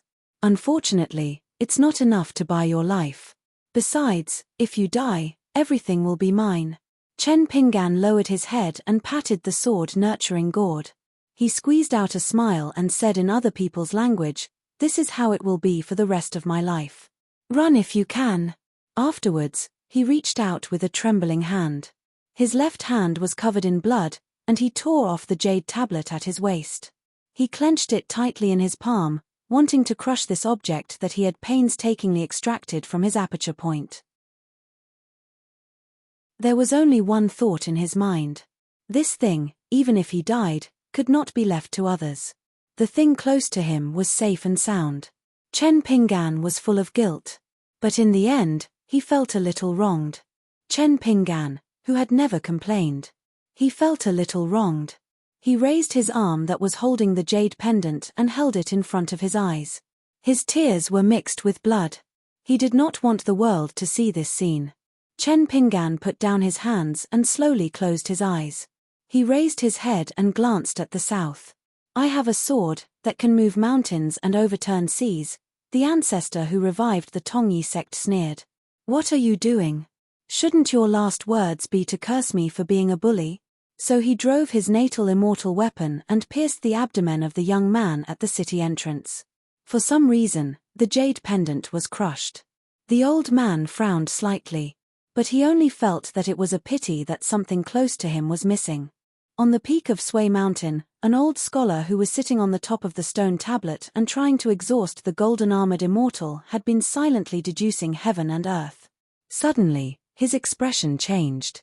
He stood up and said in a deep voice with a rare solemn expression, "Blockhead, help me break the barrier between the two continents. Don't ask. Hurry." Sui Mountain God, who was wearing a golden armor and leaning on the ground with a sword, was even more confused. He nodded and did not ask anything. Then he showed his golden body Dharma form, which was as tall as a mountain. He slashed with his sword and directly chopped out an endless void similar to the river of time. The old scholar rushed over. The gap closed. The entire Central Plains divine continent Sui Mountain was trembling. Between heaven and earth, someone seemed to have heard old Long Cheng's words. She softly replied, "Coming." After the Pearl Grotto heaven shattered, the entire 1,000 li of land started to shake violently. Ruan Tong's face was ashen. He tried his best to suppress the crazy chaos of fate. On a large cliff of the beheading dragon platform, a tall white figure rushed out. She wore 2 snow-white sleeves and flew straight into the sky. She stopped at the dome of the vast sky. Then she glanced at the southernmost part of the Aquarius continent. Her figure was like a sword.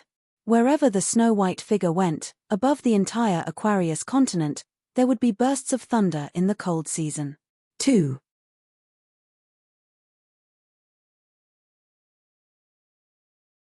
(368), 15,000-word chapter. After waiting for a while, Du Maro still didn't show up. Looking at the ancestor mountain, Zhuxiu laughed, still not showing up. As expected of an Ascendant Realm cultivator, I guess even my flying sword can't pierce your face. However, they suddenly noticed something strange. There was an immortal pavilion on the mountainside of ancestral Master Mountain. It was an immortal land, and there was an old cultivator in the unpolished Jade Realm. He seemed to be protecting a young girl with a good constitution. At this moment, everyone looked at the girl strangely. She was a very young cultivator in the Dragon Gate realm. When she found that Zhuxiu was looking at her, she immediately lowered her head in fear. Zhuxiu frowned. Because many disciples of the Tongyi sect looked at the mountainside of the ancestor mountain almost at the same time, as if they were looking for her. The old Jade Realm cultivator beside the girl, who might be her protector, was so angry that his face turned green, but he didn't dare to provoke the sword cultivator with infinite killing power. The girl was timid and suffered a great grievance, so she began to cry silently. If a sect on a mountain wanted to gain a foothold and even look down on the mountains, it was actually very simple, that was, they had to be able to fight. In the past, they had accumulated family property, passed down incense, and had magic skills that could reach the upper 5 realms. They could be deeply rooted and then spread their branches and leaves. Now, they had those who smashed the place. If they could beat them, they could go and smash other people's places. They could at least defeat them and support the sect and protect the younger generation. In the future, they would be more arrogant and despotic now. When the time came, what would they do in the future? Would they still want the Ancestor Hall? After all, in the cultivation on the mountain, revenge was not particular. It was never too late for a gentleman to take revenge.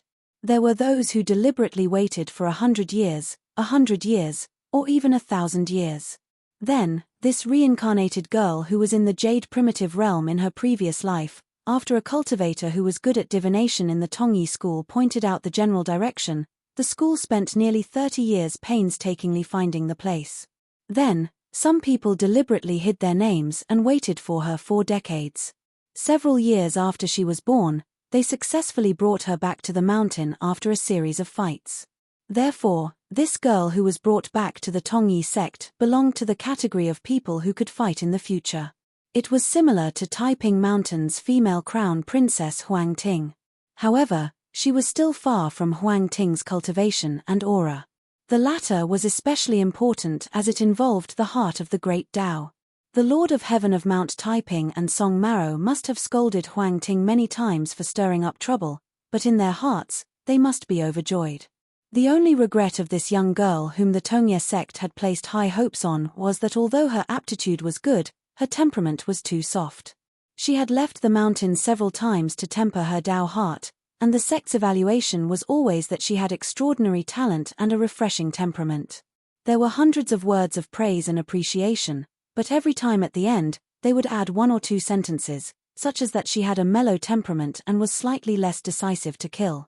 However, due to her special status, no one dared to say anything harsh to her. The Du clan, which was the largest clan in the Tongyi sect, treated her as their favorite. The reason was simple. Besides the fact that she was an unpolished jade cultivator in her past life, there was an even more important identity. She was indeed the mother of the ancestor of resurgence, Du Mao. He was looking for the reincarnated person to renew his good karma. Generally, only the immortals on the mountain with the word sect had such a background and means. He was stunned for a moment, holding the sword with one hand and scratching his head with the other. Probably because he didn't want to scare an innocent girl, he explained, "It's just a joke. Don't take it seriously. We scholars like to use puns." It was fine if he didn't say it. Anyway, the girl was already scared out of her wits. This explanation. The girl with a pale face began to wrinkle her small face little by little. She had just secretly wiped her tears away, and she struggled not to show her timid side in front of this big villain. Otherwise, according to her temperament in the past, she would have been so aggrieved that her eyeballs would have fallen down. He was in a dilemma. However, he didn't want to say anything more. Xiao Qi was not good at dealing with girls, but Kui? That bastard was a little better. He always felt that a girl's mind was more difficult to understand than a teacher's knowledge. In short, it was more difficult than reading. As for whether Xiao Qi's knowledge was great or not, compared to Qi Jingchuan's orthodox and Kui, his crooked mind was indeed much worse. Since he was young, he didn't like to read. He was forced to read by the old scholar, so he naturally had some knowledge. Ordinary scholars of the academy were not qualified to discuss the Tao with Xiao Qi. One had to know where Xiao Qi came from when he practiced the sword. The earliest was from books, from innumerable cliff stone carvings, from innumerable tablet rubbings. Xiao Qi had accompanied him through countless mountains and rivers in order to help him practice the sword smoothly. Xiao Qi sighed softly, and looked in the direction of the central divine continent. He retracted his gaze and found that beside the girl, there was a youth with innate sword embryo aptitude. His eyes were sharp and stubborn, staring straight at him. Even if his eyes were burned by his sword qi, he was still unwilling to turn his head. Xiao Qi glanced at a certain place in the ancestral mountain. "Du Maro, I know what you want to do. Why don't you try? I'll wait for you." After that, Xiao Qi casually slashed with his sword, and another large door appeared in the formation barrier behind him. He turned and walked out. Xiao Qi was at the border of the Tongyi sect. He hovered in the air and closed his eyes to rest. When the sun rose from the east, he started to use the purest sword qi and sword intent to shatter some solidified fate of the mountains and rivers. For example, a certain mountain, a certain river, a certain towering tree that had the potential to become a demon, a certain pavilion that suppressed the evil aura, or a powerful object buried underground. A small amount of spirit qi leaked out. Generally speaking, it didn't seem like much was lost. In reality, the consequences were very serious. The fate of the mountains and rivers was about hiding wind and gathering water. Where it was hidden and where it gathered was very particular. Who would dare to carelessly take in such a chaotic fate? Fortune and disaster were unpredictable. This sword cultivator blocked the entrance of the Tongyi sect. Like an old farmer, he started to dig up the foundation of the Tongyi sect. Because it was at the border, it was inevitable that there would be waves of spirit qi flowing into the fields of others. At first, the Tongyi sect didn't dare to come out and collect the spirit qi back into the sect. Later on, the Tongyi sect was really distressed about the spirit qi. They sent an old golden core cultivator to his death and used a magic treasure to capture the spirit qi. Unexpectedly, the sword cultivator didn't even look at the little golden core. He just landed on the surface of a large river. The fine strands of spirit qi nurtured by the river water beneath his feet instantly shattered. Another gold core cultivator mustered up his courage and flew out of the mountain, following behind the sword cultivator from a distance of several dozen miles. He carefully gathered the scattered spiritual aura and tried his best to put it back into the river, helping to sort out and stabilize the water circulation. After 10 days, the sword cultivator and the badly battered earth immortal cultivators of the Tongyi continent coexisted peacefully. They each did their own things. After another 10 days, the sect released the ban. Some cultivators of the middle 5 realms below the golden core stage began to secretly approach the sword cultivator. They were separated by a distance of 30 to 50 miles. They had different feelings and were extremely complicated. After another 10 days, even many young cultivators of the lower 5 realms began to join in the fun and admire this person. As for the sword cultivator named Left and Right, he never paid attention to the Tongyi sect cultivators except for an occasional glance at the peak of the ancestral Master Mountain. After the Great Cold, the new year was not far away. There was a saying in the market below the mountain that the new year was hard to pass every year. The disciples of the Tongyi sect, who had been flaunting their prowess in the continent for countless years, only knew that their sect would also face difficulties. Then one day, the Tongyi sect deliberately set up an ambush, using 2 Jade Realm cultivators and nearly 10 Earth Immortals. Left and Right broke through with a sword. Then they changed their route and went to the vicinity of the ancestral Master Mountain. From the top of the mountain to the foot of the mountain, a forbidden mountain that was supposed to be gifted to a future Jade Realm cultivator as a residence for immortals was split open with a sword, creating a huge canyon. They left in a carefree manner. After that, they continued to block the door and poach people. After such a big commotion, there was no wall in the world that didn't have a crack. The Tongyi sect and the Earth Immortals of the nascent Soul Realm had already known about it. But the Academy didn't come out to stop them, so no one dared to come and watch the show. Except for one person. Jiang Shangzhen, the Jade sect cultivator of the Jade sect, whose natal item was a willow leaf, was the head of the Jiang family. After bowing and apologizing to his left and right, he looked at them with a straight face for a long time, and then suddenly burst out laughing that shook the sky. When he rushed to the north and returned to the south, he traveled with the wind twice, deliberately very slowly and swaggeringly, swinging his two sleeves. As a result, he was almost split in half by the left and right swords. However, Jiang Shangzhen was still laughing happily even as he was fleeing in a sorry state. One day, a young girl stood timidly in the distance and asked in a trembling voice, "Why did you destroy the fate of my sect for no reason?" Since he was now familiar with the Tongyi sect, some of the disciples of the Tongyi sect thought that he couldn't hear them whispering, but he heard them clearly. So after thinking about it, he replied, "How can such a prodigal be the ancestor of resurgence? I think he is the ancestor of destruction, so you shouldn't have given birth to Du Mao." The delicate young girl's face was full of shame and indignation. The young man who accompanied the young girl here was also the hope of the Tongyi sect for the next 1,000 years. Compared to his soft peers, the young man's personality was full of sharpness. He carried a long sword personally bestowed by ancestor Du Mao on his back, his eyes full of hatred. "Sooner or later, you will die under my sword." Left and right laughed. "Since that's the case, then I will do as the Romans do."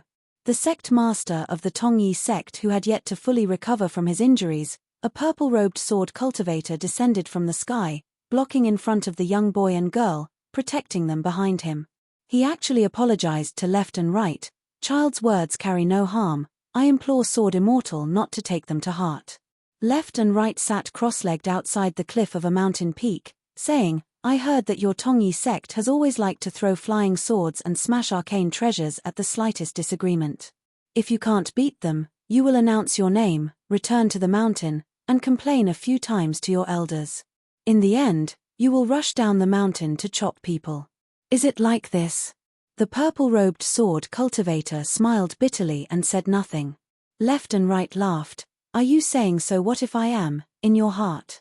The purple-robed sword cultivator's expression changed greatly, ruthlessly slapping the young man's face, saying angrily, "Kneel and kowtow, apologize to the Sword Immortal. Kowtow until the Sword Immortal is satisfied." A trace of blood seeped out from the corner of the young man's mouth. "I won't kowtow even if I die." Left and right smiled. "I really have no interest in teaching these arrogant carnate sword embryos how to be reasonable. If a child is not taught properly, it is the fault of the father, and if a teacher is not strict enough, it is the laziness of the teacher. As an elder, take another blow from my sword." The purple-robed sword cultivator's abdomen was pierced by a sword, once again smashing through the mountain peak behind him, tragically falling to the ground. As for whether or not he had deliberately suppressed his realm, allowing left and right to appease his anger, only the heavens and earth would know. Left and right looked at the young man, not going to say anything more. "Perhaps Du Mao will come out to protect you." The young man's face was pale. Left and right said, "You will die if you don't say anything. If you say something more, perhaps someone will help you block a blow. What will you choose at this time?" The young man with the sword on his back was conflicted. The young girl suddenly stood in front of the young man, heartbroken, crying, "Don't force him anymore, his sword heart will shatter. You are so powerful, why lower yourself to his level?" Left and right smiled, "Ask your son." The young girl cried until her vision blurred. She only felt that how could there be such an unreasonable person in the world? Left and right stood up. "Previously, you didn't want to kowtow for the sake of face, to sell yourself to some elders of the sect, wanting to leave a good impression. Now, you don't even dare to say anything even if you die, because you truly cherish your life. Carnate sword embryos like you. Left and right looked to the north, mocking himself. Why did I only begin to realize the good of little junior brother after returning to this world?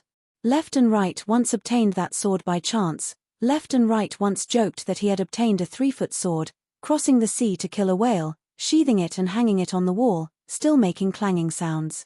Left and right later left the central divine continent, far away from the human world, traveling on the sea and never studying again. Left and right said to the girl, let's not talk about Du Mao and your past relationship with Du Mao. Let's just talk about this visit. I have indeed implicated you and made you a laughingstock. It was my fault first. You can make a reasonable request. The young girl wiped away her tears, half believing and half doubting. Really? Left and right nodded. You only have one chance, it must be reasonable. The young girl mustered her courage. Then please let him go, don't suppress his sword heart anymore. Left and right nodded. All right. As expected, he deliberately retracted the sword chi that naturally flowed outside. Actually, the young girl didn't know that left and right didn't target the young genius sword heart, but that this person's sword heart wasn't pure enough. Otherwise, having a sword cultivator by his side was not a small blessing. It could be said to be entering a room of orchids. The young girl smiled through her tears, but probably because she felt that smiling at this big enemy was no different from a despicable act of deceiving her master and betraying her sect, she hurriedly put on a straight face. Left and right turned around, preparing to continue to slash the mountains and disperse the chi of this Tongyi sect. Turning his head, he said, Du Mao is really a wastrel, you will know soon. The young girl was at a loss. Behind her, the young man trembled, his body was unstable, and his sword heart was even more unstable. Left and right swept far away, the sword chi like a rainbow. At the ancestral Master Mountain, the strange phenomenon of the small grotto heaven of Wutong was becoming more and more obvious. Want to ascend? You have to ask my sword if it agrees. A cross-continent ferry from the North Continent had already arrived above the territory of the Eastern Aquarius continent. The speed was extremely fast, and countless immortal money had been spent.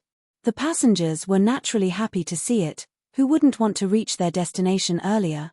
It was said that a rich old nascent soul cultivator had spent a large sum of money to make this ferry so fast.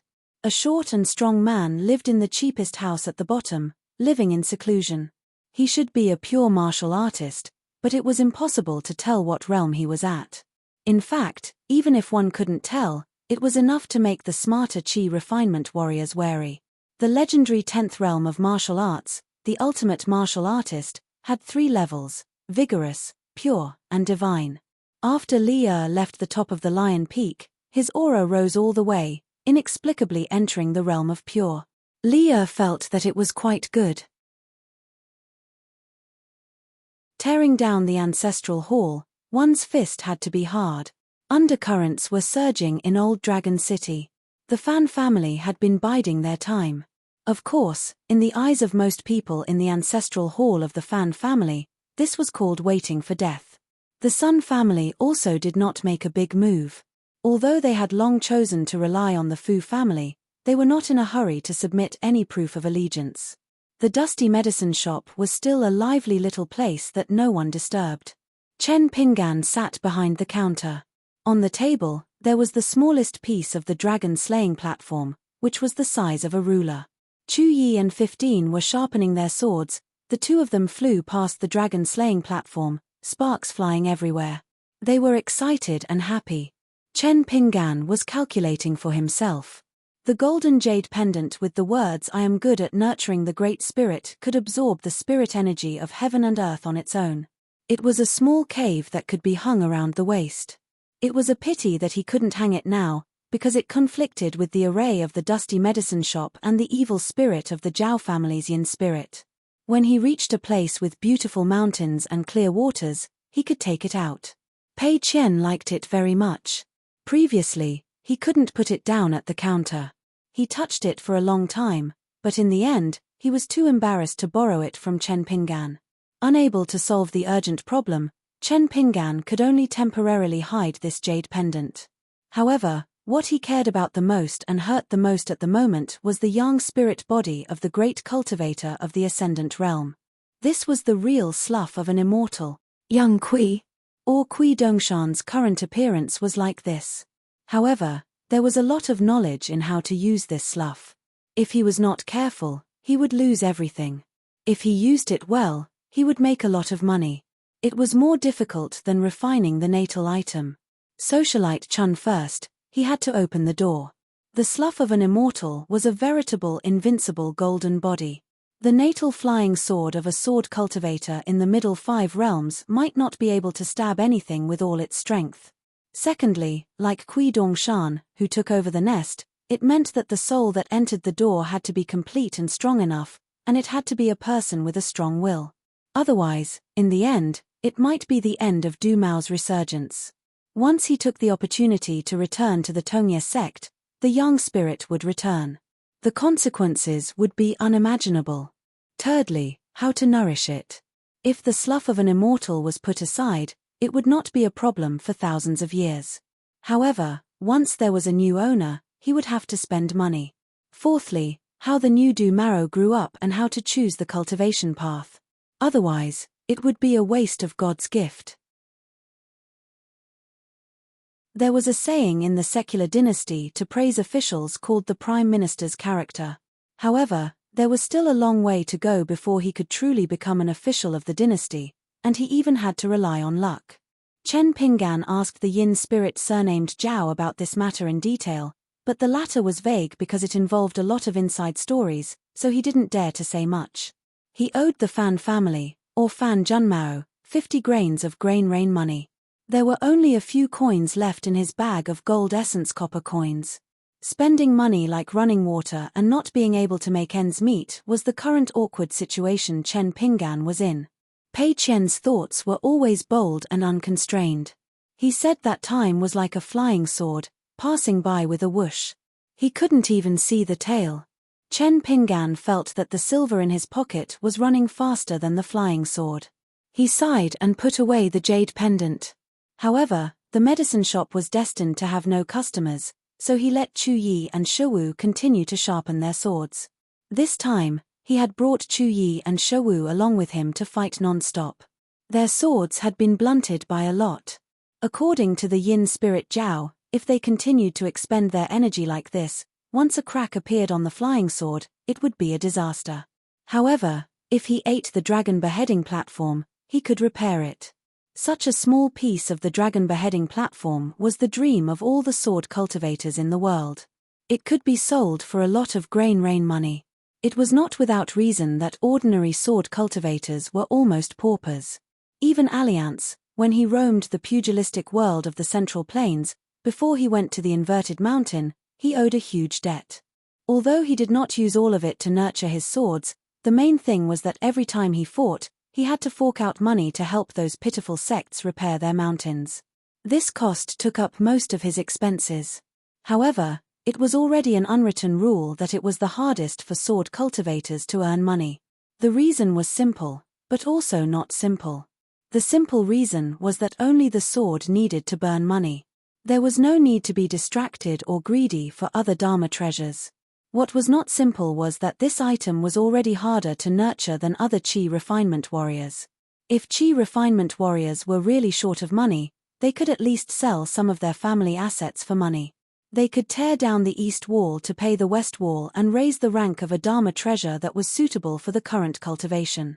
What did sword cultivators sell? Their own natal flying swords. Although Pei Qian could not bear the pain of opening her tendons, bones, and joints, she still hoped that she could practice martial arts. As long as it was the kind that did not cause her pain, she was willing. For example, today she was asking Xiaobai for advice on martial arts. Old Wei did not like to talk about these and was annoyed by her. He ran into the house, rolled up his blanket and fell asleep. Pei Qian was so angry that she used her walking stick to poke at the blanket. Old Wei did not care and snored thunderously. Pei Qian could only settle for the next best thing. She asked Lu Baixiang, who was the second closest to her, for advice. Lu Baixiang walked to the courtyard. After thinking for a while, he began to imitate Chen Pingan's six-step pile walking. It had a unique charm and was very freehand. As he walked, he turned and smiled at Pei Qian. If you teach a fist, don't teach the steps. If you teach the steps, hit the master. This is an excellent foundation of fist theory. Among the four of us, Zhu Lian's stance is the most open and the most compact. He is the most in line with the saying of retracting and releasing at will. After the six-step pile walking, he lightly punched out with a bang. Lu Baixiang continued, only by exerting strength in 8 directions can you be half asleep and half awake. If there is any movement, your hair will be like a halberd and your fist will shake. Lu Baixiang landed on the ground with a whip kick. A person's spine is like the dragon veins of heaven and earth. Therefore, in martial arts, there is a saying called the Great Dragon Spine. It is not very profound, but it is extremely important. The spine is penetrated section by section, like a flood dragon swaying its body. In an instant, it exerts strength. A pure stream of true qi suddenly flows through the Chifu and meridians for hundreds of li, even thousands of li. Zhu Lian was sitting on a bench under the eaves. He was reading a novel that described the right amount of fat and thin, but not greasy, scholars and beauties. After hearing Lu Baixiang's words of praise, he laughed happily. Lu Baixiang was very patient. He asked with a smile, "Can you roughly understand? If not, I can break it down and explain it to you in detail." Pei Qian nodded vigorously. "I understand, but I don't want to learn how to walk." Lu Baixiang laughed. "If you don't learn how to walk first, how will you run or fly in the future?" Pei Qian glanced at the narrow saber at Lu Baixiang's waist. "But I want to learn the most powerful sword arts. If I can't, then saber arts are fine too." Lu Baixiang turned to look at Chen Pingan, who was quietly sitting on a bench. He said helplessly, "I don't know what to do." When Pei Qian saw Chen Pingan, he was like a mouse seeing a cat. He immediately changed his tone and said seriously, "Then I'll learn how to walk first." Zhu Lian clicked his tongue. "Stubborn fence-sitters. You're just a money-losing commodity." Pei Qian held his mountain traveling staff and said angrily, "Don't think that you're so great just because you can cook well. If you have the ability, then come out and fight." Zhu Lian exclaimed. He closed the book and stood up with his back bent. "I don't believe in heresy. Today, I must compare notes with you. Otherwise, you wouldn't know that I'm the best at fighting out of all the cooks in the dusty medicine shop." Pei Qian was not afraid at all. "Okay, let's start copying books." Zhu Lian sat back on the bench and continued reading. Chen Pingan did not pay any attention to these quarrels. Chen Pingan never restricted Pei Qian in these matters. Chen Pingan stood up with a smile. It was rare for him to be in such a leisurely mood. He stepped lightly into the center of the courtyard. His complexion was still not very good, but Chen Pingan's spirit was not bad at this moment. He walked slowly with the six-step walking stance. His hands, however, were holding the drumming stance of a deity. The walking stance had nothing to do with one's cultivation level. If one were to describe the feeling of the fist intent, it could only be described as natural. Pei Qian only felt that the same walking stance, after Chen Pingan became serious, even just looking at it made him feel comfortable. Zhu Lian raised his head and smiled in amazement. "The meaning is a bit heavy." Lu Baixiang nodded. "I'm far from it." After Chen Pingan stopped, he looked around and said with a smile, "Sui Yuyu, Wei Xian, it's your turn." Sui Yuyu, who had been standing silently by the window, turned around and sat back down at the table. Wei Xian's muffled voice came out of the room. "Domineering beyond compare." Pei Qian squatted on the ground and laughed wildly. "These guys still have the nerve to call me a fence-sitter." Zheng Dafeng actually walked to the door of the main room. He leaned against the door frame and looked up at the sun. He narrowed his eyes. "I've finally come back to life. If I lie down any longer, I'll go moldy." Pei Qian was surprised. "Zheng Dafeng, you can walk now? Don't try to be brave. If you fall on your face, you'll have to lie down for 10 days to half a month." Zheng Dafeng smiled. "My little grandaunt, I beg you to think of me a little better." Pei Qian rolled his eyes. You're taking my kindness for granted. After Chen Pinggan nodded to Zheng Dafeng, he sat back down on the bench. Pei Qian brought over some melon seeds and sat down on the bench. She opened her small palm full of melon seeds and placed it in front of Chen Pinggan. Zheng Dafeng walked very slowly and with small steps. He strolled under the eaves of the main room. He was not acting on impulse and forcing himself to get out of bed. It was just that this man's back was always hunched. No one seemed to see this scene and did their own things. Lu Baixiang took the chess set and chess box to play chess with Sui Yuyu. Zhu Lian flipped through the book, and Wei Yixian slept.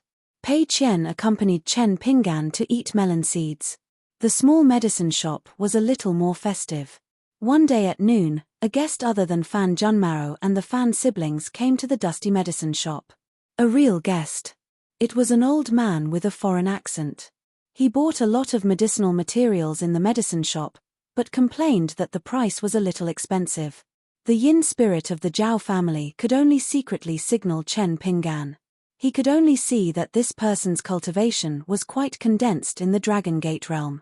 Chen Pinggan's state of mind was calm. He had even fought with Du Maro, who was in the Ascendant realm. In any case, he had seen great storms and waves, so he still had this kind of composure. The sword spirit told Chen Pinggan the words of Lord Sheng, which made him think about some things again. The truth of the world had always been there. Some people picked it up and regarded it as a standard, as a treasure. Some people disdained it, and even some people would step on it. It was not that the truth was wrong or bad. It was that there was a problem with people's hearts. The sword spirit especially said a few more words about the old Confucian who was in charge of the northern sky screen of the Tongya continent. He said that his end was not very good. According to the old scholar, he might lose the qualification to eat cold pig's head meat. After Chen Pinggan pondered, he could not help but sigh at the complexity of the battle of the Great Tao. Even Lord Sheng had to admit that the Tao De chapter was well written, and he was full of knowledge in the temple. Didn't he also do such an unreasonable and rude thing? But then again, this was one of the 72 sages of the temple. Didn't his truth and knowledge contribute to the education of the vast world? Of course it did, and it was definitely not small. Then, did it mean that for the so-called great cause of 1,000 years and 10,000 years of prosperity, he targeted Chen Pinggan this time? He must have taken the wrong path on his great Tao. Did he not go high enough or far enough? Also not. These days, Chen Pinggan would think about these great truths that he did not care about before. Anyway, he had nothing to do. At this moment, in the medicine shop, the old man was a talkative person. He chatted with Chen Pinggan, the shopkeeper, while selecting herbs. When paying the bill, the old man dressed like a rich man smiled and said, "Little shopkeeper, are you willing to listen to my advice?" The yin deity of the Zhao family, who was hiding in the dark, felt his heart tighten. Chen Pinggan smiled and said, "Sir, just say it." The old man looked around and said seriously, "Good wine fears no dark alley. If you want to do business well, you need the help of young, good-looking, and sweet-tongued ladies." Chen Pinggan shook his head and said, "Forget it. Business is a little slow. I'll just make do with it." The old man smiled and said, "It's not good to be so old at such a young age." Chen Pinggan smiled and did not say anything else. The old man sighed, "I'm just an outsider. I can tell from your accent. But Old Dragon City is such a big event, so I've heard a little about it. That's why I came to this shop. There's nothing to hide. You're not stupid, and neither am I. There won't be anyone who dares to come here and cause trouble. Only someone like me, who's out of this world, right?" Chen Pinggan did not know whether to laugh or cry. "Sir, you're an open-minded person." The old man pointed in the direction of the corner of the street and said, "I'm staying in a small inn not far from here. Don't worry, I'm not a person with ulterior motives." He suddenly revealed his Jindan stage cultivation base and asked with a smile, "Can you sell me at a cheaper price because I'm in Jindan stage Earth Immortal?" The yin deity of the Zhao family in the alley was on guard. It was truly a case of being jittery at the slightest sound and treating everyone as an enemy. It had nothing to do with Jindan stage or Yuanying stage. When the old man did this, the yin deity of the Zhao family wanted to curse. Chen Pinggan shook his head and said, "That won't do. We don't care about relationships when doing business. If you want to talk to relieve your boredom, the shop and I welcome you." The old man carried bags of herbs and glanced at Chen Pinggan. He sighed and said, "You're not a pretty girl. What's there to talk about?" Sui Yuyu was standing behind the bamboo curtain. When the old man released his Jindan stage aura, although it was only for a moment, Sui Yuyu still rushed over. But when she saw Chen Pinggan bargaining with the old man, she was a little annoyed. After the old man saw Sui Yoyo's blurry appearance, he immediately turned to Chen Pinggan and said in a deep voice, "I'm actually a medicine merchant. Come to the medicine shop every day in the future. Remember to open early and close late." Chen Pinggan smiled and nodded. When the old man left the shop, his steps were a little light. Why was he so happy? Sui Yuyu had already returned. Wei Xian and Zhu Lian also left. Only Lu Baixiang walked to the counter and asked curiously, "Only Jindan stage?" After the yin deity of the Zhao family appeared, unless his immortal stage, his really Jindan stage. Lu Baixiang smiled bitterly and said, "How many immortals are there in such a big Tongya continent?" In the afternoon, the old man came again and bought a bunch of herbs. The dusty shop earned more than 20 taels of silver. When he left, the old man was still looking behind the bamboo curtain. Chen Pinggan sat at the table and said confidently, "This old man will definitely get along well with Zheng Dafeng and Zhu Lian." Zhu Lian rubbed his fists and said, "Master, if that person comes again tomorrow, I'll test him." "Don't worry, Master. This old servant will be able to tell whether or not we are kindred spirits by just casually chatting for a bit." Chen Pinggan reminded him, "Remember to control the situation. Don't cause trouble." Zhu Lian smiled and said, "I know. I'll keep it in mind." Early the next morning, the old man walked into the alley. Seeing that the shop was not open, he obediently squatted outside. Although Chen Pinggan had already opened his eyes, he still opened the door on time to welcome the guest. When Chen Pinggan accompanied the old man to pick herbs, Zhu Lian quietly came over. After thinking for a while, he said in confusion, "A beautiful woman on the street. She's from a rich family." The old man's eyes lit up. He said calmly, "There's a young girl in a brothel. It's difficult to recite the Shu Dao." Their gazes met. There was no doubt about it. They were kindred spirits. It was like meeting an old friend in a foreign land. After that, Chen Pinggan had nothing to do. The two old men whispered seriously. In the end, the dusty shop earned a total of 80 taels of silver. Chen Pinggan did not dare to eavesdrop. After all, it was a taboo. He asked curiously, "What did you talk about? You hit it off so well." Zhu Lian smiled and said, "Books have their own beauty, so I wanted to compare notes with this old senior." When Zhu Lian walked over to the bamboo curtain, he hit his palm with his fist. "Sure enough, there's always someone better. Old senior, you've put in a lot of effort." Chen Pinggan shook his head. All right, they really were kindred spirits. Plus, Zheng Dafeng was starting to get out of bed and walk. It probably wouldn't stop. 2 days ago, Zheng Dafeng almost got stabbed by Sui Yuyu. The reason was that Fan a good disciple, had found someone to draw a lifelike portrait of a person for his teacher. After he got it, Zheng Dafeng hung it on the wall of his room. He wished he could burn incense every day.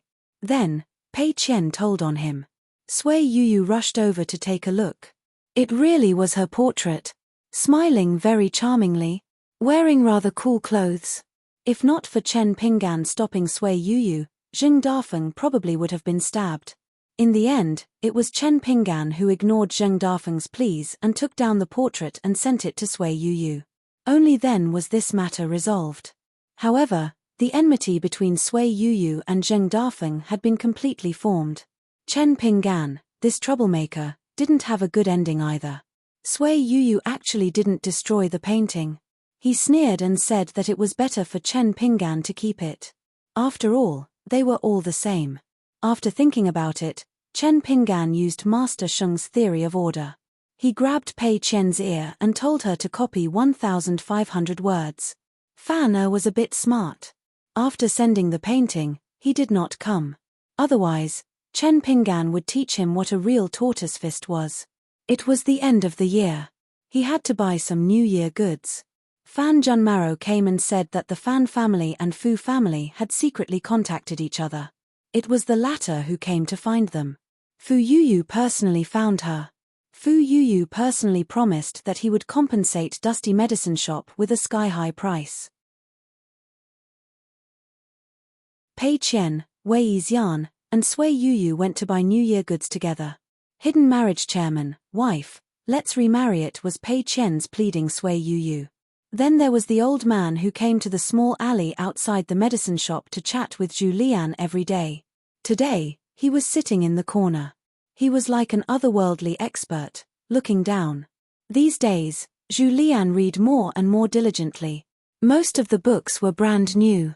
They were all gifted to him by that old senior. He would read almost every night under the light. On the night that Pei Qian and the others returned with a full load, Chen Pinggan closed the medicine shop. He sat on a long bench and drank a little medicinal wine from the blade-strengthening gourd. Pei Qian played outside for a day and went to bed early. Of course, she did not dare not copy books. Lu Baixiang walked over and sat beside him. He talked about some interesting stories of this world. Lu Baixiang felt that it was very interesting. He said that the Jianghu of Lotus Flower-blessed land should learn from the actions of the sects here. For example, the vengeful killings of the cultivators here were very straightforward. There were a few unwritten rules on the mountain that were widely spread. First, when dealing with enemies that did not have the possibility of reconciliation, cut the weeds and eliminate the roots. Second, those young disciples with low cultivation but good luck should not send their heads or treasures to others. Once they surrounded and killed someone, they would usually form a group. A disciple of the same cultivation level or the same level would be used to train their Dao. Once they were caught and killed in a fight, there was a possibility that they could absorb the fate energy of the unseen world. A temporary Dao protector was at least 1 or 2 realms higher than the person they killed. A cultivator with the highest cultivation level would secretly deal with all kinds of unexpected situations. Third, if they still suffered a big loss, at a critical moment that involved the survival of the sect, they could no longer care about face. They should give money and treasures. Fourth, no matter how high the cultivation level of the cultivators in the mountains was, it did not matter if they provoked them. These people without any backing were walking treasures. Once they dared to cause trouble, it would be a waste not to kill them. At the end, Lu Baixiang sighed from the bottom of his heart. It's really a different world. Also, the disciples here are too particular. Lotus Blossom Paradise can't compare at all. Then he turned his head and smiled. For example, how you treat Pei Qian. Chen Pinggan grunted. It's very difficult to take in a disciple. It's not like I have to teach them everything. Pei Qian, at first I was unwilling to teach. Later, I had the idea, but I didn't dare to teach. Now, I don't know how to teach. Chen Pinggan raised his head and looked at the night sky. Zhu Lian joked that Pei Qian was a stubborn fence-sitter. Actually, I don't think it's that bad. A child, a teenager, and an adult. I think there are roughly 3 stages. The grass is weak, but its roots must be firmly rooted. When the wind blows, the grass moves. Actually, this is nothing. The grass is swaying back and forth. Next is the green bamboo in the mountains. Some people hate it and threaten to cut down 10,000 bamboo poles, but there are also scholars who like bamboo very much. In this world, there's even a bamboo grotto heaven and a green immortal mountain, which is very famous. After that, it's the tall and straight pine trees. In the past, there was a very, very powerful swordsman who traveled with me. Now that I think about it, the way he looked at me was the same as the way I looked at Pei Qian. We were both asking each other questions. It was a silent test. At that time, I had just started to practice boxing. Couldn't he teach me high-level sword arts? Couldn't he give me a mouthful of medicinal wine soaked in demon cores? Couldn't he teach me a high-quality physique tempering technique? Couldn't he give me artifacts and artifacts? Anything was fine. He could do it casually without batting an eye. But he didn't. Why? I never thought about it before. Later, I thought about it, but I didn't understand. It wasn't until I had Pei Qian by my side that I somewhat understood. Old Master Sheng said that the world we live in is always so complicated. As we walked, weeds grew, and the temples were in ruins. As we walked, willows rustled, and peach blossoms bloomed. As we walked, the mountains were barren and the rivers were unruly. The night was deep. As we walked, the jade palaces shone brightly. Chen Pingan drank the last mouthful of medicinal wine for the night. Instantly, his face flushed red. The alcohol was really strong. Chen Pingan rarely talked about these things with outsiders. Today was an exception. Because Lu Baixiang, Chen Pingan felt that he was a kindred spirit. He couldn't explain it clearly. It was just a feeling. Just like Old Man Yarrow and Saint Wan Cheng, they were unwilling to take Chen Pingan as a disciple. Chen Pingan put away the blade-strengthening gourd and rubbed his face with both hands. Then, he exhaled. White mist filled the air. He said softly, "When I look at this world, I always want to see the good and the bad clearly. For some people and things that aren't so important, I try to see the good in them. It's not that others don't like me, Chen Pingan, and don't think highly of me, Chen Pingan. Even if there was a dispute. He must be wrong. In your lotus flower-blessed land, there's a martial arts master called Liu Zong, the sharpener. He said something very interesting. The road under our feet is so wide. There's nothing wrong with us going our own way. I think there's nothing wrong with this sentence.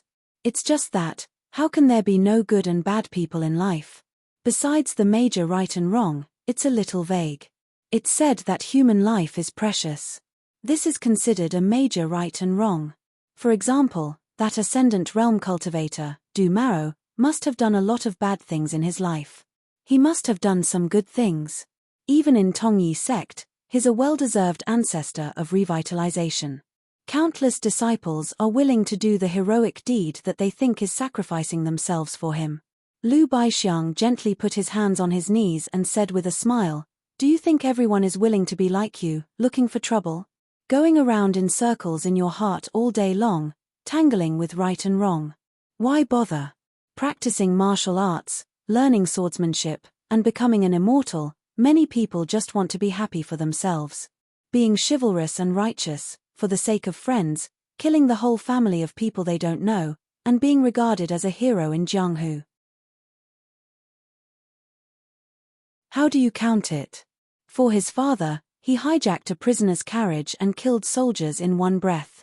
In the end, he even became a high-ranking official and left his name in history. He was regarded as a great filial act. How do you count it? If one person betrays me, I'll betray the world. There are so many people like this. Some people do this, some people can't do it, but they also think so." Lu Baixiang gently patted his knees with both hands. On the road of life, some people see a flower in the wilderness. When they see it, they will feel hope. Some people can't see others doing well and can't see others doing right. They can only see feces all over the ground and eat a mouthful of feces. They think it tastes good and can't see others not eating feces. After all, eating feces can also fill one's stomach. Chen Pingan couldn't help but ask, "How do you know?"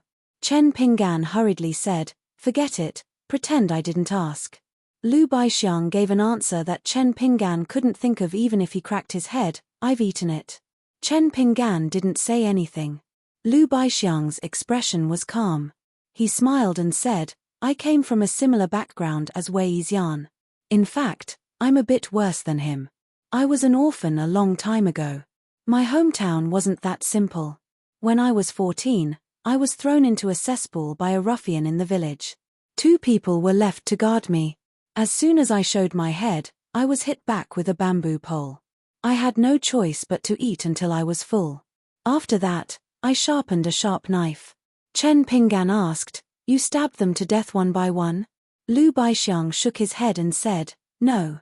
I calculated the right time and caught the first one. I got drunk and stabbed him in the stomach. After that, my legs went weak. After that, I threw him into the county jail.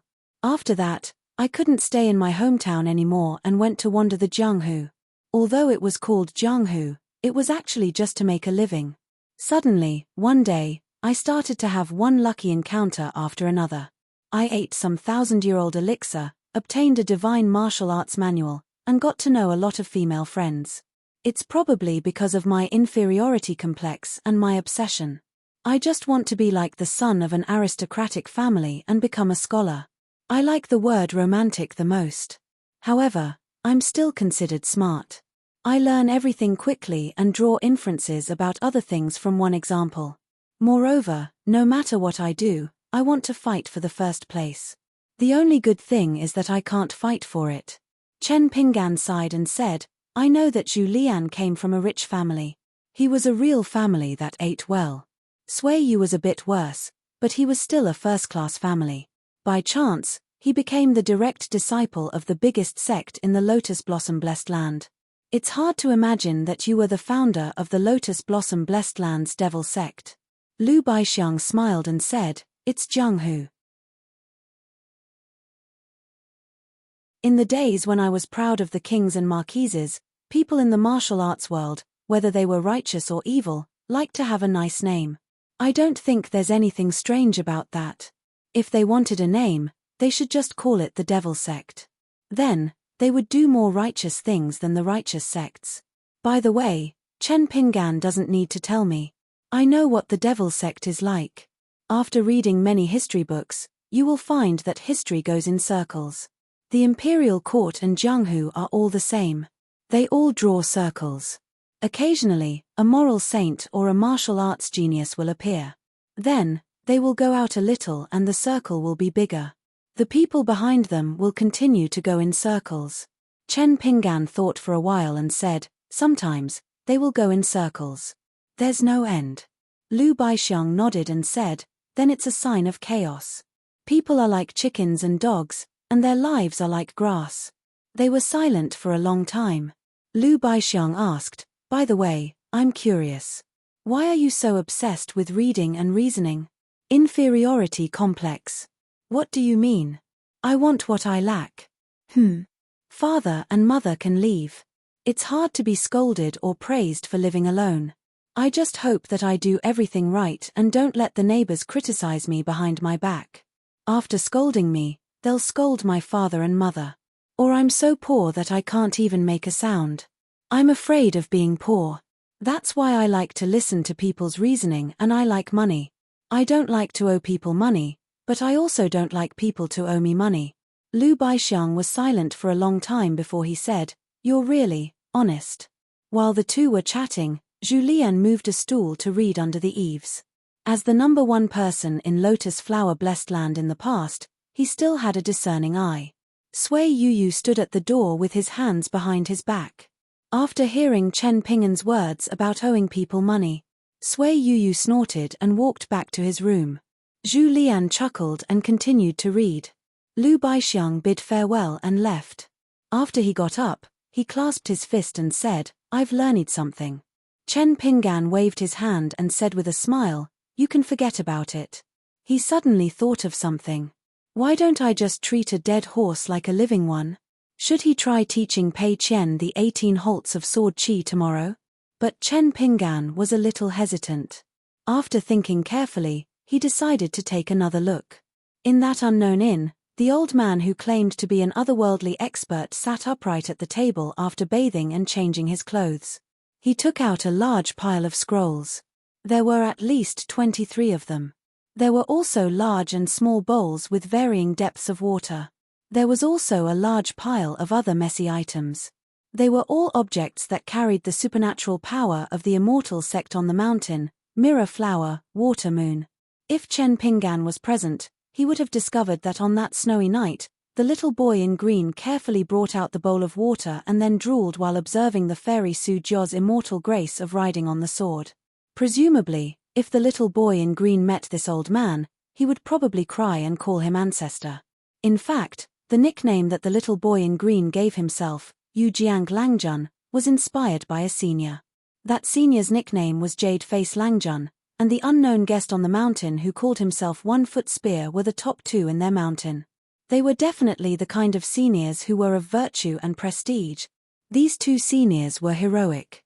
The first time they fought was to argue about who was the #1 fairy of the Aquarius continent, Su Jiao of the Zhengyang Mountain and He Xiaoyong of the Shunhu sect, who rarely showed her face. The jade face Lang Jun called himself Su Jiao, but he was full of immortal aura. He Xiaoyong was beautiful, but she lacked a bit of human aura and was not perfect. 1-foot spear angrily retorted, and then both sides began to throw small coins into the white bowl of water, just to say a sentence and refute the other party. After the small refinement, the snow money could also be thrown into various kinds of mirror flower, water moon artifacts, but there was insufficient spiritual energy and it could not transmit words. Then, it would become the spiritual energy of the mountains and rivers of the fairies. Don't underestimate the small amount of money spent. Many a little makes a mickle. Some small mountains, because the fairies were beautiful and good at winning over guests, caused the spiritual energy of the mountains and rivers to increase greatly. As for the small amount of money, it was enough to support the person who threw the money to say a sentence or two. 1-foot spear and the jade face Lang Jun, in that quarrel, each threw 70 to 80 small amount of money. That was 7 to 8 small amount of grain rain money each. They became famous in one battle. Countless fairies of small sects hoped that the 2 old immortals would grace our humble abode and throw away a lot of money for them. 1-foot spear did not speak much, and only threw money silently. On the other hand, the jade face Lang Jun was carefree and liked to speak loudly after throwing money. He liked the kind of fairy who acted coquettishly and flattered him passionately. The old man looked at the table for a long time and finally chose a picture scroll. After opening it and waiting for a moment, mist rose from the mountains and rivers and spread out. Soon, a simple and elegant house appeared. A young fairy walked out slowly with a peeper in her arms.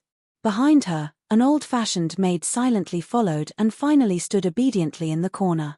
After the fairy played a piece of peeper, no one spoke in the house.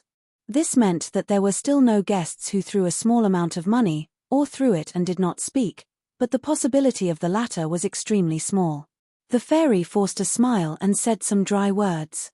In the end, she was not a brothel girl in the secular world. Moreover, she had just been asked by her sect to do this kind of shady business, so her hands and feet were still tied. At this moment, someone suddenly asked with a smile, "Lang Jun, are you here?"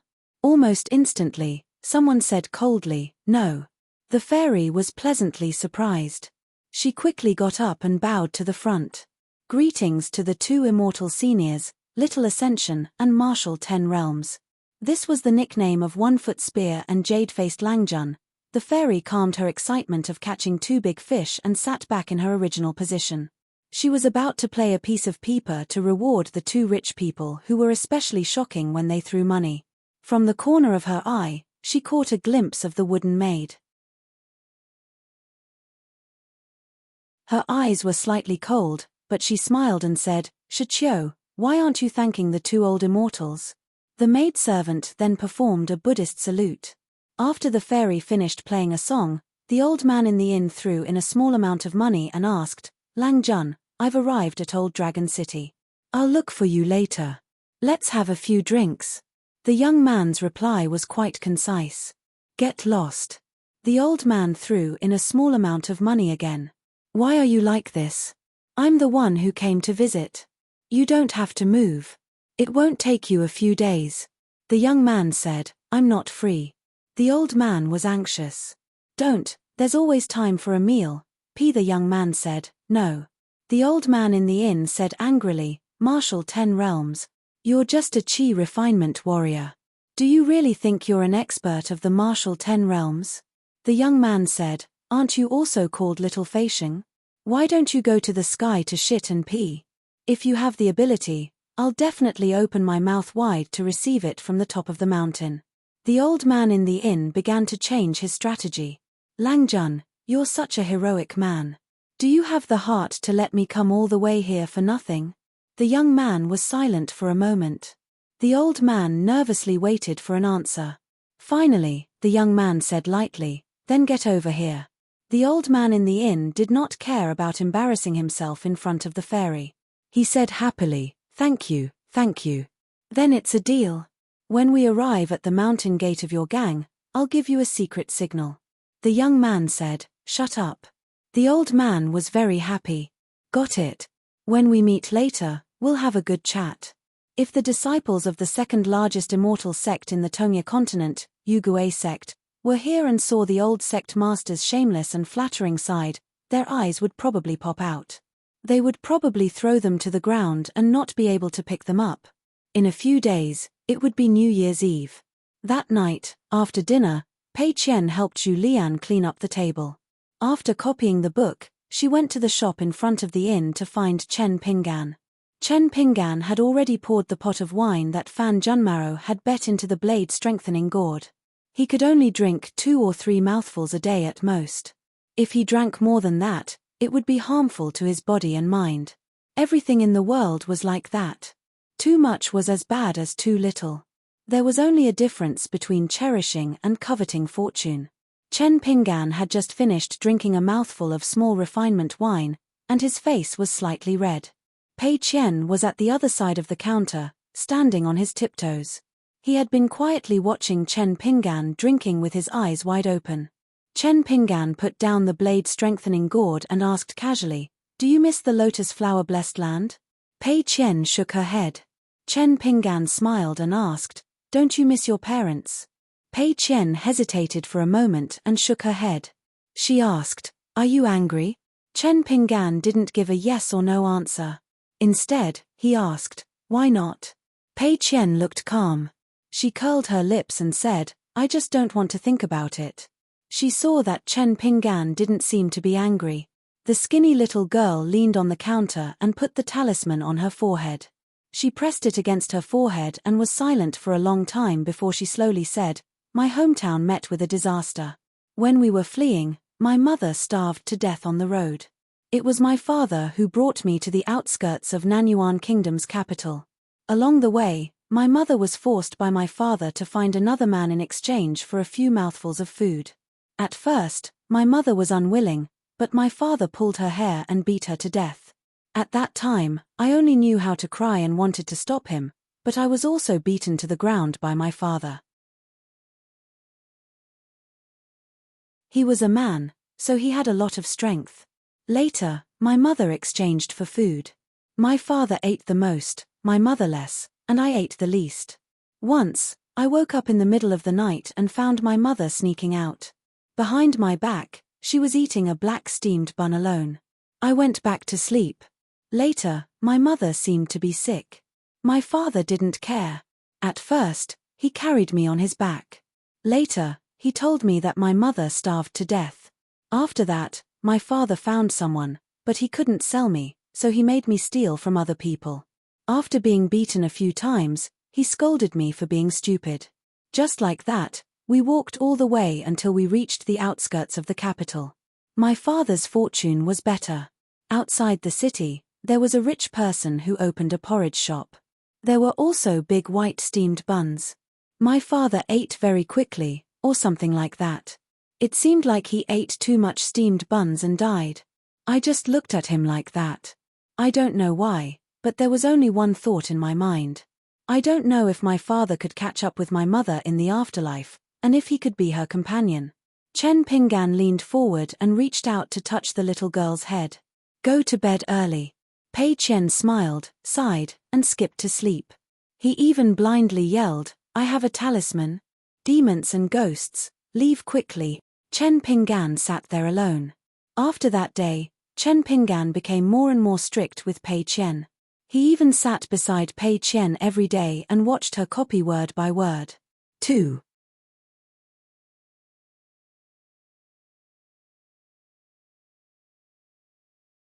369. Resume updating. 13,000 words. When the Flying Swords number 1 and number 15 were about to finish the long dragon-slaying platform, it was already the 29th day of the 12th lunar month. Pei Qian, Wei Xian, and Sui Yuyu bought a lot of New Year goods for the dusty medicine shop. After 5 or 6 trips, Pei Qian begged Sui Yuyu to go with them. It was not without reason. As long as Sui Yuyu stood near the shops, Pei Qian and Wei Xian didn't even need to bargain with the shopkeeper.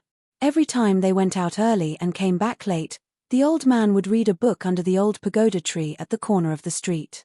At first, he was a little reserved, but later, he would greet them. For the last 2 trips, Wei Xian didn't go with them. Sui Yuyu carried Chen Pingan's green bamboo box and returned to the alley with Pei Qian today. The old man greeted them again. Pei Qian answered sweetly, but Sui Yuyu didn't say anything. After walking into the alley, Pei Qian laughed and said that the old scholar who looked like a scholar really had a lot of books. He read until he was old, but he was a little old. Sui Yuyu pulled Pei Qian's ear and said with a smile, "Did the old man promise to give you a thick red envelope?" Pei Qian pretended to be stupid and said that it hurt. After crossing the threshold and entering the medicine shop, Chen Pingan was still sitting behind the counter. When Sui Yuyu let go of Pei Qian's ear, Pei Qian began to recite the time, place, which shop they went to, the original price, and what they bought at what price. Chen Pingan was calculating on the abacus. When Pei Qian's voice settled, the crisp and melodious sound of the beads on the abacus suddenly stopped. Chen Pingan gave Sui Yu a thumbs up. "Just for the document, it is cheaper by about 100 taels of silver." Pei Qian helped Sui Yuyu lift the bamboo curtain. Sui Yuyu went to the back of the shop to unload the New Year goods. Pei Qian tiptoed back to the counter, stood on her tiptoes, and put her chin on the table. She was full of smiles. Chen Pingan glanced at the bamboo curtain and secretly took out 7 or 8 copper coins. "This is your bonus. Hurry up and keep it. If she sees it, both of us will be in trouble." Pei Qian carefully put away the small belongings and ran to the backyard. She hurriedly put them away and put them in her treasure grid. Chen Pingan reminded Pei Qian, "Remember to help unload the goods. Remember to say thank you for your hard work." "Okay." Pei Qian agreed loudly. Looking at the swaying bamboo curtain, Chen Pingan smiled knowingly. New Year's Eve, New Year's Eve, the New Year's Eve, the New Year's Eve. The first few trips to buy New Year goods, Sui Yuyu was unwilling. Later, Wei Xian was too lazy to go. On the contrary, Sui Yuyu became addicted. She dragged Pei Qian along and went shopping.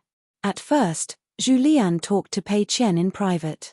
He said that as long as Sui Yuyu was willing to go out, he would give her a set of the 4 treasures of the study and a set of New Year's money. Pei Qian said she would think about it. Then she went to find Chen Pingan. Chen Pingan felt that Sui Yuyu should walk around more. It was good to be exposed to the smoke and fire of the marketplace. So, he asked Pei Qian to agree. Sui Yuyu couldn't stand Pei Qian buzzing around like a fly and disturbing her practice of the sword furnace dance. She could only go out with her and Wei Xian to relax. Later, Sui Yuyu took the green bamboo box in the corner of her and Pei Qian's room and dragged Pei Qian out to shop. Chen Pingan and Pei Qian secretly agreed that as long as Sui Yuyu bargained with the shopkeeper, Pei Qian would get a copper coin as a bonus. Chen Pingan turned to look outside the medicine shop. The light in the alleyway instantly darkened. The yin qi was eerie. The light seemed to carry weight, appearing somewhat heavy. A green robe descended from the sky. It was Fan Junmao. Chen Pingan went around the counter and crossed the threshold. Fan Junmao asked, "Have you thought it through?" Chen Pingan nodded. "I hope this year can end well." Fan Junmao reminded the yin spirit surnamed Zhao, who was surrounded by black smoke and drifting yin qi. "Don't do anything unnecessary. If you secretly spy on the movements above the sea of clouds, the one who will suffer will be Chen Pingan." The yin spirit nodded. If it borrowed the power of the medicine shop's formation and had the cultivation of the pure jade state, it could indeed observe the sea of clouds above Old Dragon City. However, the spiritual qi of the sea of clouds was pure and clean. The yin spirit and the formation were filthy and evil qi. If the two clashed, it could easily cause chaos in the sea of clouds. Chen Pingan, who was refining the natal item, would fail at the last step and damage the foundation of the Great Way. Fan Junmao reached out and pressed Chen Pingan down. He was about to ride the cloud above him. Chen Pingan suddenly asked, "It is recorded in the book that before immortals refine elixirs, after choosing an auspicious day and the shape of the mountains and rivers, shouldn't they fast, bathe, change clothes, kneel, hold the furnace, and pray to the four directions of heaven and earth? Fan Junmaro sneered. I am above the sea of clouds. The mountain master is in the academy, the immortal is in the Taoist temple, and the Arhat is in the temple. I am the saint of this small world in the sea of clouds. Who do I worship? Worship myself. If you, Chen Pingan, are willing to kneel and kowtow, causing me to take another sword strike and drop another realm, I don't care. The lost realm can be repaired. I'm afraid there won't be many chances for you to kowtow. Chen Pingan understood. It seemed that although Lu Yong of the Green Tiger Palace was an old nascent soul cultivator in Qingjing Mountain, he was still not a saint. He could not use the geographical advantage of the mountains and rivers at will.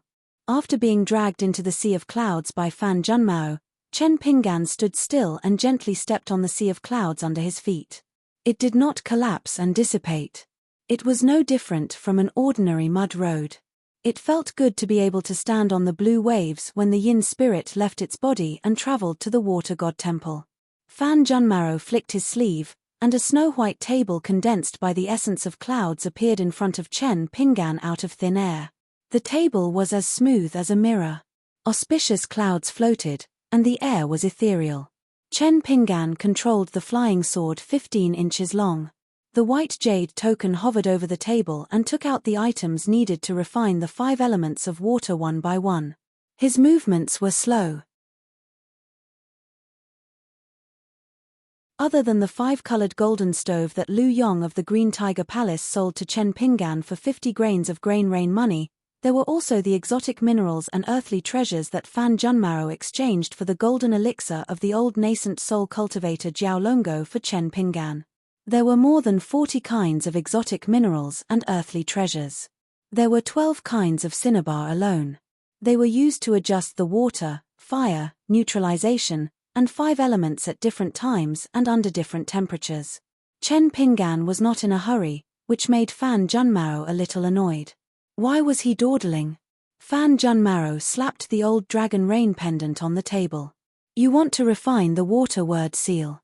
As the most important supplementary material, the quality of the water essence must be up to par. Otherwise, it will drag you down. This old dragon pendant is the best water essence that I can find. It is about the same age as old Longcheng. It has absorbed a lot of water essence from the sea of clouds. Don't talk to me about money. It is the same as the medicinal wine of the small refined old nascent soul cultivator Jiao Longo. It is my bet. If you want to talk about money, fine. I will sell this jade pendant to you cheaply. 30 grains of grain rain money. Chen Pingan smiled and said, You are the one who has been talking to me about money, okay? Fan Juanmao's expression was weird. For the first time, he lacked confidence and said, Do you really have no qualms about accepting such a precious old dragon rain pendant? This is an old item in the ancestral hall of the Fu family that has been worshipped for 1,000 years. It is very valuable. It is only 30 grains of grain rain money. It is also related to the quality of the natal item that you refine. You are not willing to pay? Chen Pingan glanced at him. This is only one of the sky-high compensations from the Fu family. You are just helping to resell it. You want to earn 30 grains of grain rain money? It seems that you are having a hard time in the new year. I guess that your fall in cultivation level is not as simple as falling from Yuanying back to Jindan. Why? Is it the same as me being hurt by the sword-swallowing boat? Fan Junmao, the effect of swallowing the sea of clouds to heal your injuries should not be obvious. But to replenish the water essence that is lost to your Qi residence, it is very expensive, right? Fan Junmao said angrily, Chen Pingan, you are really not stupid. Chen Pingan finally took out the water word seal and placed it gently on the table. Fan Junmao looked deeply at the small private seal. You really want to refine this item? In the future, our natal items will be connected. If you use it to seal the water essence of the river again, it will hurt your own cultivation. Of course, if you don't do such a stupid thing and use this seal as the natal item of water of the 5 elements, it will be of great benefit to you when you open up the mansion. Ordinary people can dig a well, but at most it will be a pond. But you have a chance to open up a small lake. You can indeed easily solve the dangerous situation of the spiritual aura pouring into your body, plundering your acupoints, and eroding your pure vital energy. Chen Pinggan nodded and said, "It is this water word seal." Chen Pinggan stretched out his finger and gently rubbed the old dragon rain pendant. He felt that it was a little familiar. He frowned and looked up at Fan Junmao. "This is the water essence. The essence of the water essence that condenses the water essence of the world." Fan Juanmao's eyes were cold. He sneered, "Why, are you afraid that I will trick you?" Chen Pinggan shook his head. He hesitated for a moment and took out the jade scroll given to him by the goddess of the buried river. He held it in his hand. "This item is also the water essence." When this item was taken out, the sea of clouds in the surroundings seemed to have a spirit. They all jumped up and down, like a group of children eyeing candies. Fan Juanmao's expression became serious. He did not give an answer. Instead, he asked, "Where did you get it?" Chen Pinggan smiled. "That's it. It seems to be even better than the old dragon rain pendant in the Fu family's ancestral hall." Fan Juanmao's eyes became hot again. This was the second time. The first time was when she heard that Chen Pinggan had the 12th level demon Jindan. She lingered in front of the medicine shop. But this time, Fan Junmao quickly suppressed the desire in her heart. She didn't dare to force a deal. She moved closer and carefully looked at the jade scroll whose seal characters were mostly covered by Chen Pinggan. It was sparkling and translucent, flowing with brilliance. She just needed to look at it. Chen Pinggan did not know what it was, but she did. It must be the water essence condensed from a big water vein in the Great Blasphemy Dragon Palace. It was a lucky item from the ancient ruins. Compared to the old dragon rain pendant that the old ancestor of the Fu family had hung for many years, the difference was like heaven and earth. There was a huge gap between an innate spiritual treasure and an acquired item. The reason why Fan Junmao was so envious was that if she refined this jade scroll, it would make up for the loss of the Sea of Clouds and help her to return to the nascent soul stage. She would have a surplus and then easily enter the upper 5 states. It would only take 30 to 40 years. After that, Fan Junmao would have to spend time and effort to find opportunities in various broken grotto heavens and secret realms. It would just be revisiting old places. It was a world of difference compared to the murderous aura of an ordinary qi cultivator. Chen Pinggan asked, "Can I use this item as the water essence to refine my natal water character seal?" Fan Junmao gritted her teeth and said, "Yes. Very good.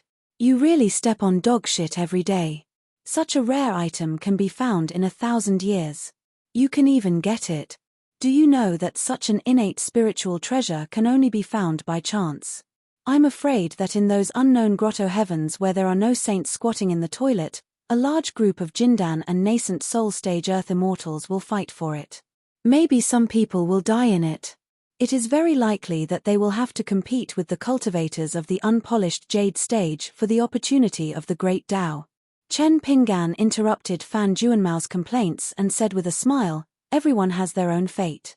If I was born and raised in the old dragon city, I might not have the chance to come to this sea of clouds for a while even if I stayed for 1,000 years.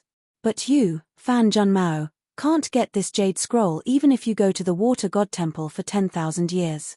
Fan Junmao nodded, "That's right. Let's cut the crap and start refining." She took a deep breath and began to walk. Her hands formed a seal, and the wind and clouds surged around her. The huge sea of clouds that covered the entire old dragon city began to roll rapidly at the outermost edge. It was like a blooming lotus flower had turned into a snow-white bud again, covering her, Chen Pinggan, and the cloud table. Above their heads, countless snow-white rays of light flowed out like spring water, pouring down in torrents. Spiritual qi rose. Chen Pinggan found it difficult to breathe for a moment. After noticing the mischievous look in Fan Juanmao's eyes, he quietly took out the golden jade tablet and hung it on his waist. The jade tablet was engraved with the seal words, "I am good at nurturing the Great Spirit."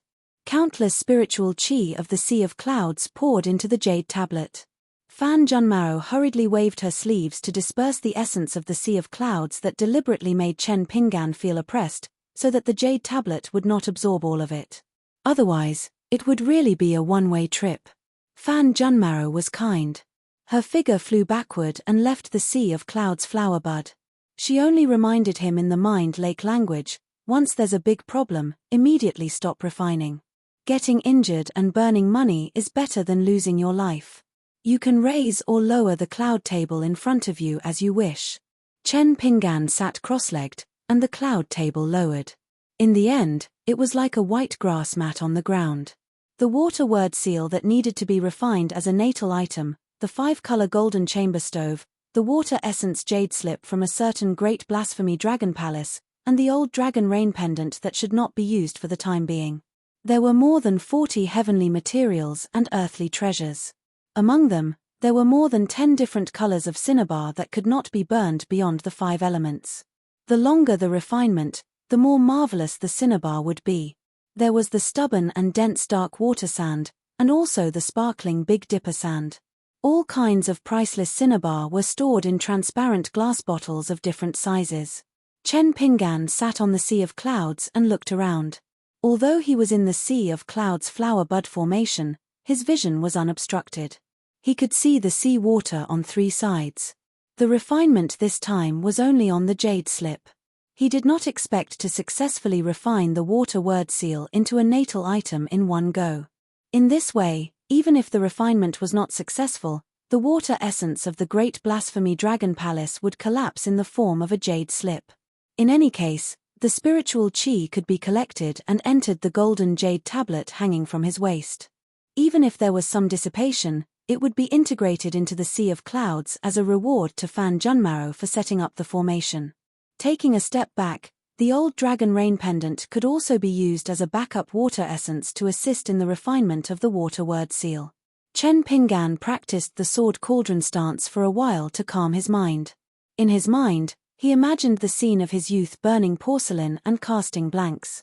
After throwing in a large amount of money, the 5-colored golden cauldron on the cloud table in front of him had 5-colored auspicious clouds curling up from the mouths of the 5 strange beasts at the edge of the cauldron. Chen Pinggan gently raised the pure vital chi in his body and exhaled gently. It rushed into the 5-colored golden cauldron to ignite the fire. This endless stream of pure vital chi swam like a fire dragon and began to spiral around the inner walls of the cauldron. Sparks rose everywhere. The quantity of the true fire used to refine the cauldron would determine whether the cauldron could be successfully ignited or not. More importantly, the degree of purity would determine the final quality of the refined item. The refinement of this jade slip from the aquamarine palace did not involve the foundation of one's life. The jade slip did not need to be rooted in the acupoints. Compared to the water word seal, it did not require too many heavenly materials and earthly treasures and cinnabar of various colors. Chen Pinggan had been studying the secret book of refining elixirs from the old nascent soul stage cultivator Lu Yong for a long time. He had been trying to figure out the contents of the jade slip that pointed directly to the great Tao. Both of them could be said to have told him everything they knew. They were the exquisite insights of the master of the Green Tiger Palace and the goddess of the buried river. The latter, in particular, was the lifelong work of the goddess of the water word seal. Chen Pinggan only needed to follow the prescribed order step by step. When to add a stream of pure vital chi like firewood, when to sprinkle the cinnabar into a glass bottle, when to recite the incantation of the great Tao contained in the inscriptions of the rain prayer tablet, to trigger the atmosphere of the cauldron, to increase the temperature of the fire, and to bring down a sweet rain above the cauldron and the flickering flames inside the cauldron. Therefore, Chen Pinggan was more or less at ease except for his tiredness. Sitting outside of the array of clouds, Fan Junmaro muttered to herself that she should add more cinnabar, forget to refine the volcanic lava, and spit a stream of pure vital chi into the cauldron later. It was a pity that Chen Pinggan's every movement was methodical. Even when he was waiting for the fire to heat up, he would close his eyes and meditate. His breathing was extremely regular, and there were no fatal flaws in any of his movements. There would be flaws of various sizes, more or less. However, these minor damages were nothing compared to the water essence that had overflowed from the great blasphemy Dragon Palace's water treasure and turned into nutrients for the Sea of Clouds. Fan Junmaro was greatly disappointed. Couldn't Chen Pingan's heart tremble and his hands tremble a few times when he was refining a natural-born spiritual treasure of such a high rank for the first time? Just consider it as contributing a little bit of the water essence to the ocean of clouds as compensation for Fan Junmao's guarding. It was not too much, was it? In the end, Fan Junmaro fell asleep in despair. She no longer looked at the cauldron. Everything was going smoothly anyway. There was no hope for her to make a fortune. Just as Fan Junmaro expected, from the gongs and drums of the human world to the dawn of the next day, Chen Pingan had already refined the jade slip to near perfection. The only special thing was that the words on the jade slip were left behind. The original owner of the jade slip must have refined it on the jade slip using the same refining method. Moreover, the words themselves contained the true meaning of the great Tao. It was extremely rare that the words were left behind. After losing the vessel, they became sentient and did not want to dissipate between heaven and earth. Everything in the world feared death once they were enlightened. However, under the great Tao, life and death were in a cycle. The two sides were contradictory. The cultivation of Qi cultivators was to go against heaven.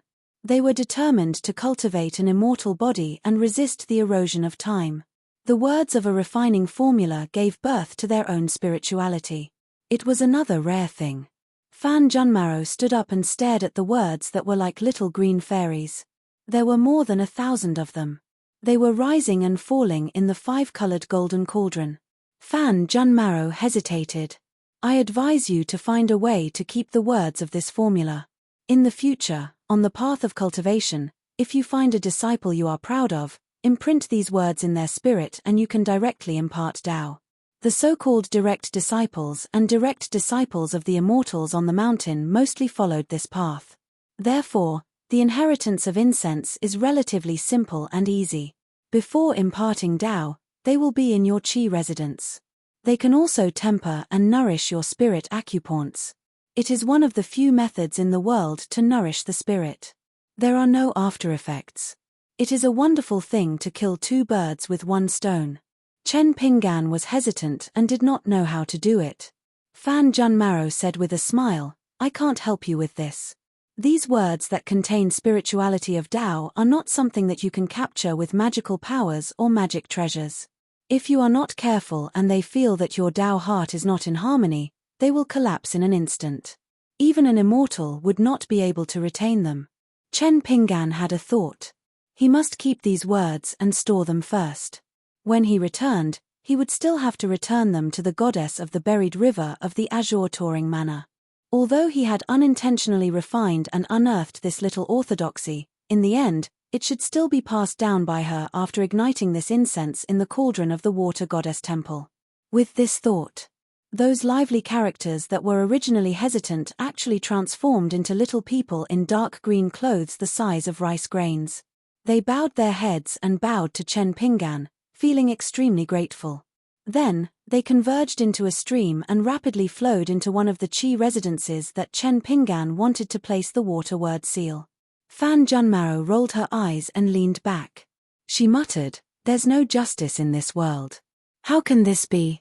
As for the jade scroll from the old dragon palace that had been completely refined, it was carried by a group of slightly taller little people dressed in dark green clothes into Chen Pingan's Qi residence.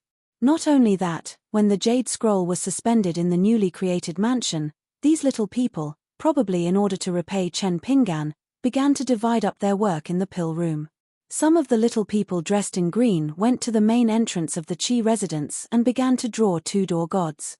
There were even more little people dressed in green clothes, who began to draw a stream of water of great blasphemy in the 4 bare walls of the mansion. The small mansion was filled with a myriad of scenes. Fan Junmaro stared at this scene with her eyes wide open. She stood up like a carp and suddenly raised her voice. She pointed at the young man who began to pack up his belongings one by one. Chen Pingan, you are actually the reincarnation of the Rain Master? Am I right?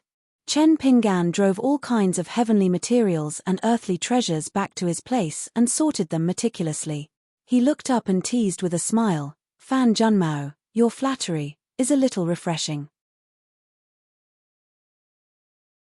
Fan Junmao put away the sea of clouds array and shrank the ground into inches. She came to Chen Pinggan's side and said, "You don't look like the Rain Master. In terms of character, you are far inferior to that sissy. Then, how did you make those little people of the Water Fortune sect willingly submit to you?" Chen Pinggan ignored the mysterious Fan Junmao and put away all the items. He stood up and asked with a smile, "How do I go back?" Fan Junmao snapped her fingers and the sea of clouds under Chen Pinggan's feet slowly dispersed. A cloud ladder appeared and went straight to the dusty medicine shop in Old Dragon City. However, there were waves of glazed lights around the cloud ladder.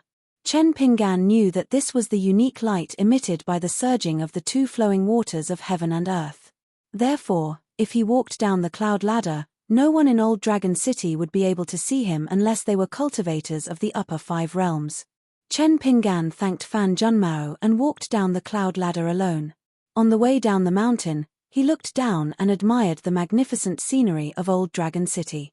Chen Pinggan thought that he could engrave this scene on a bamboo slip and tell her about it in the future. On the morning of the eve of the new year, the celebration of the ordinary people in Old Dragon City was not affected by the stagnant atmosphere of the big clans. The Fu family had already removed the city restrictions. The streets and alleys were very lively. At the dusty medicine shop, the moment Chen Pinggan's feet landed on the alley, the cloud ladder disappeared. Yin Shenjiao was relieved and asked, "Have you finished refining your natal item?" Chen Pinggan shook his head and smiled, "I only refined one water essence item. But the next time I refine my natal item, the success rate will be much higher." Yin Shen nodded, "Very good." Chen Pinggan returned to the counter of the medicine shop. He had already put away the golden jade token last night. Otherwise, if it was still hanging on his waist, it would mean that the sea of clouds and water essence would be eaten away. Fan Junmao would definitely fight with him. Zheng Dafeng had already started to move around. Early in the morning, she asked Pei Qian to help her move a small stool and went under the locust tree to look for her friend. As expected, she met the rich old man early in the morning. The rich old man was reading a book. Zhu Lian even woke up early in the morning to accompany the old man who had worked hard on the book. After Zheng Dafeng sat down, she wanted Pei Qian to go back to the medicine shop. Of course, Pei Qian refused. She reached out her hand and asked for the promised reward. 1 copper coin, 1 copper coin, 1 copper coin. Even if Chen Pinggan knew about it, he would not scold her. Therefore, Pei Qian was very confident. Zheng Dafeng had a headache and said that he would just give her an extra copper coin for the New Year's money. Pei Qian said that she did not like people to owe her money. Otherwise, she would have to follow old Wei's advice of 30% interest. Furthermore, if she still owed money on the eve of the new year, Zheng Dafeng would not be able to have a smooth and stable life next year. The old man who was lying on a rattan chair at the side agreed. He said, "Brother Dafeng, this kid is right. It is not auspicious to owe money now. Don't underestimate the luck of 1 copper coin." Zheng Dafeng searched for a long time but did not manage to take out a single copper coin. Just as he was feeling frustrated, the old man smiled and suggested an idea. He would sell a small stool to Zheng Dafeng. Zheng Dafeng would then return the money to Pei Qian. Zheng Dafeng felt that it was a good idea. It was just a small stool. He could ask Chen Pinggan to make one later. Chen Pinggan was very skillful with his hands and loved to mess around with things like bamboo boxes, chairs, and stools. Pei Qian rolled his eyes as he pointed at Zheng Dafeng and the old man. "You guys are so calculative over a single copper coin. Forget it, I will help you this time out of kindness. I won't take your money." Pei Qian imitated Zheng Dafeng's action and pressed her palm twice. "Remember it in your heart. Don't talk about it." She watched as Pei Qian swaggered back into the alley. While swaying back and forth, he practiced his martial arts. In a moment of excitement, he copied Liu Baixiang's whip kick stance and jumped up. He really did spin around in a circle, but as a result, he spun around until he was dizzy and fell down with a thump. He immediately got up, endured the pain, and pretended that nothing had happened. As soon as he entered the alley, he bared his teeth and jumped up and down. The old man smiled and asked, "Who taught this little girl? She is so mischievous." Zhu Lian replied, "She is my young master's disciple in name. She is very naughty." Zheng Dafeng cupped his fists and smiled. "Senior, I have heard a lot about you." The old man cupped his fists and returned the greeting. "You flatter me. I am called 1-Foot Spear, also known as Little Flying Ascension. I wonder which fairy brother Dafeng admires the most." Zheng Dafeng said seriously, "It is the invincible godly fist sect's heroine, Helian Baozhu." The old man sneered. "Looks like Brother Dafeng's taste is mediocre. People who walk different paths cannot make plans together. There is no point in talking or looking at her." Zheng Dafeng snorted and moved his stool a few steps away. The old man did the same. He got up and moved his rattan chair away before lying down and basking in the sun. Zhu Lian squatted between the stool and rattan chair. He ignored everything and focused on reading the immortal book. The book in his hand had a great history and was very expensive. It was engraved by the immortals on the mountain. The people in the picture scroll could move. Zheng Dafeng sighed. "I never thought that Zhengyang Mountain's fairy Su Jiao would fall into the dust. What a pity." The old man's eyes lit up. However, he still did not want to talk to Zheng Dafeng because of his vulgar taste. However, his heart was itching. After all, Fairy Su Jiao was one of his and his little Longjuan's favorites. Zheng Dafeng rubbed his chin and said slowly, "Back then, I was fortunate enough to meet Fairy He of the Divine Grandeur sect.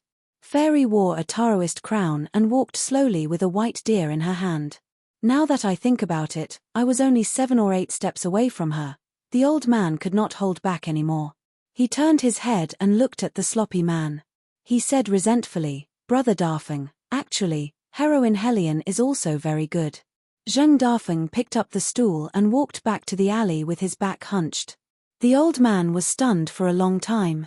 He said regretfully, "Brother Dafeng, you are indeed someone who has seen the world. I am ashamed of my inferiority. I shouldn't have been like a frog at the bottom of the well. Now that I have angered Brother Dafeng, the distance between me and Fairy He seems to have widened. Otherwise, when I go to the invincible godly fist gang in the future, I can bring up this matter and talk it over. I will definitely make that little Langjun lose his cool and admit defeat." Zhu Lian, who was squatting at the side, nodded perfunctorily and agreed. The old man lay on the rattan chair and sighed. "Peach blossoms are everywhere. I wonder which lover can pluck one and place it on the tip of his heart." Zhu Lian raised his head. "Elder, your words are very knowledgeable." The old man nodded and said, "That's what Lang Jun once said. He's a man of great literary talent. When he quarreled with others, although his words were a bit vulgar, he would often say such touching words inadvertently. It's unpolished and natural. Otherwise, why would I be willing to call him Big Brother?" Zhu Lian dipped his saliva and turned a page. He nodded. "If I have the chance, I will definitely pay a visit to Elder's Big Brother." The old man suddenly asked, "Little Brother Zhu, if I may ask, when you break through the bottleneck of the 6th realm and ascend to the Golden Body realm, do you need me to help look after you?" Zhu Lian shook his head. "With my young master around, nothing will go wrong. There is no need for Elder to worry about this." The old man nodded. "Your young master is a wonderful person." Zhu Lian closed the book and asked, "Then I will also ask, is Elder a great cultivator of the Jade Raw realm from a certain immortal mansion?" The old man said regretfully, "Just a little bit." Zhu Lian did not ask any more. If he asked too much and knew the truth, it would hurt their relationship. It would be far worse than being as free as he was now. Chen Pinggan stood behind the counter. Under the sharpening of the 1st and 15th swords, there was only a small piece left on the table. Chen Pinggan did not intend to be thrifty in this aspect. After eating this piece, he took out a second piece that was bigger. Zheng Dafeng placed a small stool outside the door. After seeing the speed of the 2 flying swords nibbling the dragon-slaying platform, He was amazed no matter how many times he looked. He clicked his tongue and said, "These two little ancestors can eat more money than your golden wine magic weapon." Chen Pinggan could not help but ask, "The golden copper coins are no longer produced?" Zheng Dafeng leaned against the counter and looked at the splendid scene of the dragon-slaying platform. He nodded and said, "The pearl cave has shattered and fallen to the ground. Naturally, the golden copper coins have no place to be used. What's the point of continuing to make them? Even if you give them to me for free, I won't accept them." Chen Pinggan asked, "I only know that the golden copper coins are more precious than the Guyu coins. But how valuable is it? How many Guyu coins can one golden copper coin be exchanged for?" Zheng Dafeng did not answer the question and said, "Do you know how the golden copper coins came about? Is it the mountain and water deity? The fragments of the broken golden body were used as the main material. Together with a few other things that were not easy to obtain, they could be made into the three types of golden copper coins. The Dali dynasty's mountain and water fate was stable and there were very few obscene shrines. Therefore, buying the golden copper coins was extra expensive. In the hands of some family forces, they could buy and plunder the fragments of the golden body from various places. It was very cheap. The immortals on the mountain robbed everywhere and there were not enough obscene shrines. At worst, they could forcefully suppress some secular dynasties and ask the monarchs to remove their titles and secretly demote the orthodox mountain and water deity to obscene shrines. They could just use thunderous methods to kill them. If the monarchs of the dynasty were not willing to lower their heads, there were also ways. The immortal forces could rope in some desperate mountain and lake cultivators to kill with a borrowed knife. They could use some unorthodox Dao techniques, magic treasures and spirit weapons to exchange for the fragments of the golden body. The cost of this kind of golden copper coin with a bloody origin might not even be as high as one Guyu coin. And the emperor of the Song clan probably bought one golden copper coin from the outside world. It was probably worth 7 or 8 Guyu coins. Chen Pinggan asked again, "Then are there any extra golden copper coins in the world right now?" Zheng Dafeng raised his eyebrows and said slowly, "It's hard to say. Right now, if anyone were to foolishly buy the golden copper coins, everyone would know that it is a necessary item for Dao cultivation. People who don't know how to do business would ask for a sky-high price. It's up to you whether you want to buy or not." Chen Pinggan sighed and felt a slight headache. He was the guy who still needed the golden copper coins even now. And it was not just a few. He would not find it too much even if he needed a few bags. The lives of the 4 people in the painting, the repair and upgrade of the golden necklace robe, as well as the cultivation of the life item of the metal element in the future, would most likely require the consumption of a large amount of golden copper coins. Its function was similar to that of the jade slip formed from the essence of the water veins of the Great Desecration Dragon Palace. Zheng Dafeng lectured, "It's the new year. Don't sigh so much." Chen Pinggan smiled and nodded.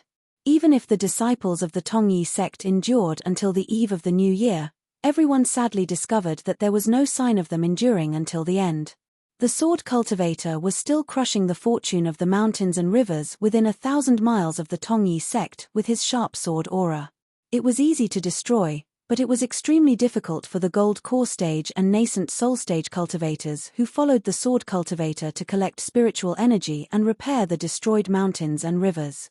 Only if those earth immortals were willing to sacrifice their own cultivation could they speed up the process slightly and prevent the spiritual energy of the mountains and rivers from leaking out. However, for the earth immortals whose names were recorded in the archives of the sect, once their cultivation base was unstable, it would also affect the destiny of the sect. The Tongyi sect was originally a paradise with the best spiritual energy in the entire continent. However, after the vicious cycle day after day, even the latecomers with the lowest aptitude realized that the Tongyi sect was facing the most dangerous crisis in the history of 1,000 years. However, what puzzled them the most was that apart from the first appearance of the sect master, who was either assassinating or stopping the sword cultivator, the ancestor of resurgence, Du Mao, who was higher than the sky in the hearts of all the cultivators of the Tongyi sect, did not show up from the beginning to the end. He completely ignored the sword cultivator's provocation. Even when the sect was in danger and its foundation was shaken, the ancestor who suppressed the Qi cultivators of the entire continent still did not make any move. However, most of the Qi cultivators of the Tongyi continent were still willing to believe that the ancestor would not make a move. Otherwise, the sword cultivator would not be able to be arrogant for more than a few days. Almost all the mountains, dynasties, and magnates of the Tongyi continent were paying attention to the Tongyi sect. After Jiang Shangzhen of the Jade Medallion sect swaggered over to join in the fun, more and more Earth Immortal cultivators from all over the world who tried their best to conceal their auras came over to watch from afar. Using the mountain and river observation technique, they each brought out their special abilities to observe the flow of feng shui, the depth of fate, the thickness of fortune, and various other clues of the Tongyi sect. In the beginning, no one dared to believe that a single sword cultivator could affect the flow of spiritual energy of a colossus like the Tongyi sect. When two armies were fighting on the battlefield under the mountain, if one side was injured or killed to this extent, it would mean that the other side was defeated. That sword cultivator did not kill anyone. Other than breaking the barrier and besieging the enemy, the sword cultivator almost did not even use his sword. However, even the most clumsy Earth Immortals from other sects could see that the spirit of the disciples of the Tongyi sect was going downhill. For 1,000 years, whether the disciples of the Tongyi sect were cultivating on the mountain or going down the mountain to gain experience, whether they bullied others or faced difficulties head-on, they all had a valiant spirit that supported their Daoist heart. Therefore, compared to other Qi refinement warriors who climbed the mountain, the disciples of the Tongyi sect were the most spirited and vigorous. When there was a conflict and the Qi refinement warriors of a higher realm had the upper hand, as long as they reported the name of the Tongyi sect, they could freely insult the Qi refinement warriors of other sects. When they encountered or heard that their fellow disciples were bullied, they did not say anything and rushed over 1,000 miles on their swords or the wind, beheading the enemy with a single strike. In some life-and-death situations, the disciples of the Tongyi sect with a strong temperament were willing to die together with the enemy cultivators with a smile. There were countless people in history who were willing to die with a smile. If the sword cultivator broke into the mountain on the first day, the Zhongxing ancestor Du Maro or the disciples who were willing to die for the Tongyi sect under the sect master's command, then at least half of the Qi refinement warriors of other sects within 1,000 miles would have the first thought of facing death with equanimity. They came in an endless stream and did not hesitate to die like moths to a flame. Once those impassioned Qi refinement warriors were like that, they would probably think that their deaths were worthwhile and that the sword cultivator was in the wrong. However, it was now the eve of the new year. Deep in everyone's heart, apart from hoping that the Zhongxing ancestor of the Ascendant Realm could show up and kill the enemy, they were more uncertain. What exactly did their sect do outside to provoke this aggressive sword cultivator who did not kill indiscriminately and forced the Zhongxing ancestor to close the door in the small cave of the Wutong tree? When did the Tongyi sect fall to such a state? Could it be that they could not be unreasonable in their own territory? They could not even suppress others with the strength that they were best at? In fact, Jiang Shangzhen had not completely left. On a mountain 1,000 miles away, he was drinking wine with an old nascent soul realm sword cultivator who had a good relationship with him. The latter shook his head and smiled. The backbone of the Tongyi sect has collapsed. Jiang Shangzhen did not seem to be the master of the Jiang family of the Jade Gui sect, but the consecrator of the Tongyi sect. He chuckled and said, "Don't say that. Du Maro is an ascendant realm cultivator after all. As long as we deal with this great sword immortal, we still have a chance of survival. Maybe we can benefit from this disaster and our reputation will soar." Jiang Shangzhen suddenly laughed. "Deal with my ass. Du Maro, the old turtle, is really unlucky. Our old master sent me a message saying that Du Maro is in luck.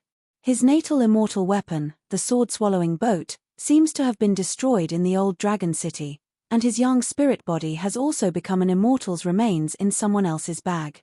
Now, his realm is not so stable in the immortal realm. I've made a lot of money this time." The old master is very happy and said that in the next 500 years, the sect's commission for the blessed land of the Cloud Cave will be reduced by another 10%. "Oh, hey, great sword immortal left and right, little sword immortal Chen, It's a good thing that you two are not here. Otherwise, I, Jiang Shangzhen, would immediately kneel down and kowtow to you two great benefactors 500 times to express my gratitude. Thank you so much. Jiang Shangzhen laughed wildly as he punched the stone table, taking pleasure in other people's misfortune. In fact, at his realm, it was not common to see people gloating. The old nascent soul stage sword cultivator with white hair and a ruddy complexion asked softly, "Dare I ask Mr. Jiang, how should the Tongye sect deal with this?" Jiang Shangzhen reached out to wipe the tears from the corners of his eyes and waved his hand, saying, "Let me laugh for a while more. I can't stop." The old sword cultivator smiled helplessly. He, Jiang Shangzhen, and Lu Fang were old friends who had known each other for a long time at the foot of the mountain. Jiang Shangzhen restrained his laughter with great difficulty. What else can we do? Du Maro can only stake everything on this one throw. Logically, he definitely can't win against that sword immortal. Fight? How can he fight with those few pure Jade Realm cultivators? To put it bluntly, as long as left and right were determined to fight the Tongye sect to the end, the Tongye sect would be finished in about a year, let alone 30 to 40% of the spiritual chi turbulence. In the past, even if there was no ascendant realm cultivator like Du Maro on a mountain, the Confucian Academy would have appeared after such a big disturbance.